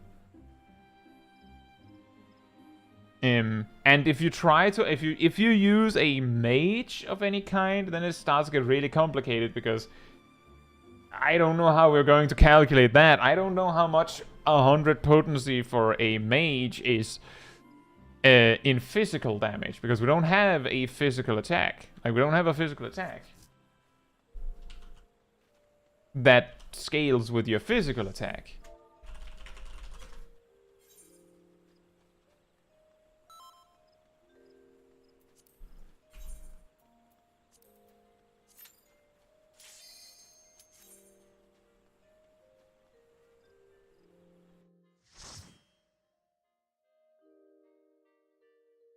It's easy to calculate black mage auto attacks. Why is that, Philippe?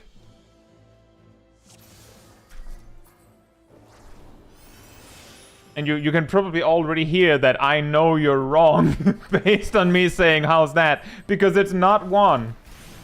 It's not one, Philippe. That's actually a myth I have busted.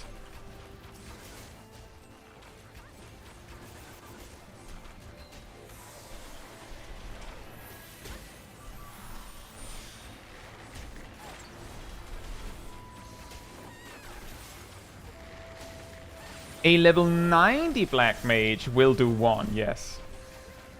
But that's still because it does it still does, it does a potency,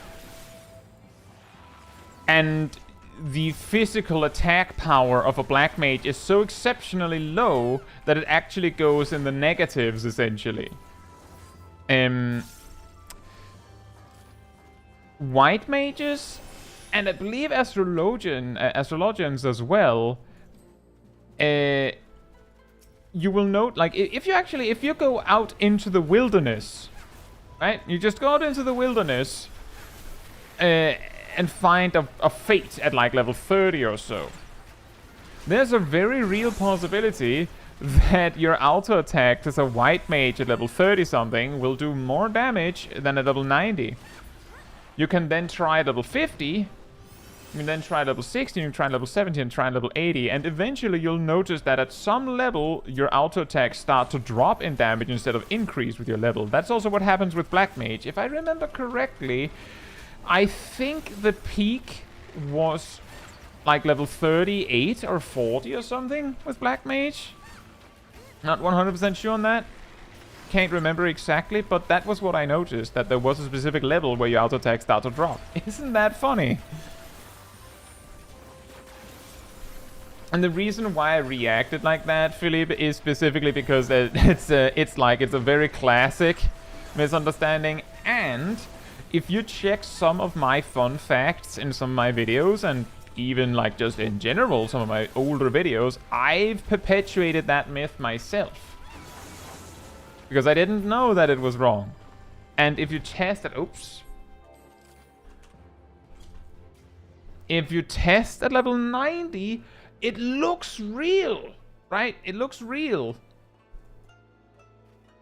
What's the animation for Astro Auto Attack? They swipe the enemy with a card.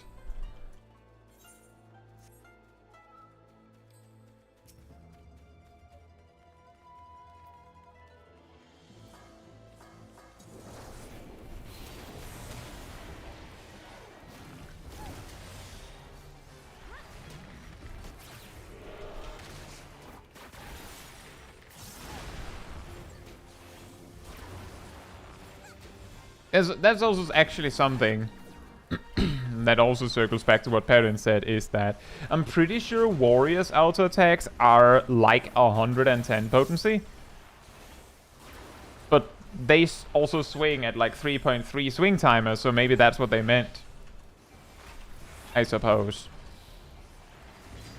But that's still 30 per second.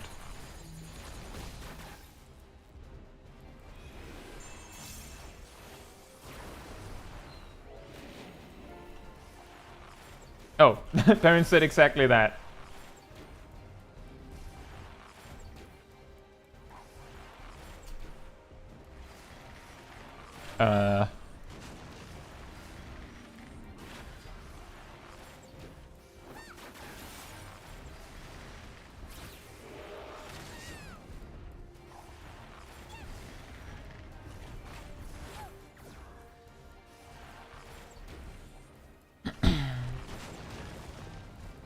What do you mean by the FWD formula, Perrin?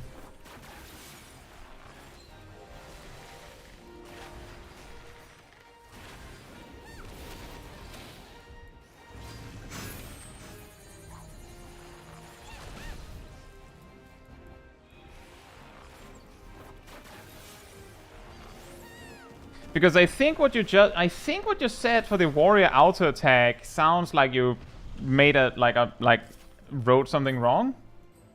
You said the warrior auto attack is 90 potency per auto with a 3.36 delay modulated by delay divided by 3. So it's 90 times 3.36 divided by 3 divided by 3.36 is 30. Give me a moment.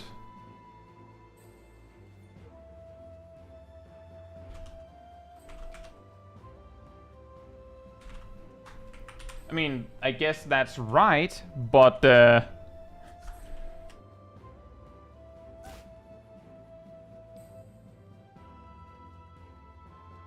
I'm pretty sure that you're making a mistake there, Perrin, because exactly what I'm saying is that their auto attack is not 90 on warrior. That's exactly what I'm saying, is that it's not 90 on warrior. It's 30 per second, and their swing time is 3.36, which means that their auto attack would be about around 10 and a bit, like 10 point a bit, more than that. Hey Caetsu, and welcome back, Traverse. Hope you're both doing well.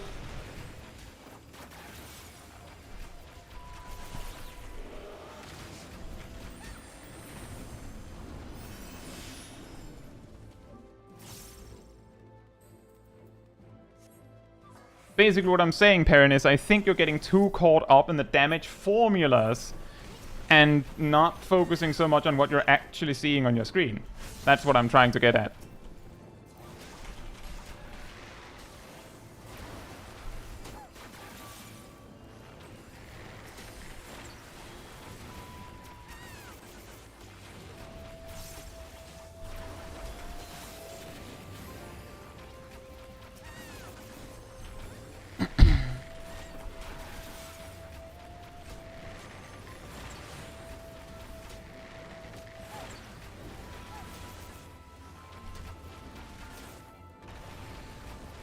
And then you write more formulas. Of course you do.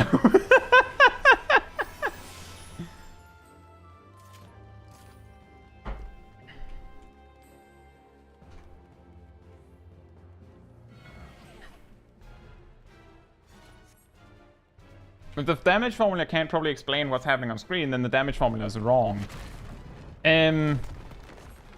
So what you're saying, Perrin, if I'm getting this right, is Warrior does 90 potency with the auto attacks. But that makes perfect sense because Warrior does exactly 10 point something more damage with all of their damage. Is that what you're saying?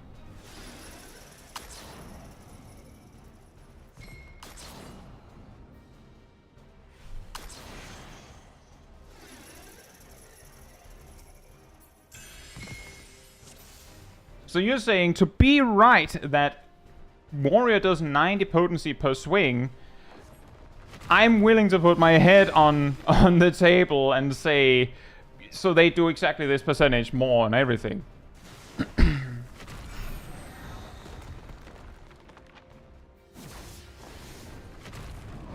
And like that's the reason why I'm saying I think there's a mistake here somewhere.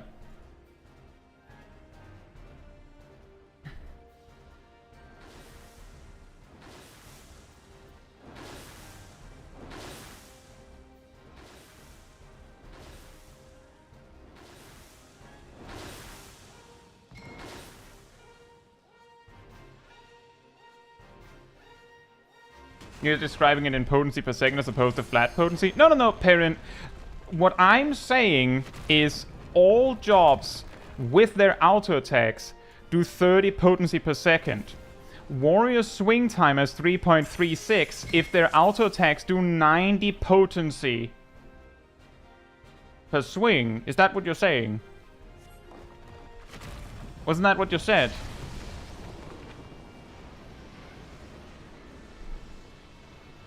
Yes, the Warrior auto attack is 90 potency per auto with a delay of 3.36. That's what you said. So we're not saying the same thing. Or did you mean 90 potency per 3 seconds?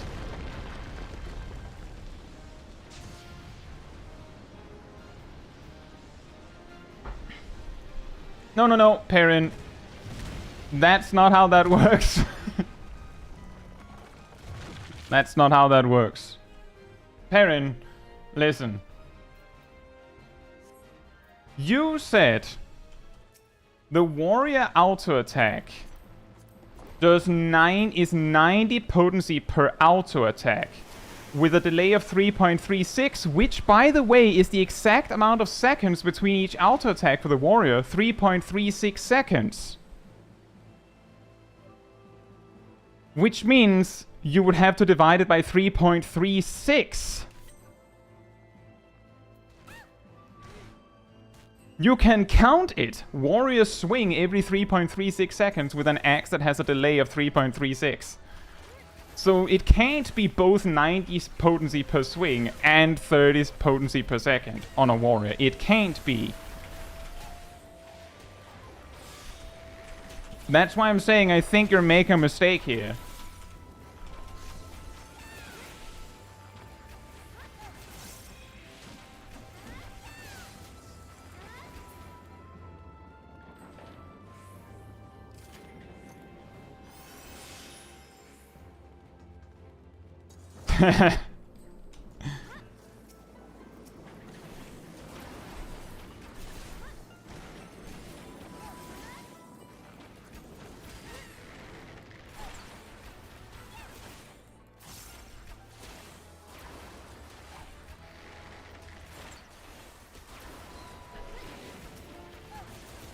I might math it when we're done with the duty. I can show you what I mean.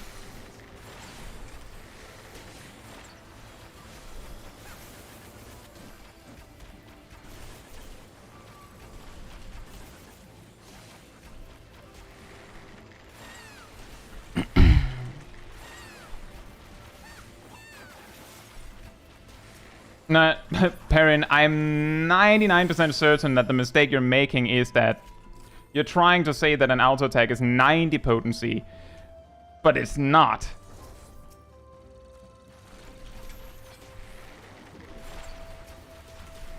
And also, it sounds like you're trying to both say that warriors auto attack every 3 seconds while also accepting that there is a delay of 3.36. You're just skipping over that part. Because you did say, you said warriors auto attack is 90 potency. And then you said with a delay of 3.36, that gives 30 potency per second. So you basically went, warriors auto attack is 90 potency. How do I make that make sense with it being 30 potency per second? That's what it sounds like, at least.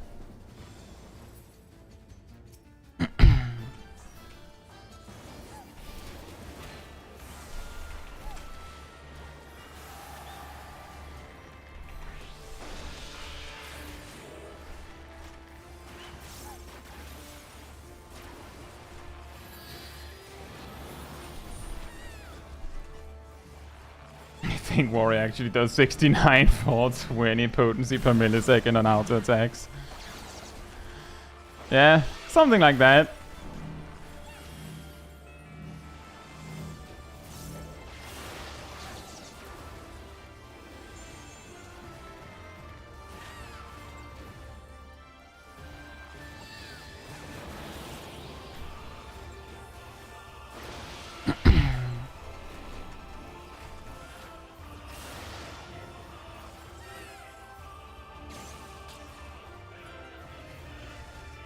That was weird. Did you see how long I was looking away for? What? I call shenanigans. What about a warrior with haste? I don't think there's anything that can reduce your swing. Well, maybe in like Bosha or something.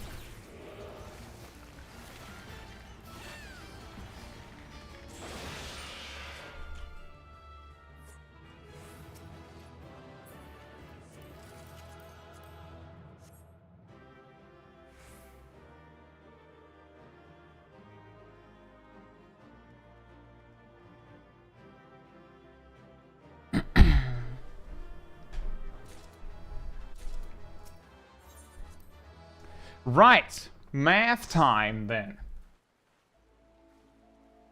Let's go with regular paint, so we have it black on white, I guess.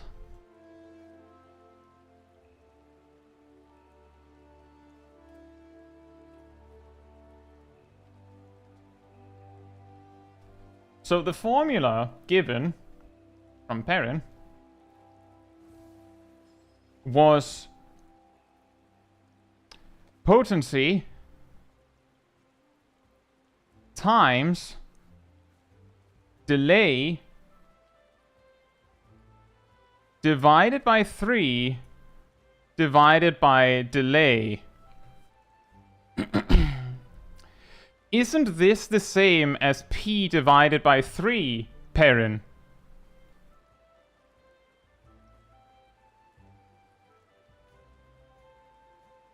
So then you go P equals 90 times 3.36 divided by 3 divided by 3.36 equals 30, and call it a day. Like, I'm pretty sure this is the problem. Very easy to get it if, like, the delay, like, maths out.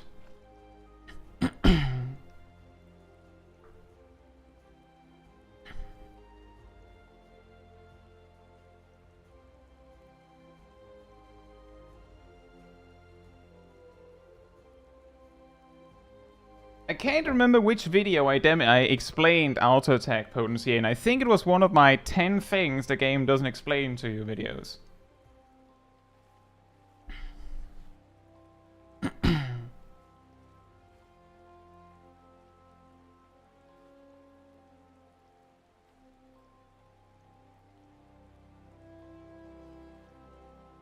Bayonetta has witch time, Matrix has bullet time, Kai has math time. Math time!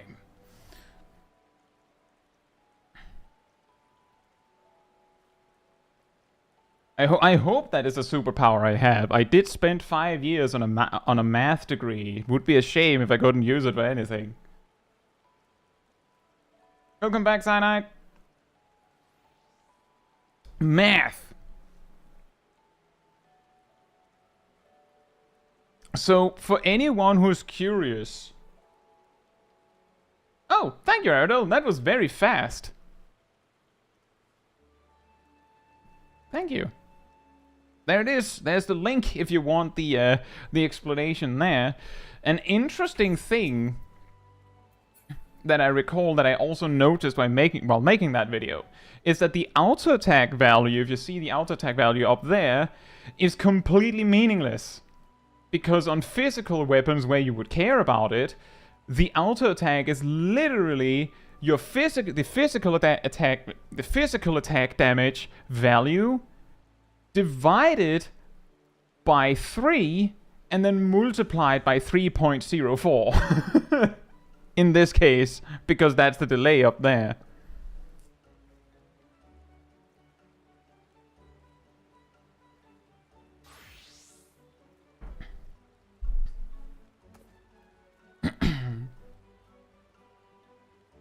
And autos are the reason why you should out of ward level 50. Correct, you should out of ward level 46 even. And autos are also the reason why summoners should try to stay in melee range while using like their topaz and emerald rights or ruins at lower level. Like, I mean, you should do that anyway. Right? You should do that anyway.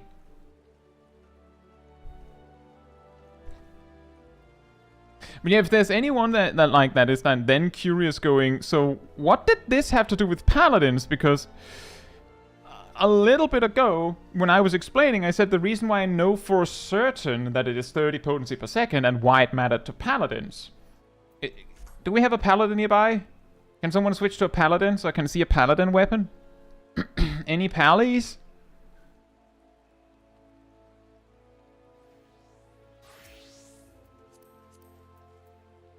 .224. Right. So, the gauge, right? Yes, kind of. So the reason why it mattered, we can start with how much potency is an auto attack for a paladin.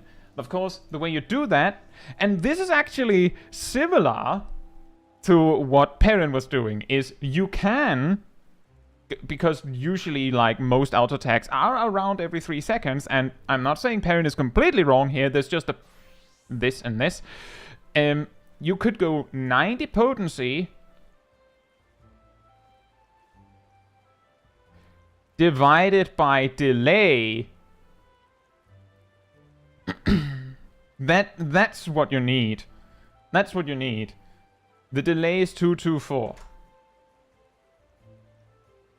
So you go 90, in this case for Paladin, you go 90 divided by 224.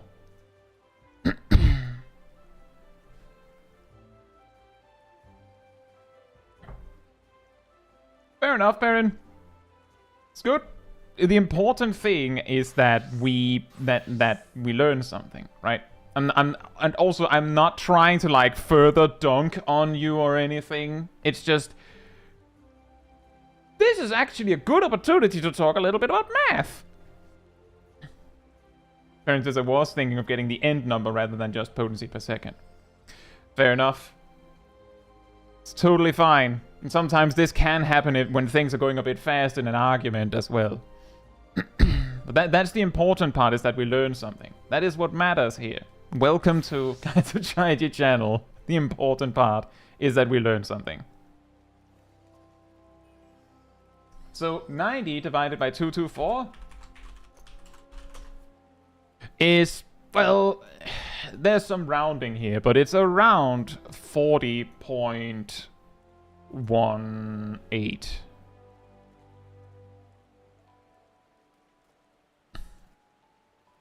And yes, if I did get a haircut, thank you for noticing. This number, not that important actually. The interesting thing is that, wait, nope. This is wrong. This is wrong. This is completely wrong. What am I doing? What am I doing? This is wrong. This is completely wrong. What am I doing? This is also wrong. It's also wrong. 90 divided by 3 times delay. There it is. Now we're getting somewhere. Does that sound right, Perrin? Look at me! I know how to math! Just completely borks it. Obviously, whatever formula you get, if we already know before we start that it has to give 30 potency per second and 90 potency every 3 seconds, then 90 divided by 3 times delay. If delay is 3, it has to give 90, which means that if your delay is exactly 3, then these two have to go out. Like, if we know this already, then it has to give 90. It has to give 90 when the delay is exactly 3. Instead, I did the exact opposite of that. Let me try that again. We have 90 divided by 3, which is of course 30, times 2.24. Let's try that again. Equals 67.2.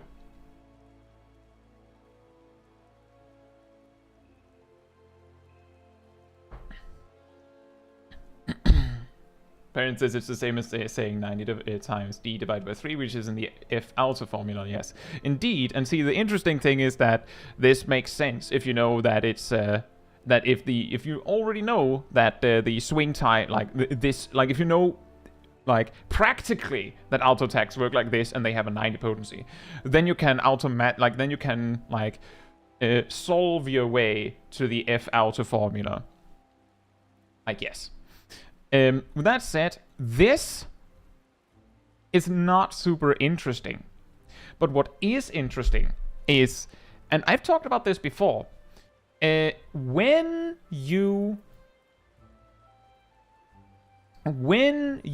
cast a spell with a cast time, then, and this is where it gets really janky, when you cast a spell with a cast time, you delay your auto attack timer, assuming your auto attack isn't already ready, by exactly the cast time of the spell minus half a second. Why half a second? I think it has something to do with the slide casting window. I'm pretty sure it's that. The important part is if you cast a spell with a 1.5 second cast time, then you delay your auto attack swing timer by 1 second.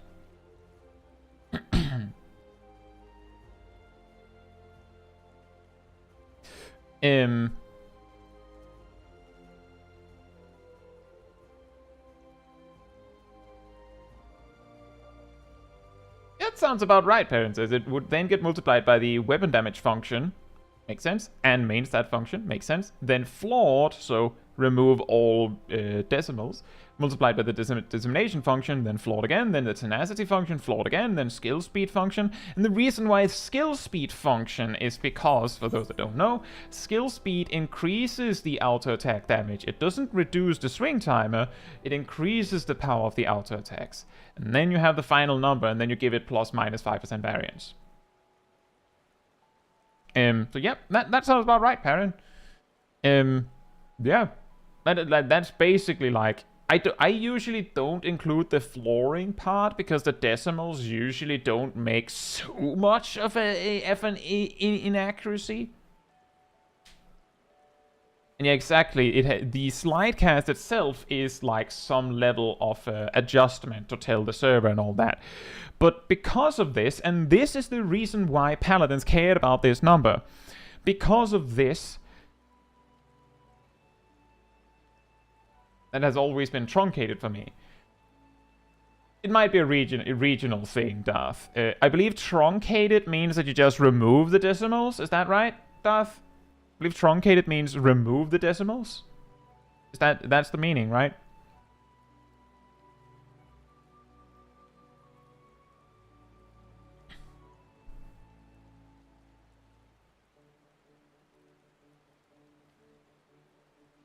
Just checking. I could probably Google it and get an answer as well, but I feel like it's just as good to get the answer from Darth. It's used in computer programming, but technically something can be truncated at 2 or 3. Yeah, that's true. Truncating is the same as flooring, yes. Because truncating to 0 decimal places means that, like, you remove all of the... Like, if you truncate to 0 decimal places, then you remove all the decimals. If you floor with, like, you just floor completely, then you just set all... Like, you just set all the decimals to 0, right? Which is the same. So, like, it's just... I think I would probably say floor because I'm a mathematician.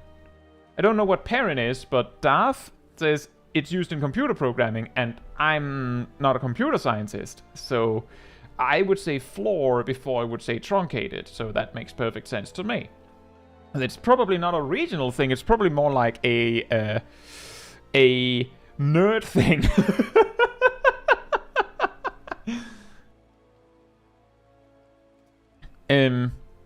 It's like it's either flooring or ceiling, I believe. Like we often call it.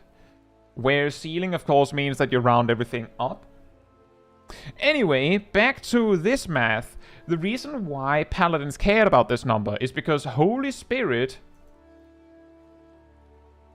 has a cast time of 1.5 seconds, which of course means you remove half a second, which means you lose 1 second of auto attacks. You lose that. And 1 second of auto attacks, this is meaningless, but this is important. This 30 is the important part, because that means 1 second of auto attacks means you're losing, ding ding, 30 potency. Oops. Let me just do this. If you lose 30 potency, it means that casting Holy Spirit while in melee range means that you lose 30 potency. Holy Spirit has a potency of 350.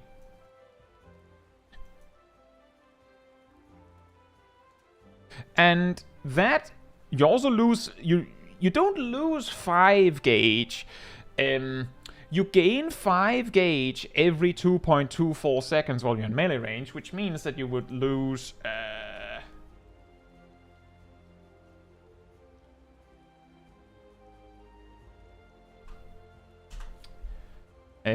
5 gauge divided by 2.24.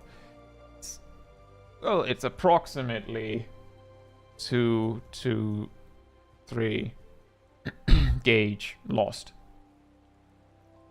It is tied to auto attacks, but if you delay your auto attack by 1 second, you're losing 1 second of auto attacks, not a full 5 gauge.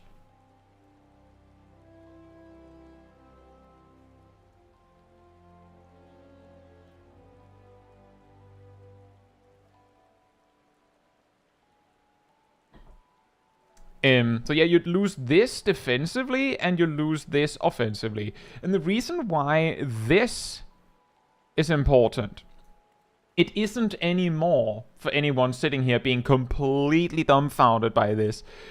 The reason why this was important is because when Paladin got reworked, Holy Spirit did 350 potency.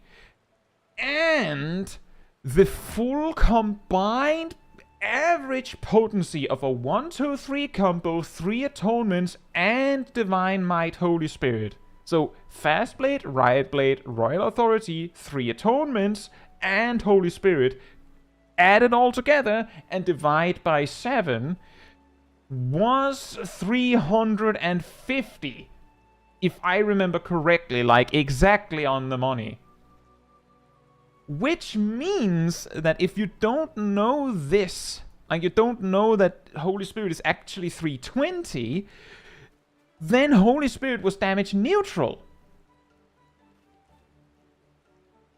And the reason why this mattered was because, and the reason why I know all this and this entire story is because I was there on day 1 of the Paladin rework, seeing people math it out and people bringing in like the oops, new math, auto attacks. Ever heard of them? And the particular thing that was the deal breaker, the thing that made it so that using Holy Spirit as a filler instead of doing stuff like atonement dropping and stuff like that fell apart was because of auto attacks. Because auto attacks are 30 potency per second.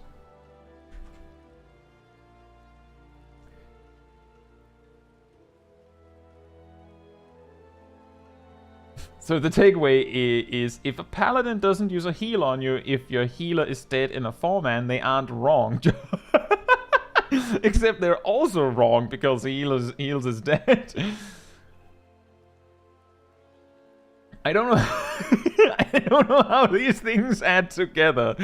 But yes, clemency is an even bigger damage loss than you thought because you're also losing 1 second of an auto attack. Imagine people spamming Holy Spirit at melee range. I'm not joking, that was an idea.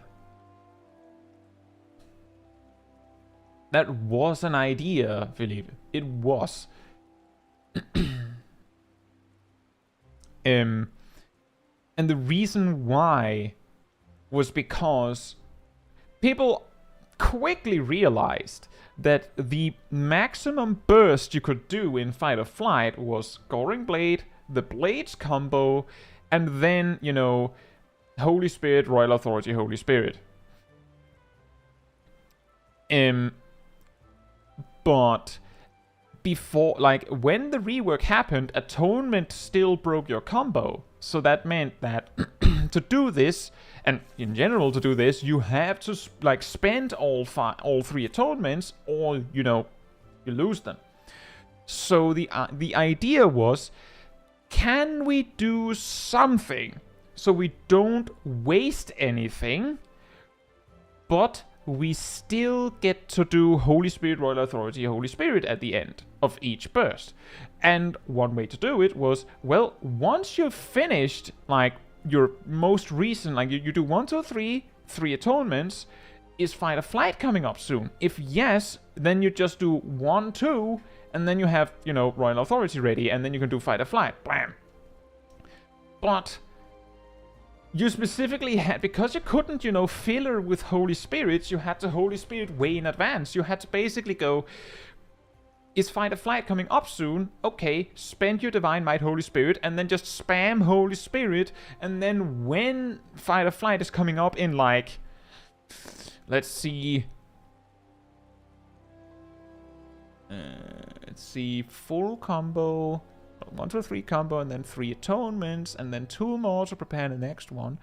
When Fight or Flight is coming up in 20 seconds, you do 1, 2, 3 atonements, 1, 2, Fight or Flight, Requiescat, blam, and do the maximum damage. But you might have to do like 4 hard-casted Holy Spirits to do this, which turned out to not be worth it.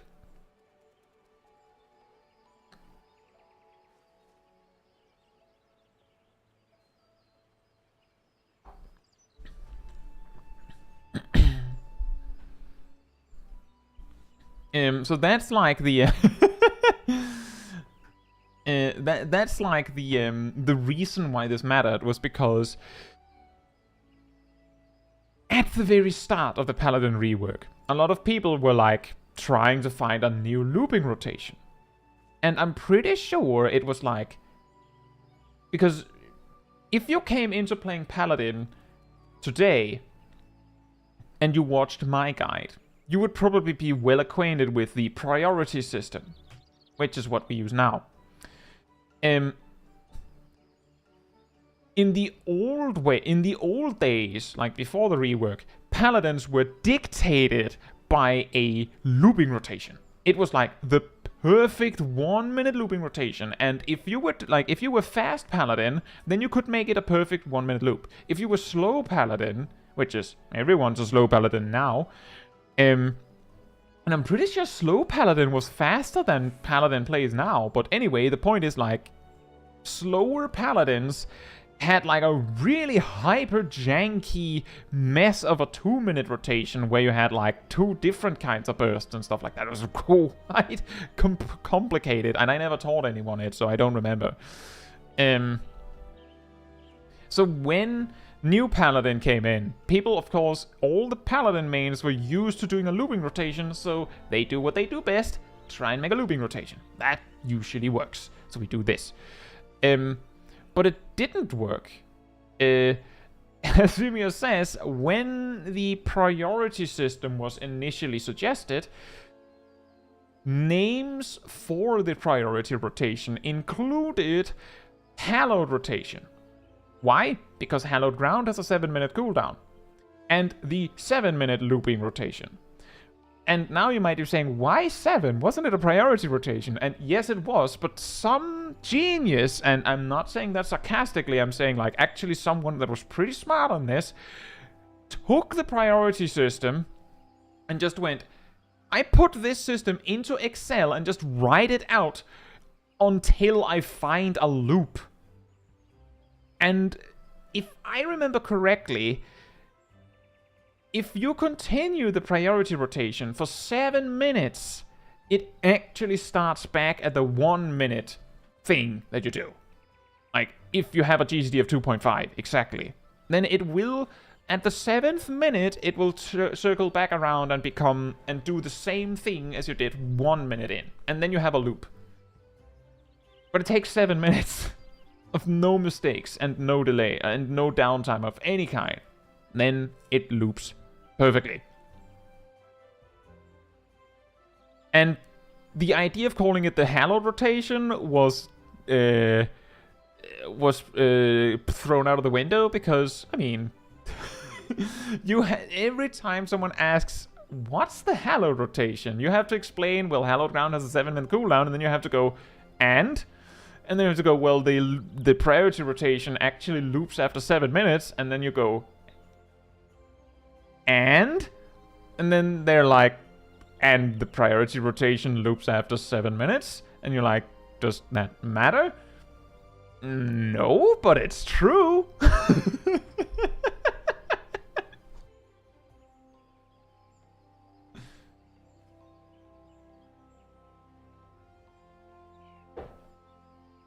Gonna do hunt marks for the last bit. I just realized we're that close. That's a good idea.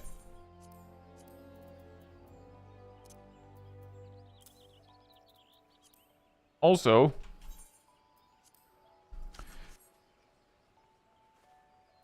I have a lot of stuff. Or tribe quests. I don't think I guess Smol Caetsu does have those tribe quests unlocked. Could do that. I think we might just go and do fates again. That could also work. I think maybe we'll do tribe quests. I think those are pretty efficient, since we just need like less than 200k.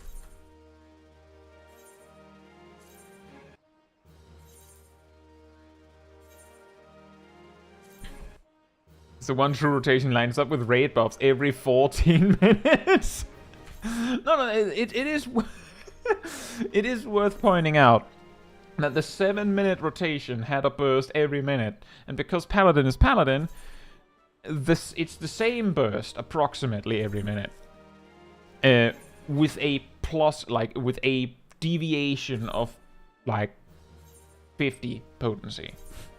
The reason why people cared so much about getting that perfect burst was that there was a, I think it was actually more than 50, but, since the rework of Paladin, they have, buffed Atonement once or twice, and they've buffed Royal Authority every time as well, because those two attacks do the same damage. That's an important detail about the job for some reason. You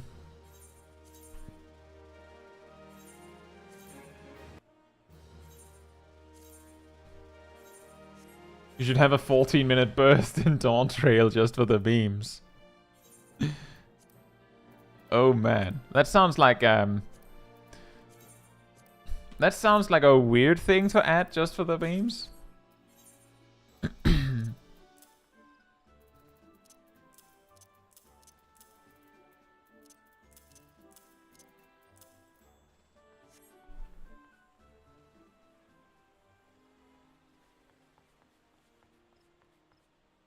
Hey Kokoju, hope you're doing well. The way that you confirm them is if you have a keyboard, you need a numpad, unless you use keybinds. You press num 0. That makes the I think the console cursor appear. You can use the numpad to navigate around. But if you clicked on a specific item, and then, you know, like, hand it in, when you, like, reuse, like, when you press num 0, it will actually click that. Like, if you do this and then cancel, it will show up on that specific slot, or the closest to it. So you just click there, and then you just click again, and it will default to deliver for some reason. And then you can do that. You can just move that window to the same spot as the first item you can spam. That's true. Why don't you sell that? Because I don't know if I want to keep it. I don't know if we'll ever go into that alliance raid again on Smol Caetsu. So this is kind of valuable, isn't it? A little bit. I don't know if I want to keep it. But yeah, you just mash num 0. If you don't have a numpad, you go into keybinds, system, confirm.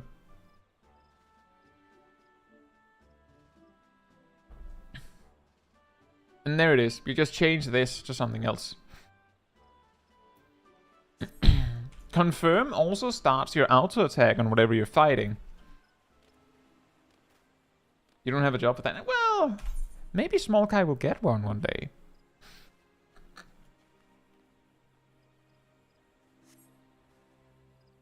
Right then.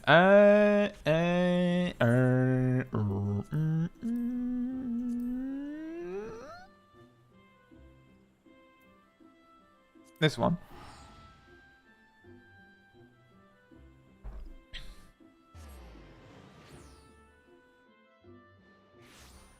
Give Gunbreakers 14 card. If they gave every single job in Final Fantasy 14 some sort of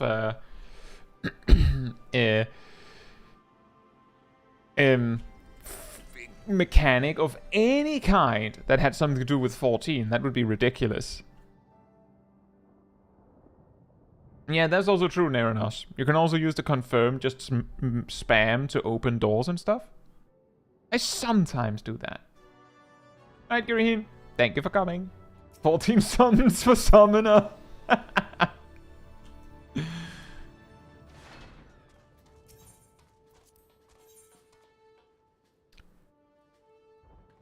I think it's good because it's less than 200,000 XP, and these quests are giving precisely a combined 200,000 XP.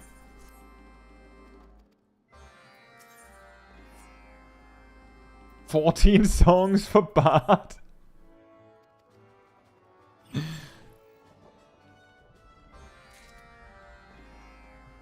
Mm. 14 esteems for Dark Knight. 14 fell cleaves for Warrior.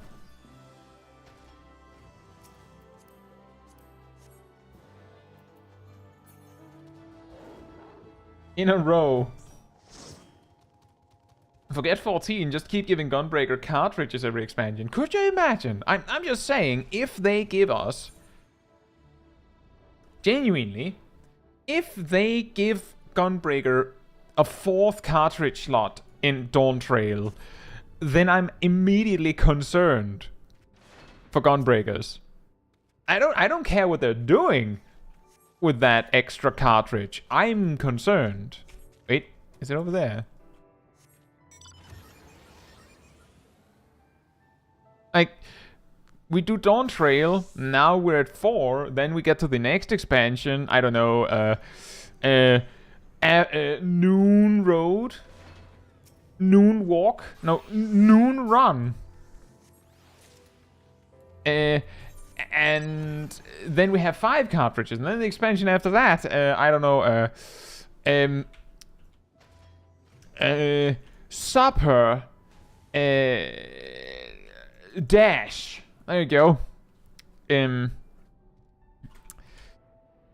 Now you're up at 5? Nope. 6. Like, what are you going to do? You're going to spend your entire filler just generating cartridges. Hope you get enough.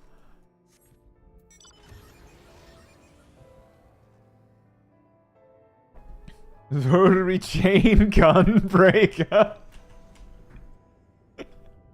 You just see like those you see the Shadowbringers trailer where Thancred does like the thing where he like reloads the gun. And you're like, huh, only 6? Amateur hour. They just unspool the cartridge.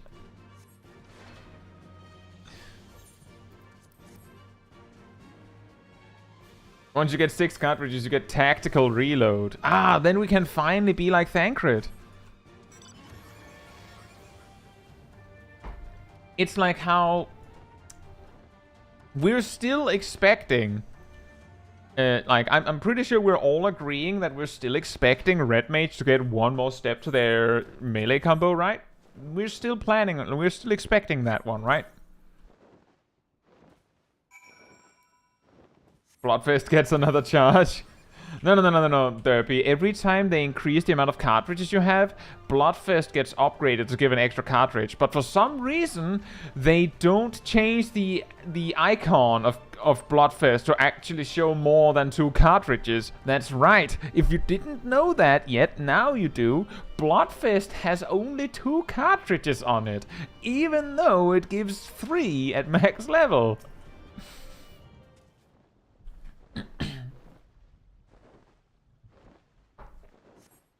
Manification, second charge could be interesting. Yeah, that is actually true. That could be interesting.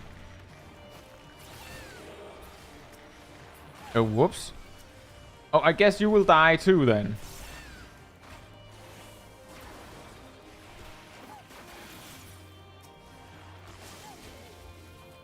You too shall suffer.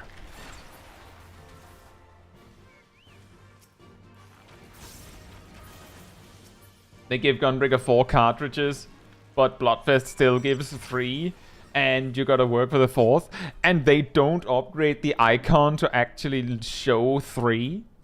Like, they still don't fix that. Like, just really to mess with the Gunbreakers.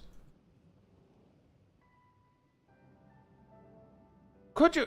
Speaking of manification with the 2nd charge...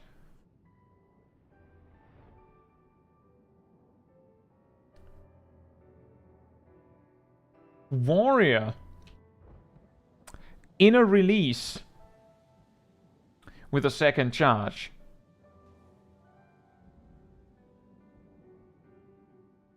I think we might actually be able to get really close to 14 Fell Cleaves. If you count Inner Chaos as a Fell Cleave, then I think we're getting there.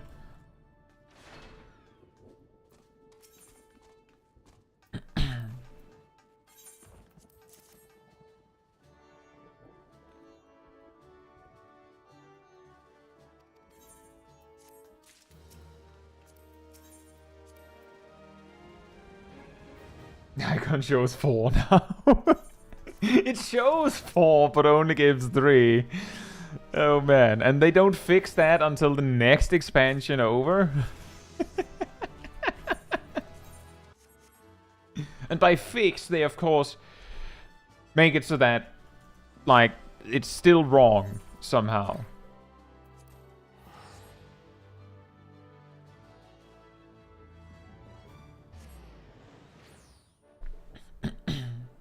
Give Black Mage Ultima already, make it cost 3 polyglots. See, the thing that I'm worried about with giving Black Mage something like that is there's 2 ways this can go.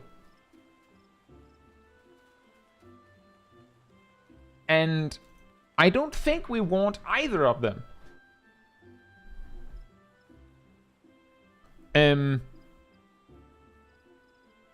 Something power scalers. There's 2 ways this could go. If they gave Black Mage a 3rd polyglot slot and then added Ultima and made it and gave Black Mages it, and it spends 3 polyglots. There's 2 primary ways this could go.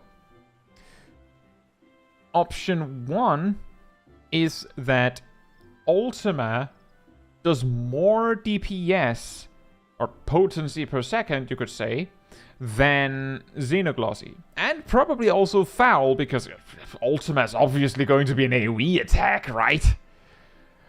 Obviously. It's going to be massive. Like, at least 20 alms AoE. It will not miss anyone in the big blob of enemies. And if it is more, then you will not use Xenoglossy. Unless you have to.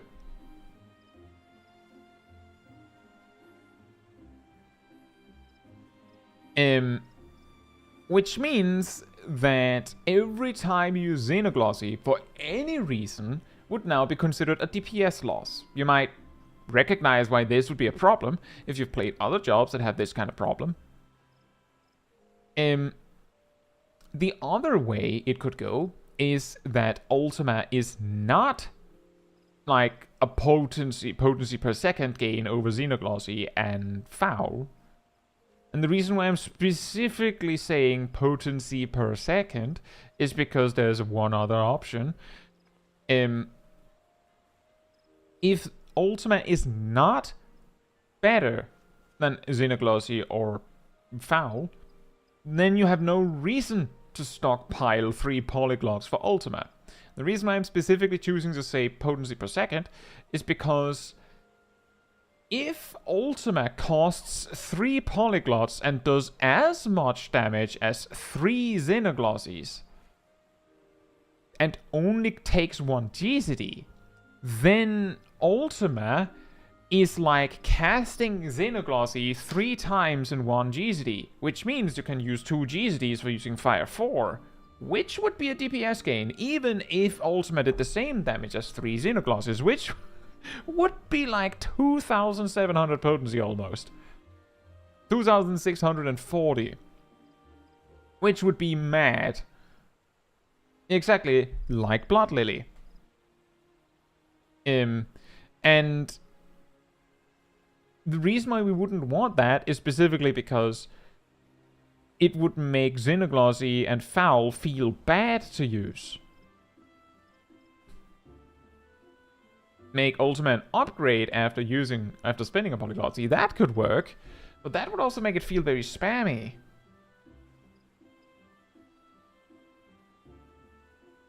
Just has to take 3. Yeah, exactly, Ham. That was actually what I was kind of implying when I said, if Ultima does not do like more potency per second than Xenoglossy or Foul, the ways you could do that is either make Ultima take 3 GCDs, or just make Ultima do like really conveniently less potency than Xenoglossy and Foul, so that nothing you can come up with could make up the difference. Like the 2 GCDs you gain don't actually help you. Matthew says Samurai faces this issue with Showa and Showa 2 because they messed up with their cost. What do you mean? Showa 2 is a DPS gain on 3 targets. And more. And Showa 2 is the AoE version of Showa 1. Just like Foul is the AoE alternative to Xenoglossy.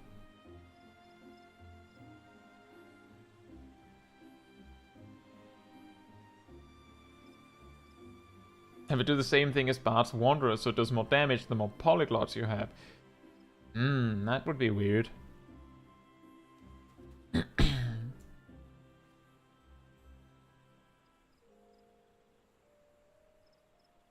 Have it behind the skill that gives one poly. See, they could do that. Just make it like Amplify enables it.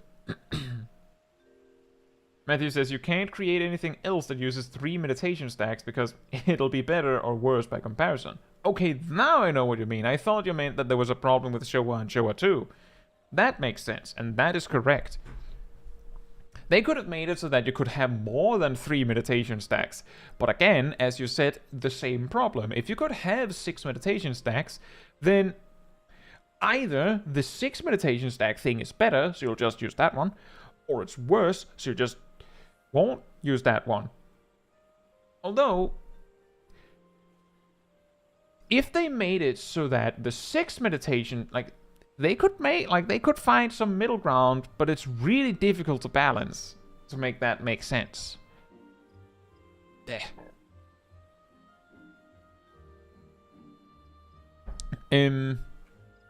Right, and now we can do Doma Castle.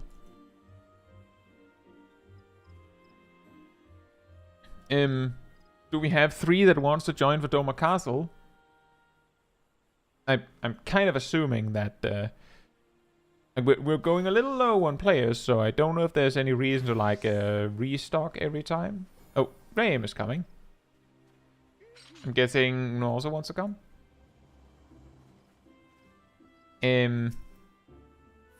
Go together. This works. Thank you, yeah. I would also be very surprised if they gave anyone Ultima.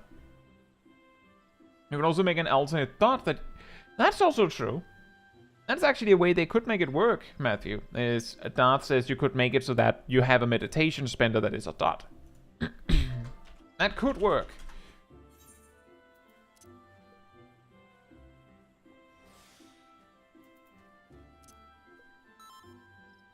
It'll be Force Ultima.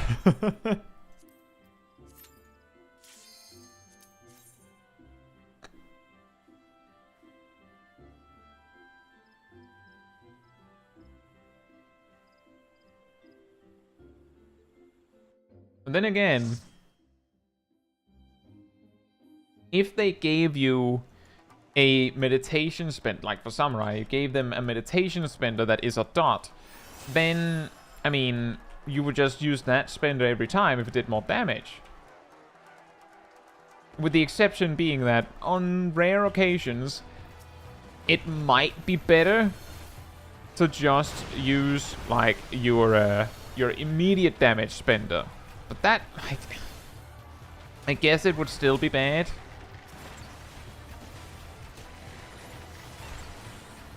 I think this actually circles back to a problem we've seen before.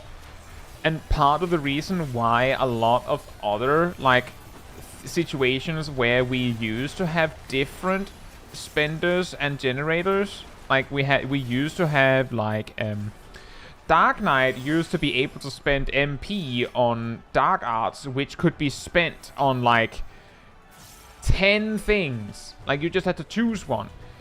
But when they reworked how Dark Knight works in Shadowbringers, they kinda removed all of that. But in retrospect, it didn't change anything, because you would always just choose the one that gave you the most damage anyway.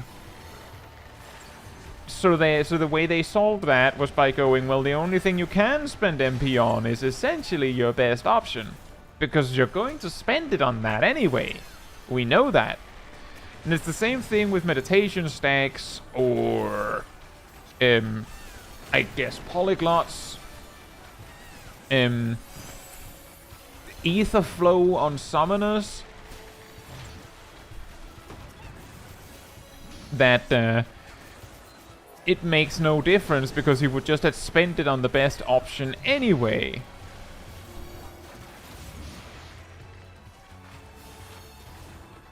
Which on the one hand sounds really, really boring.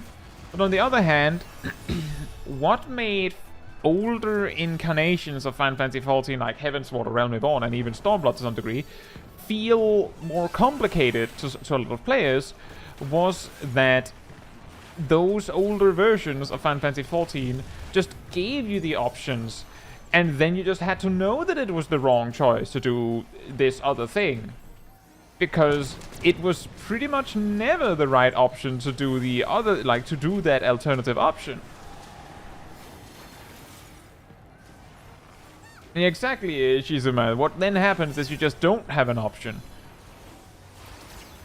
It's just, you can, like, your option is whether you want to use the option or not. Which is not that interesting either.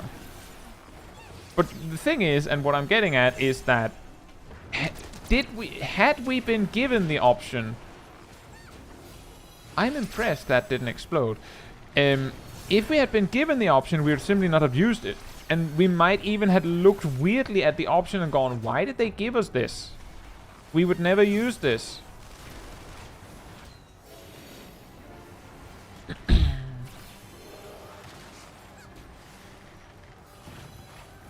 Creating choice paralysis, yeah, that's about right. What would happen if you gave players more choices is that it could give choice paralysis. People don't know which one to pick, and it would also have the effect of resulting in more players that just play poorly because they chose the wrong option, right? Like, if you give players two options and one of them is always wrong, hypothetically, then then you're just giving the opportunity for players to be wrong.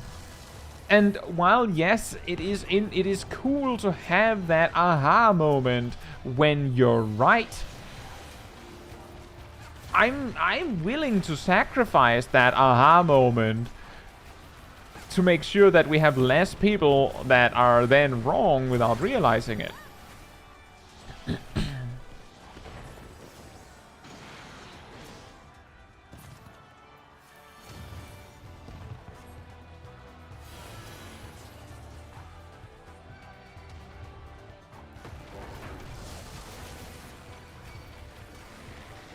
Uh-oh. Guess we're wiping then. There's no way.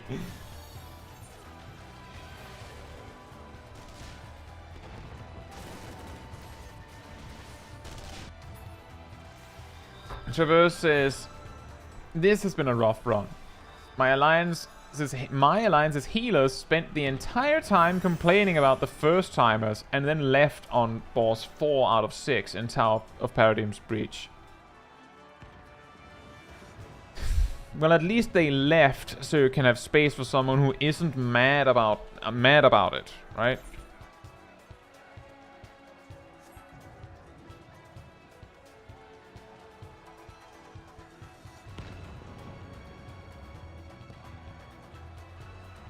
Yeah, I don't know, Matthew. I don't know what would be good or bad. I really don't know. Make Ultima an upgrade for Scathe. Are you saying you want black mages to just spam Ultima every GCD, Philippe? I'm actually surprised that they didn't, like, that they haven't done anything with Scathe. That's awesome, South. Hopefully you'll get it down soon.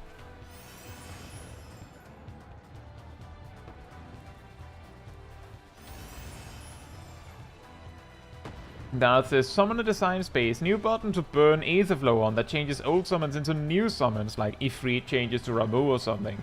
When you end on buffs your next Bahamut or Phoenix. That could be. I'm assuming when you're saying this that you're suggesting, did you just pull again without me?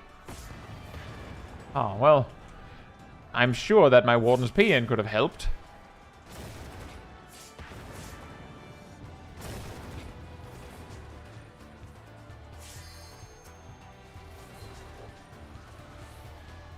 Oh. Well. Take me then.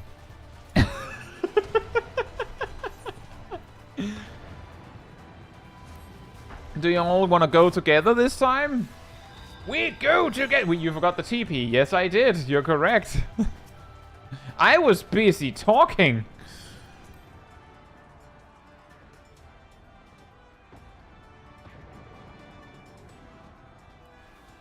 But you still went without me.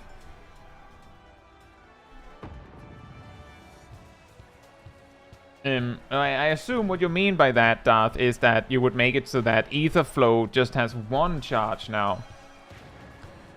So like you use Energy Drain, and then instead of using Fester, you can spend this Ether Flow stack on an action that makes your next summon more interesting. That, I think, would be a lot more interesting than what we have now. And I've said before, I would actually... I feel like, in terms of actual, like, interesting gameplay, I don't think it would change very much if they made Energy Drain just do 700 potency and just deleted the Ether Flow system entirely from Summoner. Just delete the whole thing and just add Fester's damage to Energy Drain and just add Pain Flare's damage to Energy Siphon. Call it a day. So I think it would be great if they did something different with that system.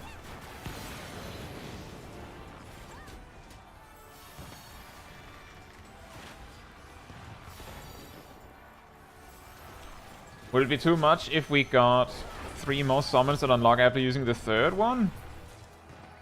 I mean, Felipe, right now, Summoner's Rotation has 1 free slot every minute.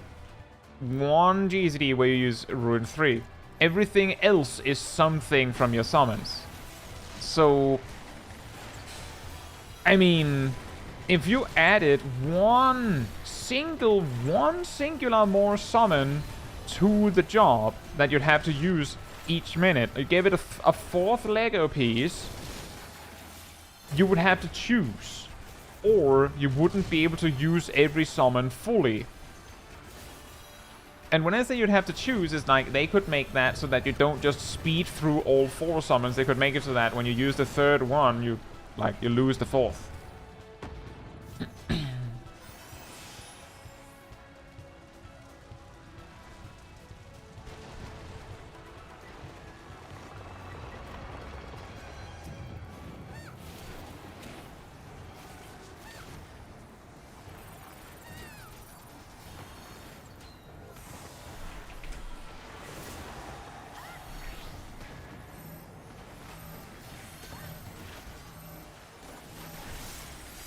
Look, I'm in melee range.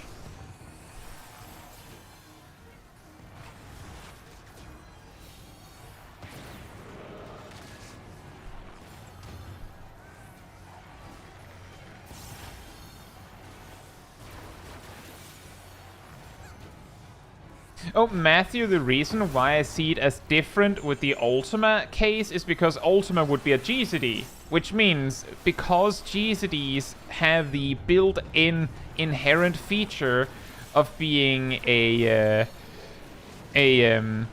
value proposition with ups and downs, if you're using Ultima, you're not... If you're using Ultima, you're not using Fire 4. If you're using Ultima, you're not using Despair, you're casting Ultima. But with the Showa example, you can use Showa and... I tried. Ow. If you're using Showa, you can use Showa while doing something else. This matters more if the job in question has a lot of OGCDs. Like, if the job has an insane amount of OGCDs, then condensing them into fewer would actually change how the job plays. For example, if I had said Dark Knight and said, can I just have like a super edge of darkness that just spends 9,000 MP and does 3 times the damage, that would make Dark Knight easier, because you would be able to remove 3 OGCDs from the Dark Knight burst, which has so many OGCDs that it is not actually possible to fit it all into a 15-second burst window normally. Samurai might also benefit, like might also gain, if you could condense some OGCDs. But Summoner has so few OGCDs that I don't think it would actually change anything if you remove the Festus. The thing it would change is that you would no longer be... Like, if you just made Energy Drain hit like a freight train and you removed Fester, then you would no longer be able to use Energy Drain during Phoenix and just stockpile those for the Bahamut phase where you have raid buffs. You wouldn't be able to do that anymore. But that's just like... That was just a detail. The point I'm trying to make is that I don't feel like Energy Drain and Fester is a very interesting mechanic.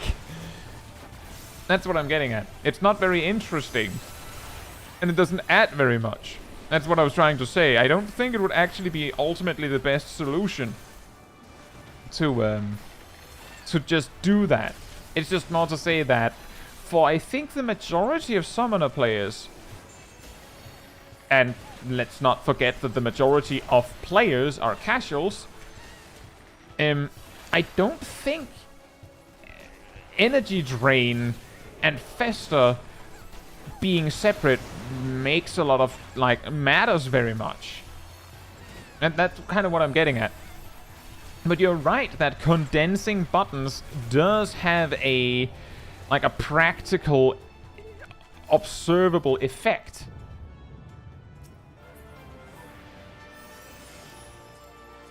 And it would change the feel of a job. The particular reason why I latched onto Summoner is specifically because Summoner is the one that, like, it has a feature that doesn't... Alright then. That doesn't, like, make that much of a splash.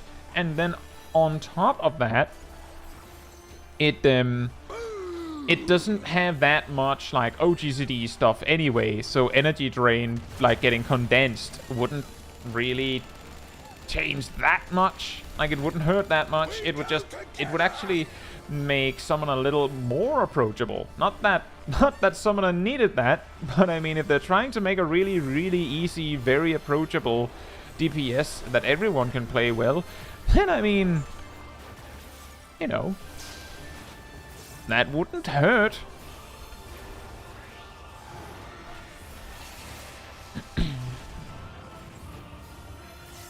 That wasn't exactly the same, Felipe. When we're talking about condensing in this context, we're talking about one of the buttons just get entirely consumed.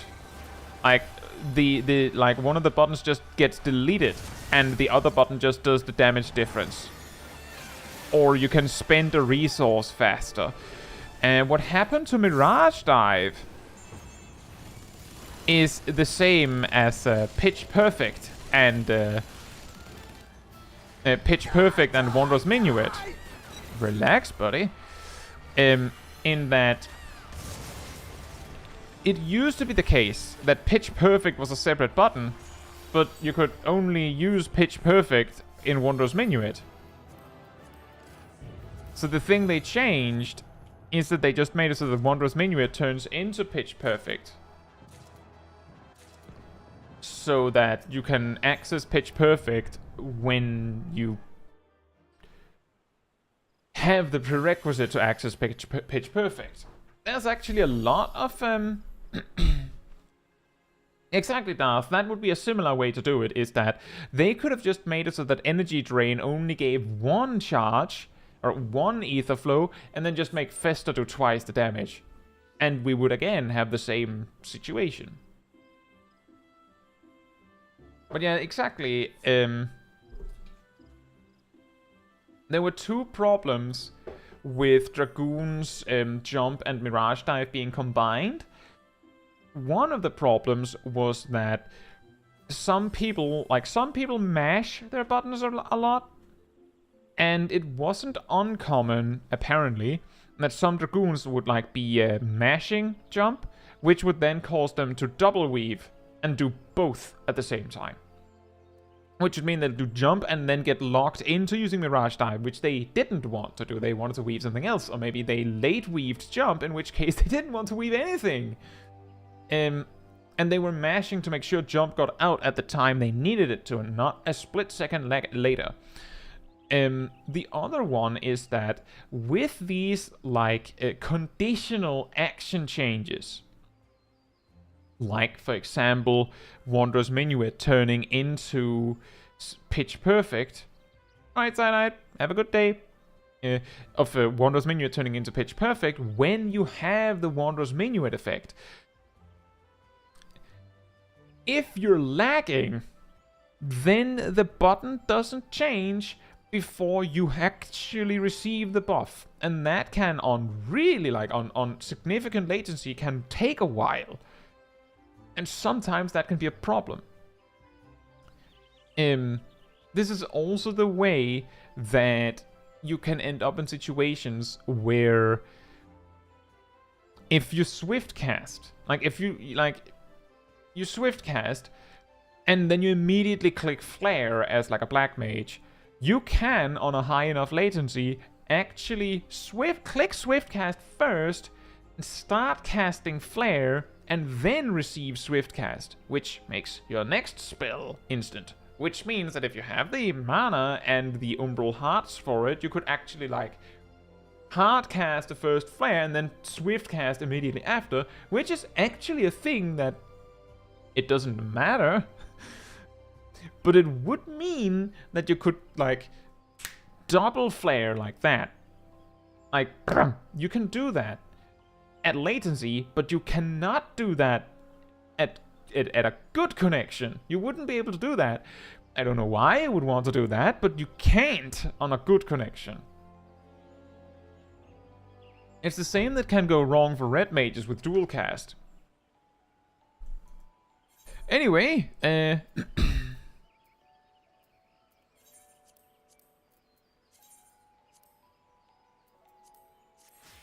another Doma Castle, anyone? Anyone want to join me for Doma Castle? Any takers?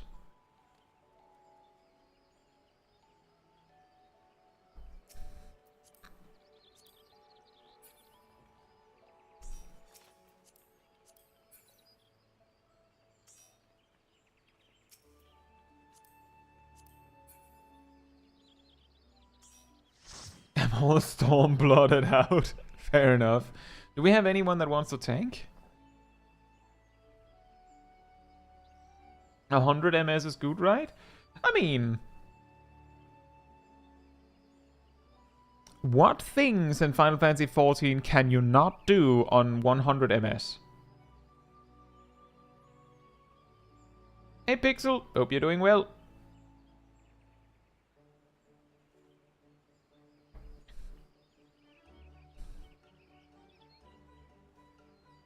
What can you not do on 100 MS latency? What's the limit for double weaving again? Let's see. If you have the base GCD of exactly 2.5, then you can still double weave as long as the animation lock is not 2.5 divided by 3, which is, let's see, 0.833 divided by 2. Well, actually, minus a half and then divided by 2. You have to have a latency below 166. Below 166 to consistently double weave with 0 skill or spell speed on a job with a GCD of 2.5.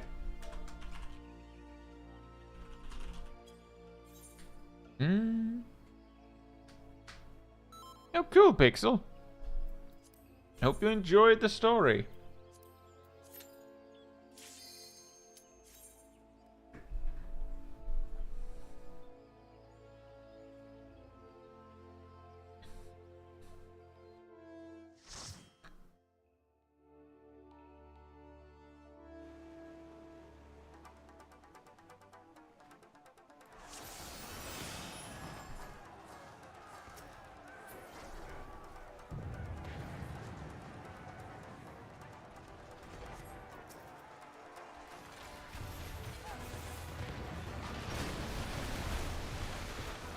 Join after the 2-hour cutscene.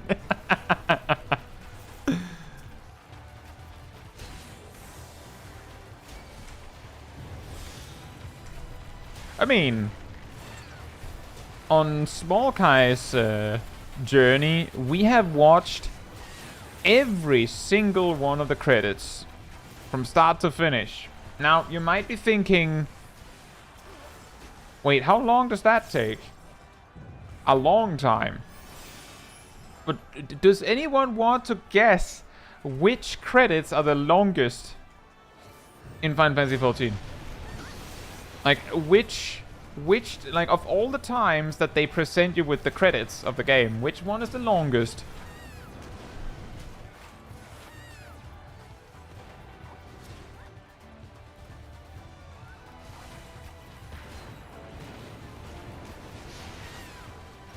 Are you doing one more after this, or are you ending soon? I think we could do one more after this.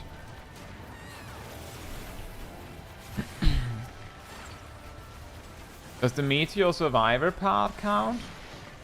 Yes, it does. And that is indeed the reason why it is the ARR credits after you beat Ultima Weapon. I think it's like 3 hours or something. It's insanely long. It's been a long time since we did one, but I actually made a tradition of giving a little speech for at least part of the credits. But I ran out of things to talk about completely on that first one.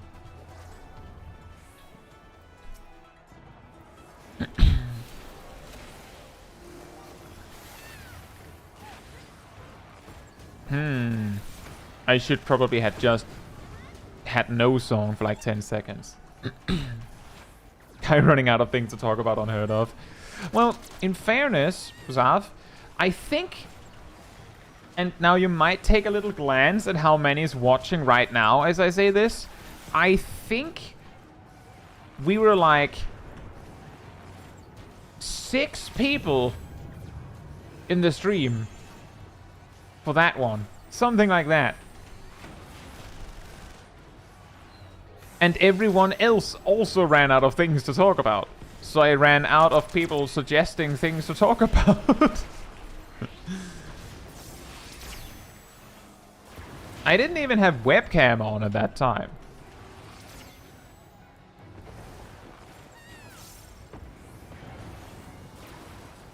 So it got extra weird if I ran out of things to talk about. Then we could just watch the game.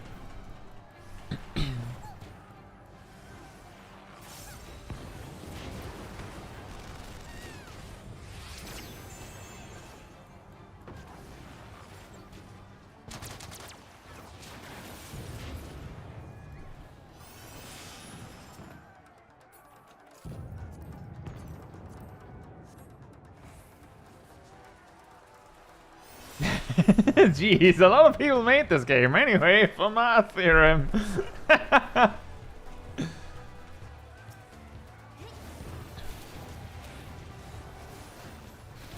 That sure is a lot of people. Anyway, who cares about that? That's a lot of Meteor. I think if I remember correctly, there was actually a Meteor survivor named Kai. And it was not me. Which made it even weirder. Tough decisions to make. Which relic to get next? Thinking Dragoon or Black Mage? Black Mage sounds good if you're playing it.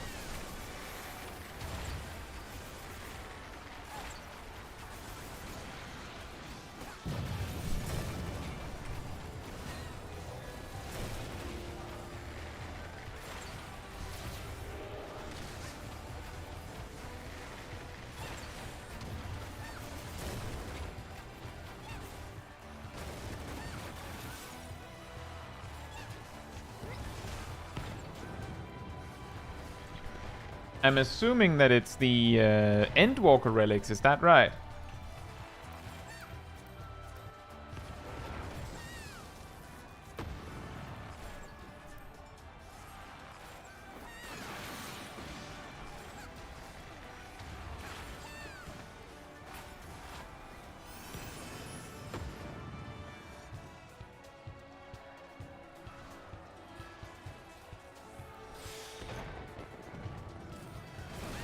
Ow. Oh, right. Latency.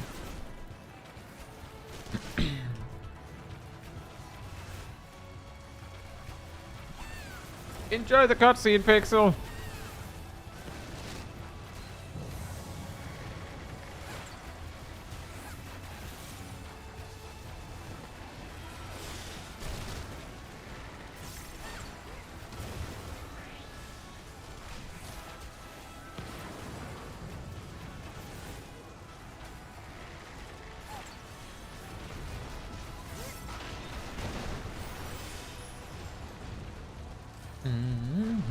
I use all of the Endwalker relics, the final stage, on my main. Because I'm super boring like that. Back in Shadowbringers, I also used the Shadowbringers relics, whatever stage I happen to have. I would even go, I don't particularly appreciate that the final stage of the Paladin shield is kind of small. And then I'd use it anyway, instead of using the bigger shields from the earlier stages.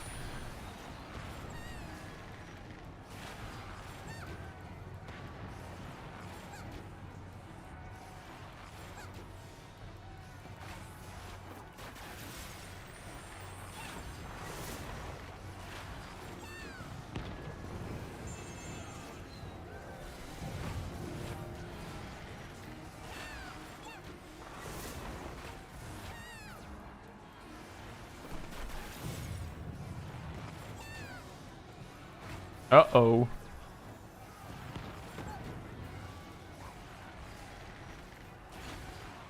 Ow.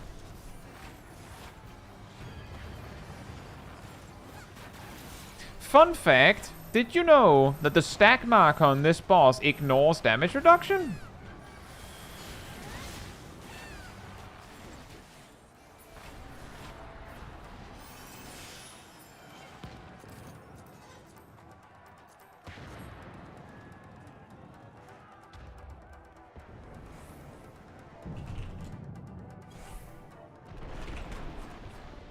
I'm pretty sure, Gleaming, that the the pillar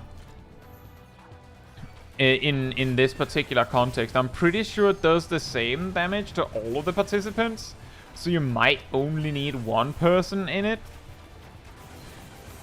But it's usually just like for safety that everyone steps in. Like once you're in there, it's dangerous to step out because imagine if everyone else did the same thing. Did Caemmunity just walk through those mines? Oh. I mean, latency will make game look weird. Let's not forget that. Final Fantasy XIV looks funny with the latency. Boom. Pew.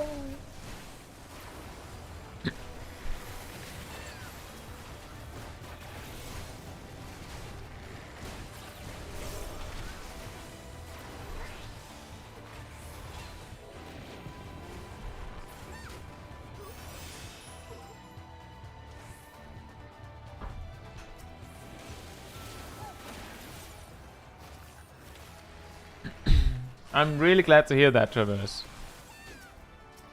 I can also inform you that when I made that, I laughed at it for 10 minutes.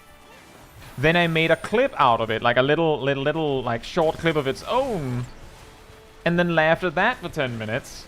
Then I shared it on the Caemmunity server and laughed at it for 10 minutes. And every time someone like mentioned it, like reacted to it, I was like, gonna see that one more time, and then laugh another 10 minutes at it. I know that maybe I'm exaggerating a little bit how funny it was, but I thought it was so incredibly funny. It's of course very easy for me to say it was my joke. It was hilarious. Thank you.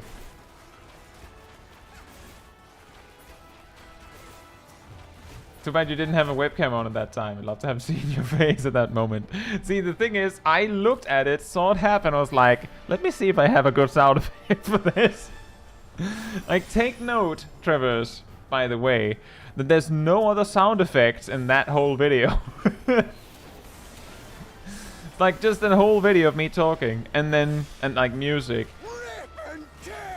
And then there's cartoonish bonk noises for that particular thing.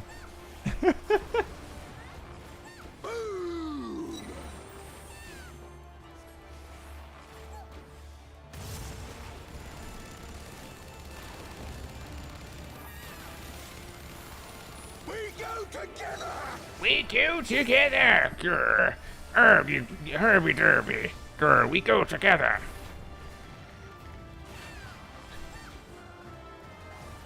We go together.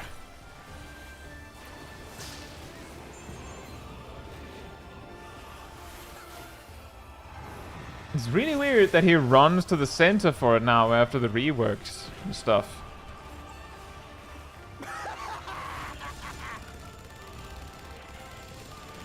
Brr, brr. Die, die, die! What did it ever do to him? Well, I mean, I'm pretty sure the Warrior of Light ruined his whole career.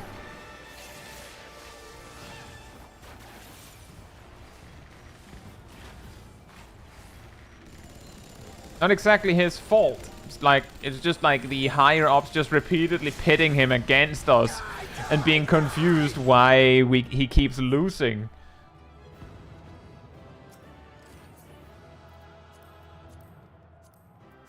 It was a joke. Fair enough.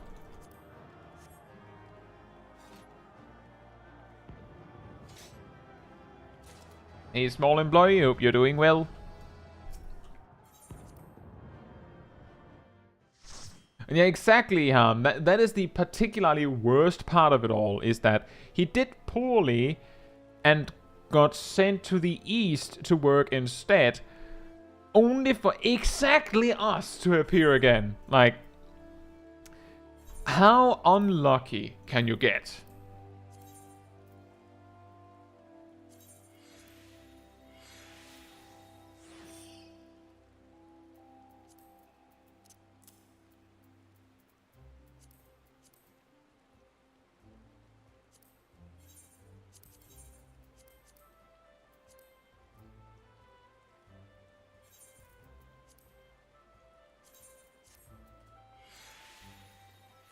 He listens to his voice. He is quite crazy.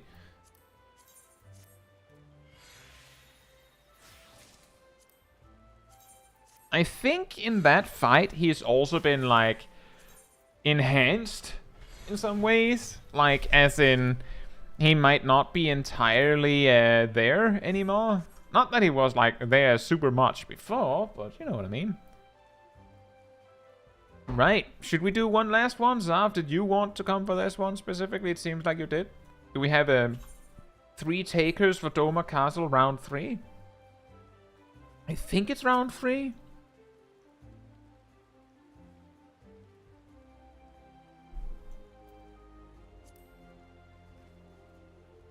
Chain gun sub. Good point.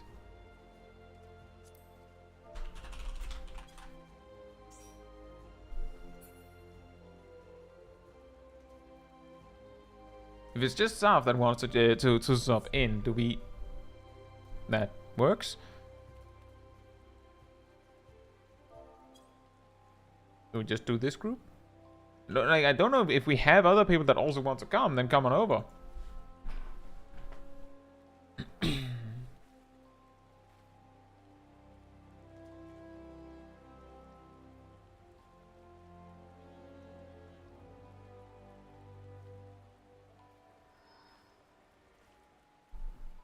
Yeah, just consider that for a moment.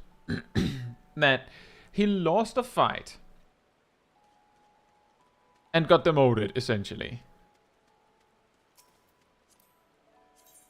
And got sent across the world. And then he loses a fight to the same person. Like...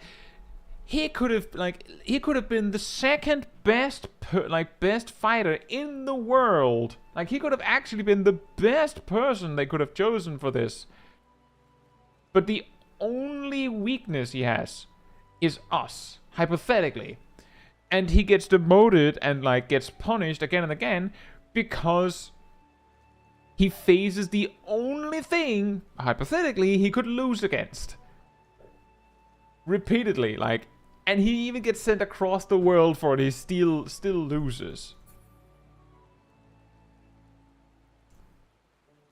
Omaki might also want to join me. Like, I mean, if we have a tank and a healer, then, like, we could do a full switch out. I'm pretty sure Kokuchu would like to join since they're here.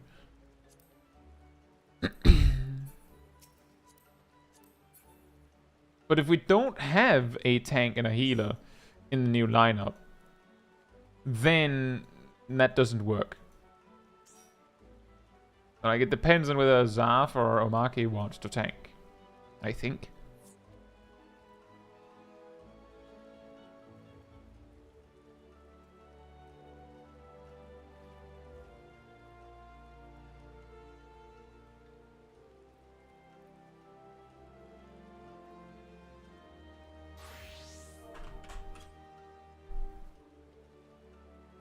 Yeah, of course, as always, thanks to everyone that does come along and everything.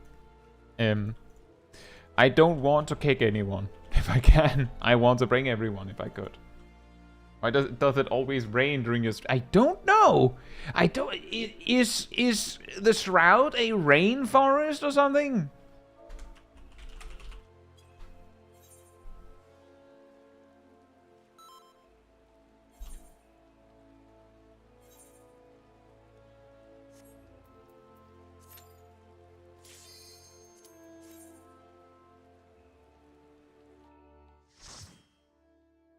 Just say Kai did it. That's also true, Darth, that despite everything, Greenward never realizes the reason why he keeps losing is because, I mean, we are the ultimate trump card, right? You know, you only have to type R check. I mean, I just like writing full ready check, but you're right. I just prefer to write ready check. I mean, I could have just used the button, I guess.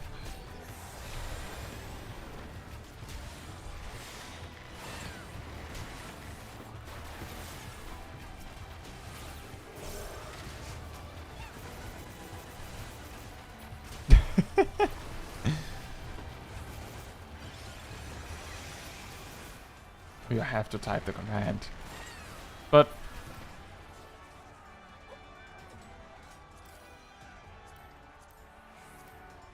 there's a ready check there.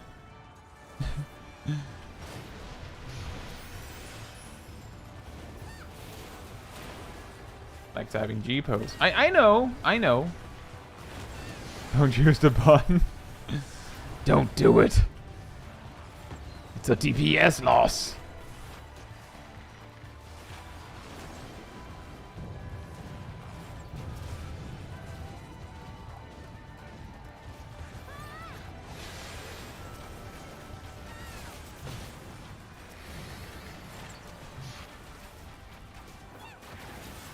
Yeah, and now because he decided to side with the wrong team, Greenwald has to repeatedly lose to small angry girl in a schoolgirl outfit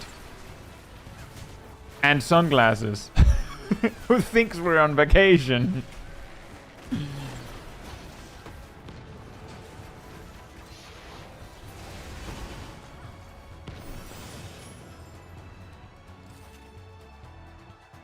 You know what? That's a good point, Iranos. Greenward really seemed positive about everything when you really think about it. He was trying his best.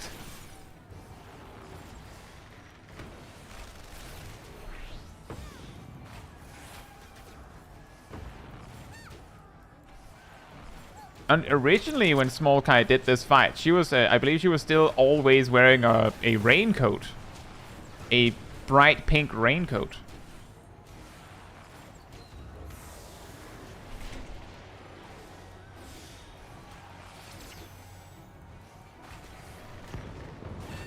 Because I believe she wore that until, like, Endwalker? I think the Endwalker story, she switched to something else, I think.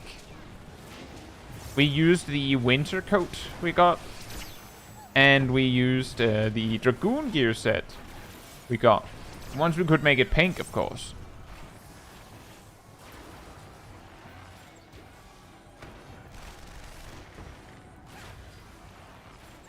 I don't think you forced me in here, but you did request it.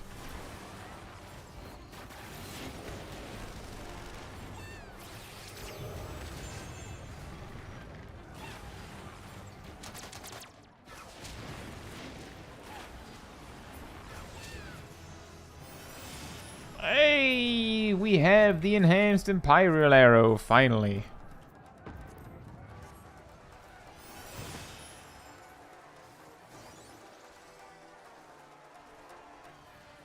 Mo Bloom also mentions that it seems to be raining all the time in the Shroud. I don't feel like it rains that much, and my house is in the Shroud. On my main. So maybe it's just that I don't notice as much. I don't hang out at my house that much off stream. Like sometimes I'm at my house off stream, but the majority of the time at my house, I'm either recording something or streaming. Anytime I go to your house, it's raining. Well then, maybe I've just like become completely blind to the rain because it's raining all the time.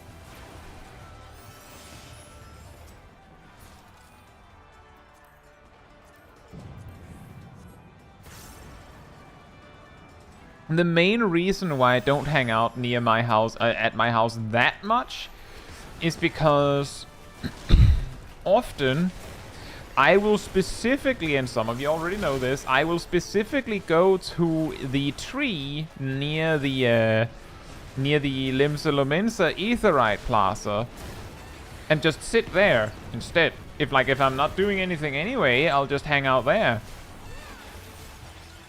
And the reason why I hang out there is so that I'm easier to find.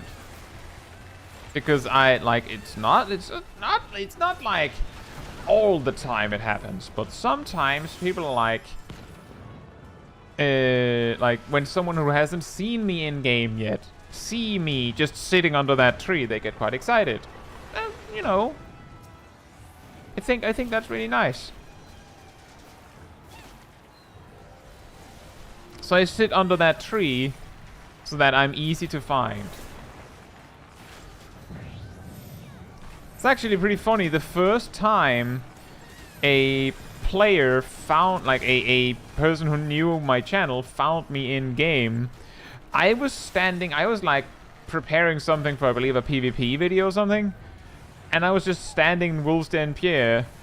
And then I like went AFK for like 15 minutes, and when I came back, someone, like that person, had written to me, and they were just hanging out hoping I would respond. And they seemed to be very, very afraid that they had annoyed me by choosing to write to me. We took a picture and everything.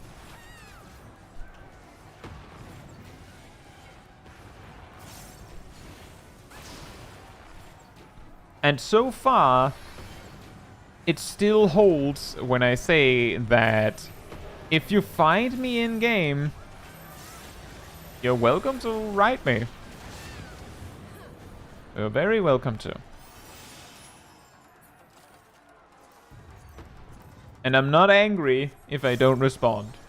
I'm probably just busy. Or AFK.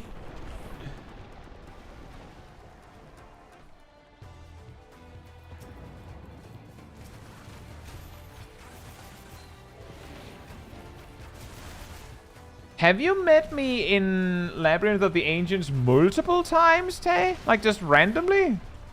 I remember you did it once. Didn't know it was multiple times, now that I think about it.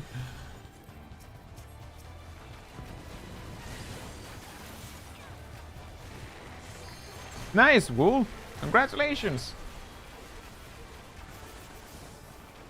It stopped raining. Finally.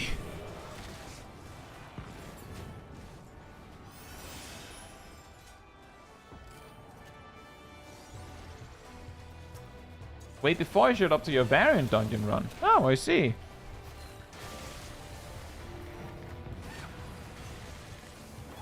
I specifically remembered that time when you found me in Labyrinth of the Ancients and like jumped next to me, because like that time I knew you existed, right?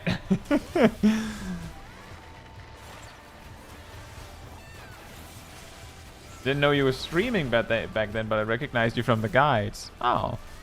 You know, that's actually almost a shame sometimes when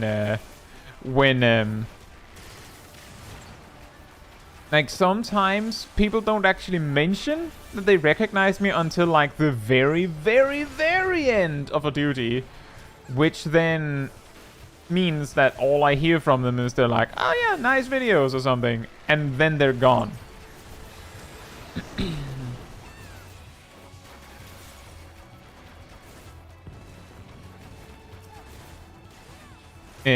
Like, it's not like we have to talk about anything, but sometimes then, like, when they say something like that, I wait a little extra in case they actually wanted to ask me something.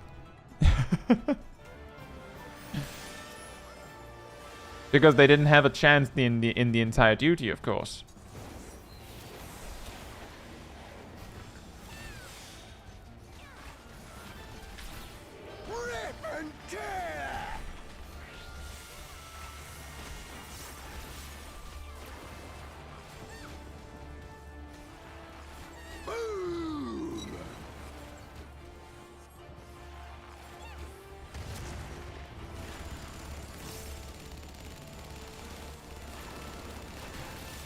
I don't know how often I get like random specifically like members that I recognize, but you know, I do get community members quite regularly, but part of it is that given that I'm like it would be weird if like it would be a lot more surprising, I think, if someone randomly went, "Hey, you're Tay from the Caemmunity street, like from the Caemmunity, right?" Like just randomly someone recognizing you in the wild from having heard your name be mentioned in a stream or something. So it would probably be someone who knows you and that you know them. Like, for example, if you met like Ymir in a random duty, then Ymir might recognize you because Ymir knows that you exist.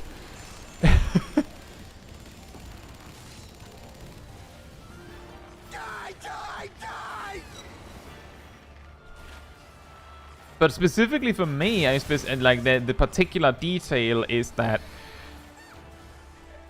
like, I would be able to find new members that haven't seen a stream yet.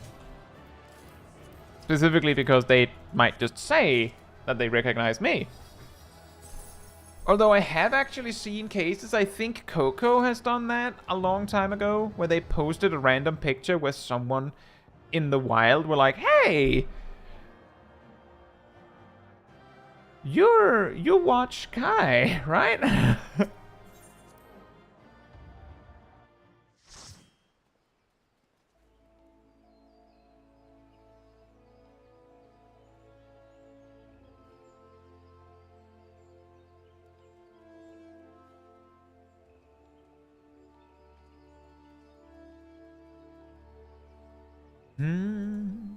Well, we got to level 68. And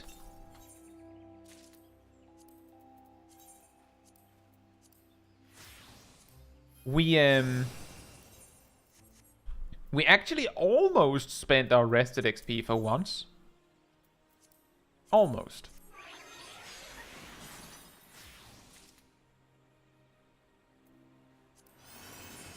Huh. That is pretty interesting, Gleaming, when people start recognizing you specifically from a stream chat.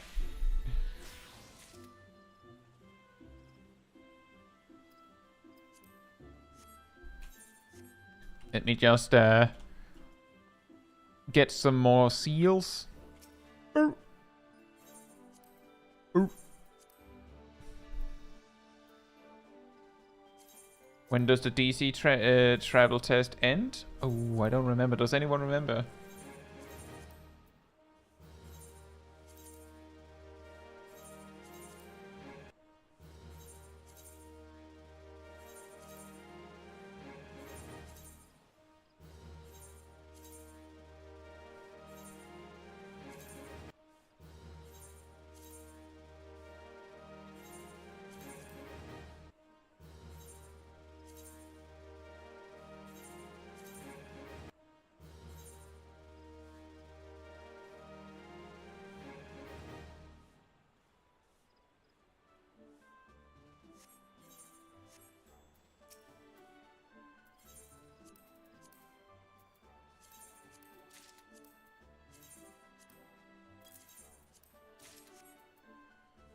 What gives you the credits for free company actions?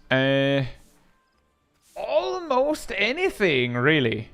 Every time you do almost anything, like I believe do like a duty, do a fate, quest, I think even, do the MSQ. One that generates a lot of credits and also a lot of FC XP if you haven't maxed out yet, is just handing in stuff to the Grand Company. That's like a really effective one. I happen to know that because that was how I was, like, I accidentally was power leveling my free company. Lasts until the start of 7.0 maintenance. Well, that means we can do this at least until then. With that said, I think this is about the time that we should start to get a picture for next time. Do we just do it at the Rock again? We could do it at the Rock. Do it at the Rock again.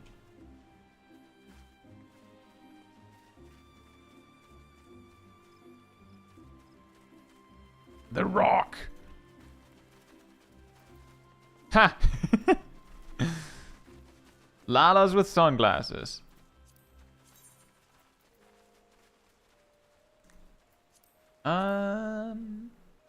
Yeah, I will say that if you're up on the rock, yeah, then you have to sit down. I was going to say, otherwise it might be difficult to get you on the picture.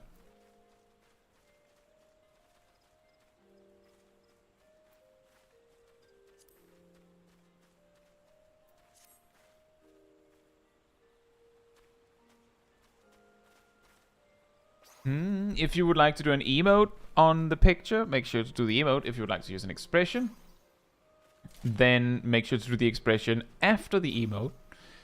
And yeah, if you don't want to do an emote or use an expression, make sure to sit down and stand back up. Then it resets. And yes, Wool, you can see in the top right up here what server I'm on. Which means that right now we're on Ravana, which is on Materia. That's actually also the reason why the stream is called Bard Leveling Past 60 on Materia. Are you sure you want to go through all that for like 2 minutes on a picture?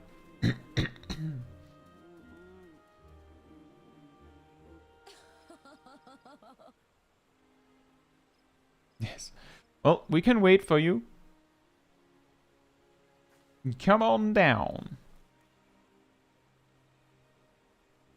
Then you all have plenty of time to decide on what emote you want to use.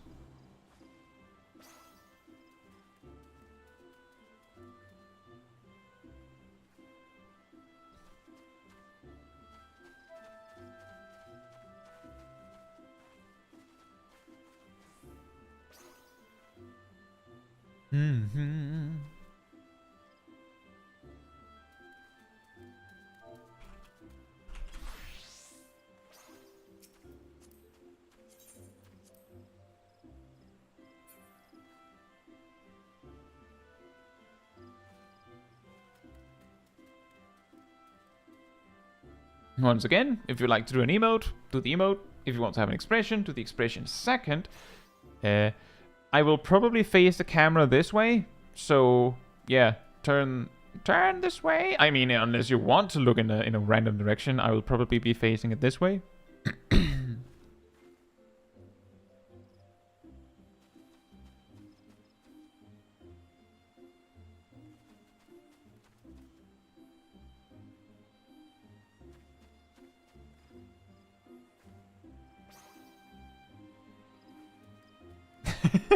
Enjoy that, Traverse. Right, I'm guessing everyone's ready.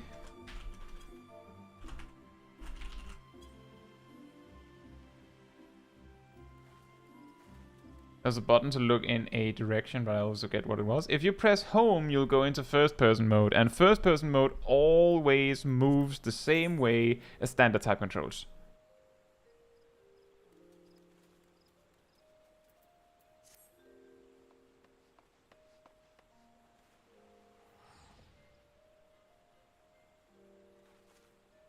And yes, if you press pause, you can also force your character to look at your camera.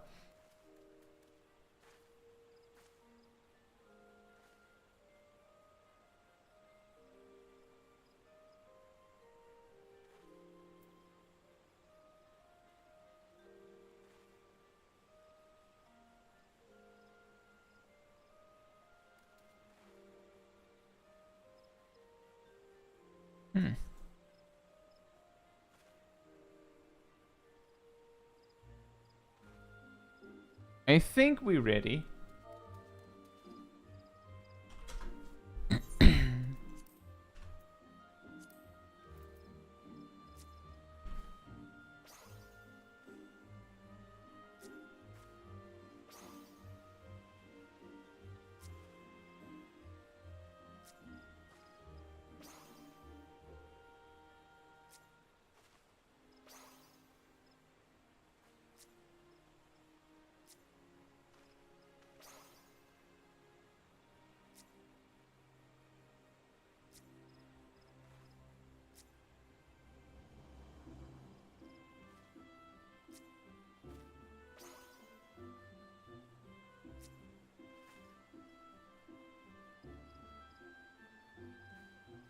Mm-hmm.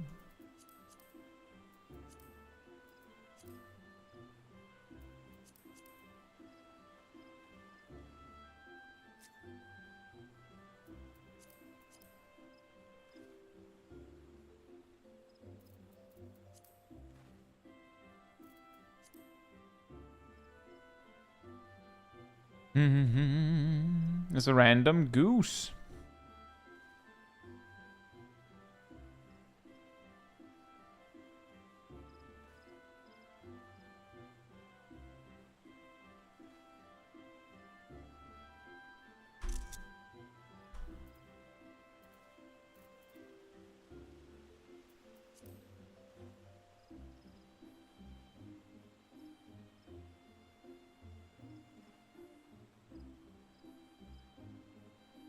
Boda bomb and goose. Yeah, it's just, hi.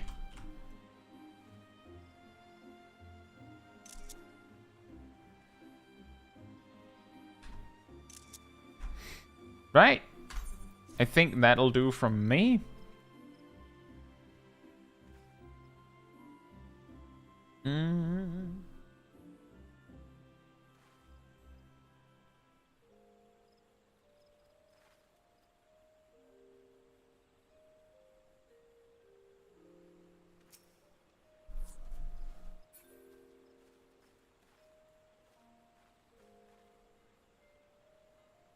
It bogged at the screen.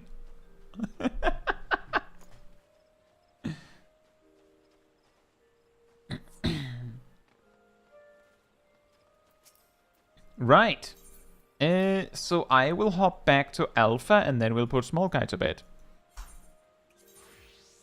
But yeah, don't let me stop you from from continuing the party on OCE.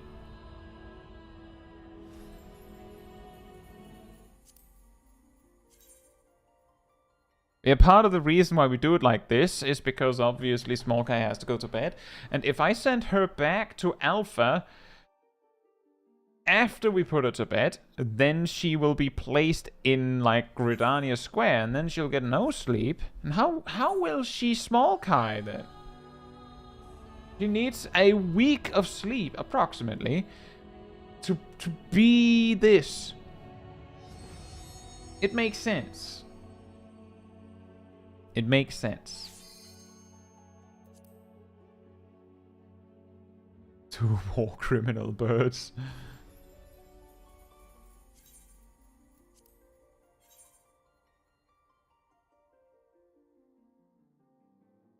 I wonder how it would feel to sleep for a week.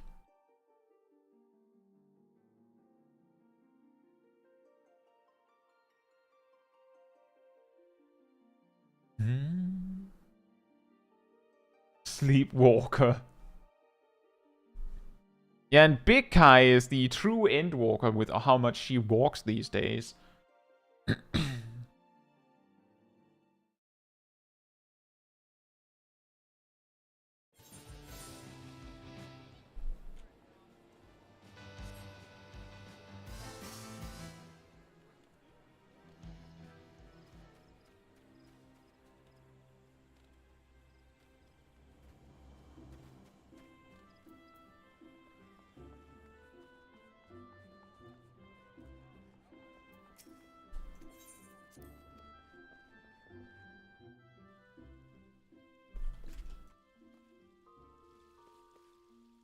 For once you don't... Yeah, that is true. For once we don't have mail.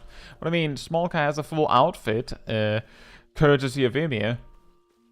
Bought her sunglasses and a school outfit. And slightly fast walker.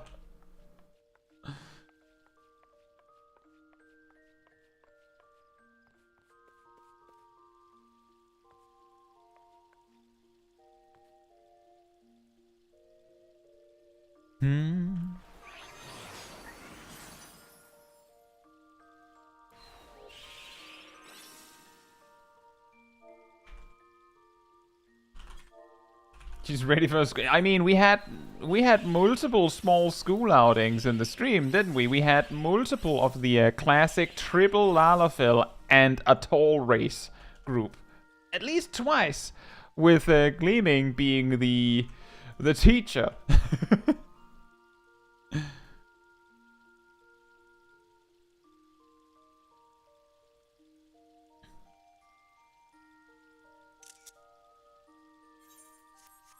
Here we go. Right then, if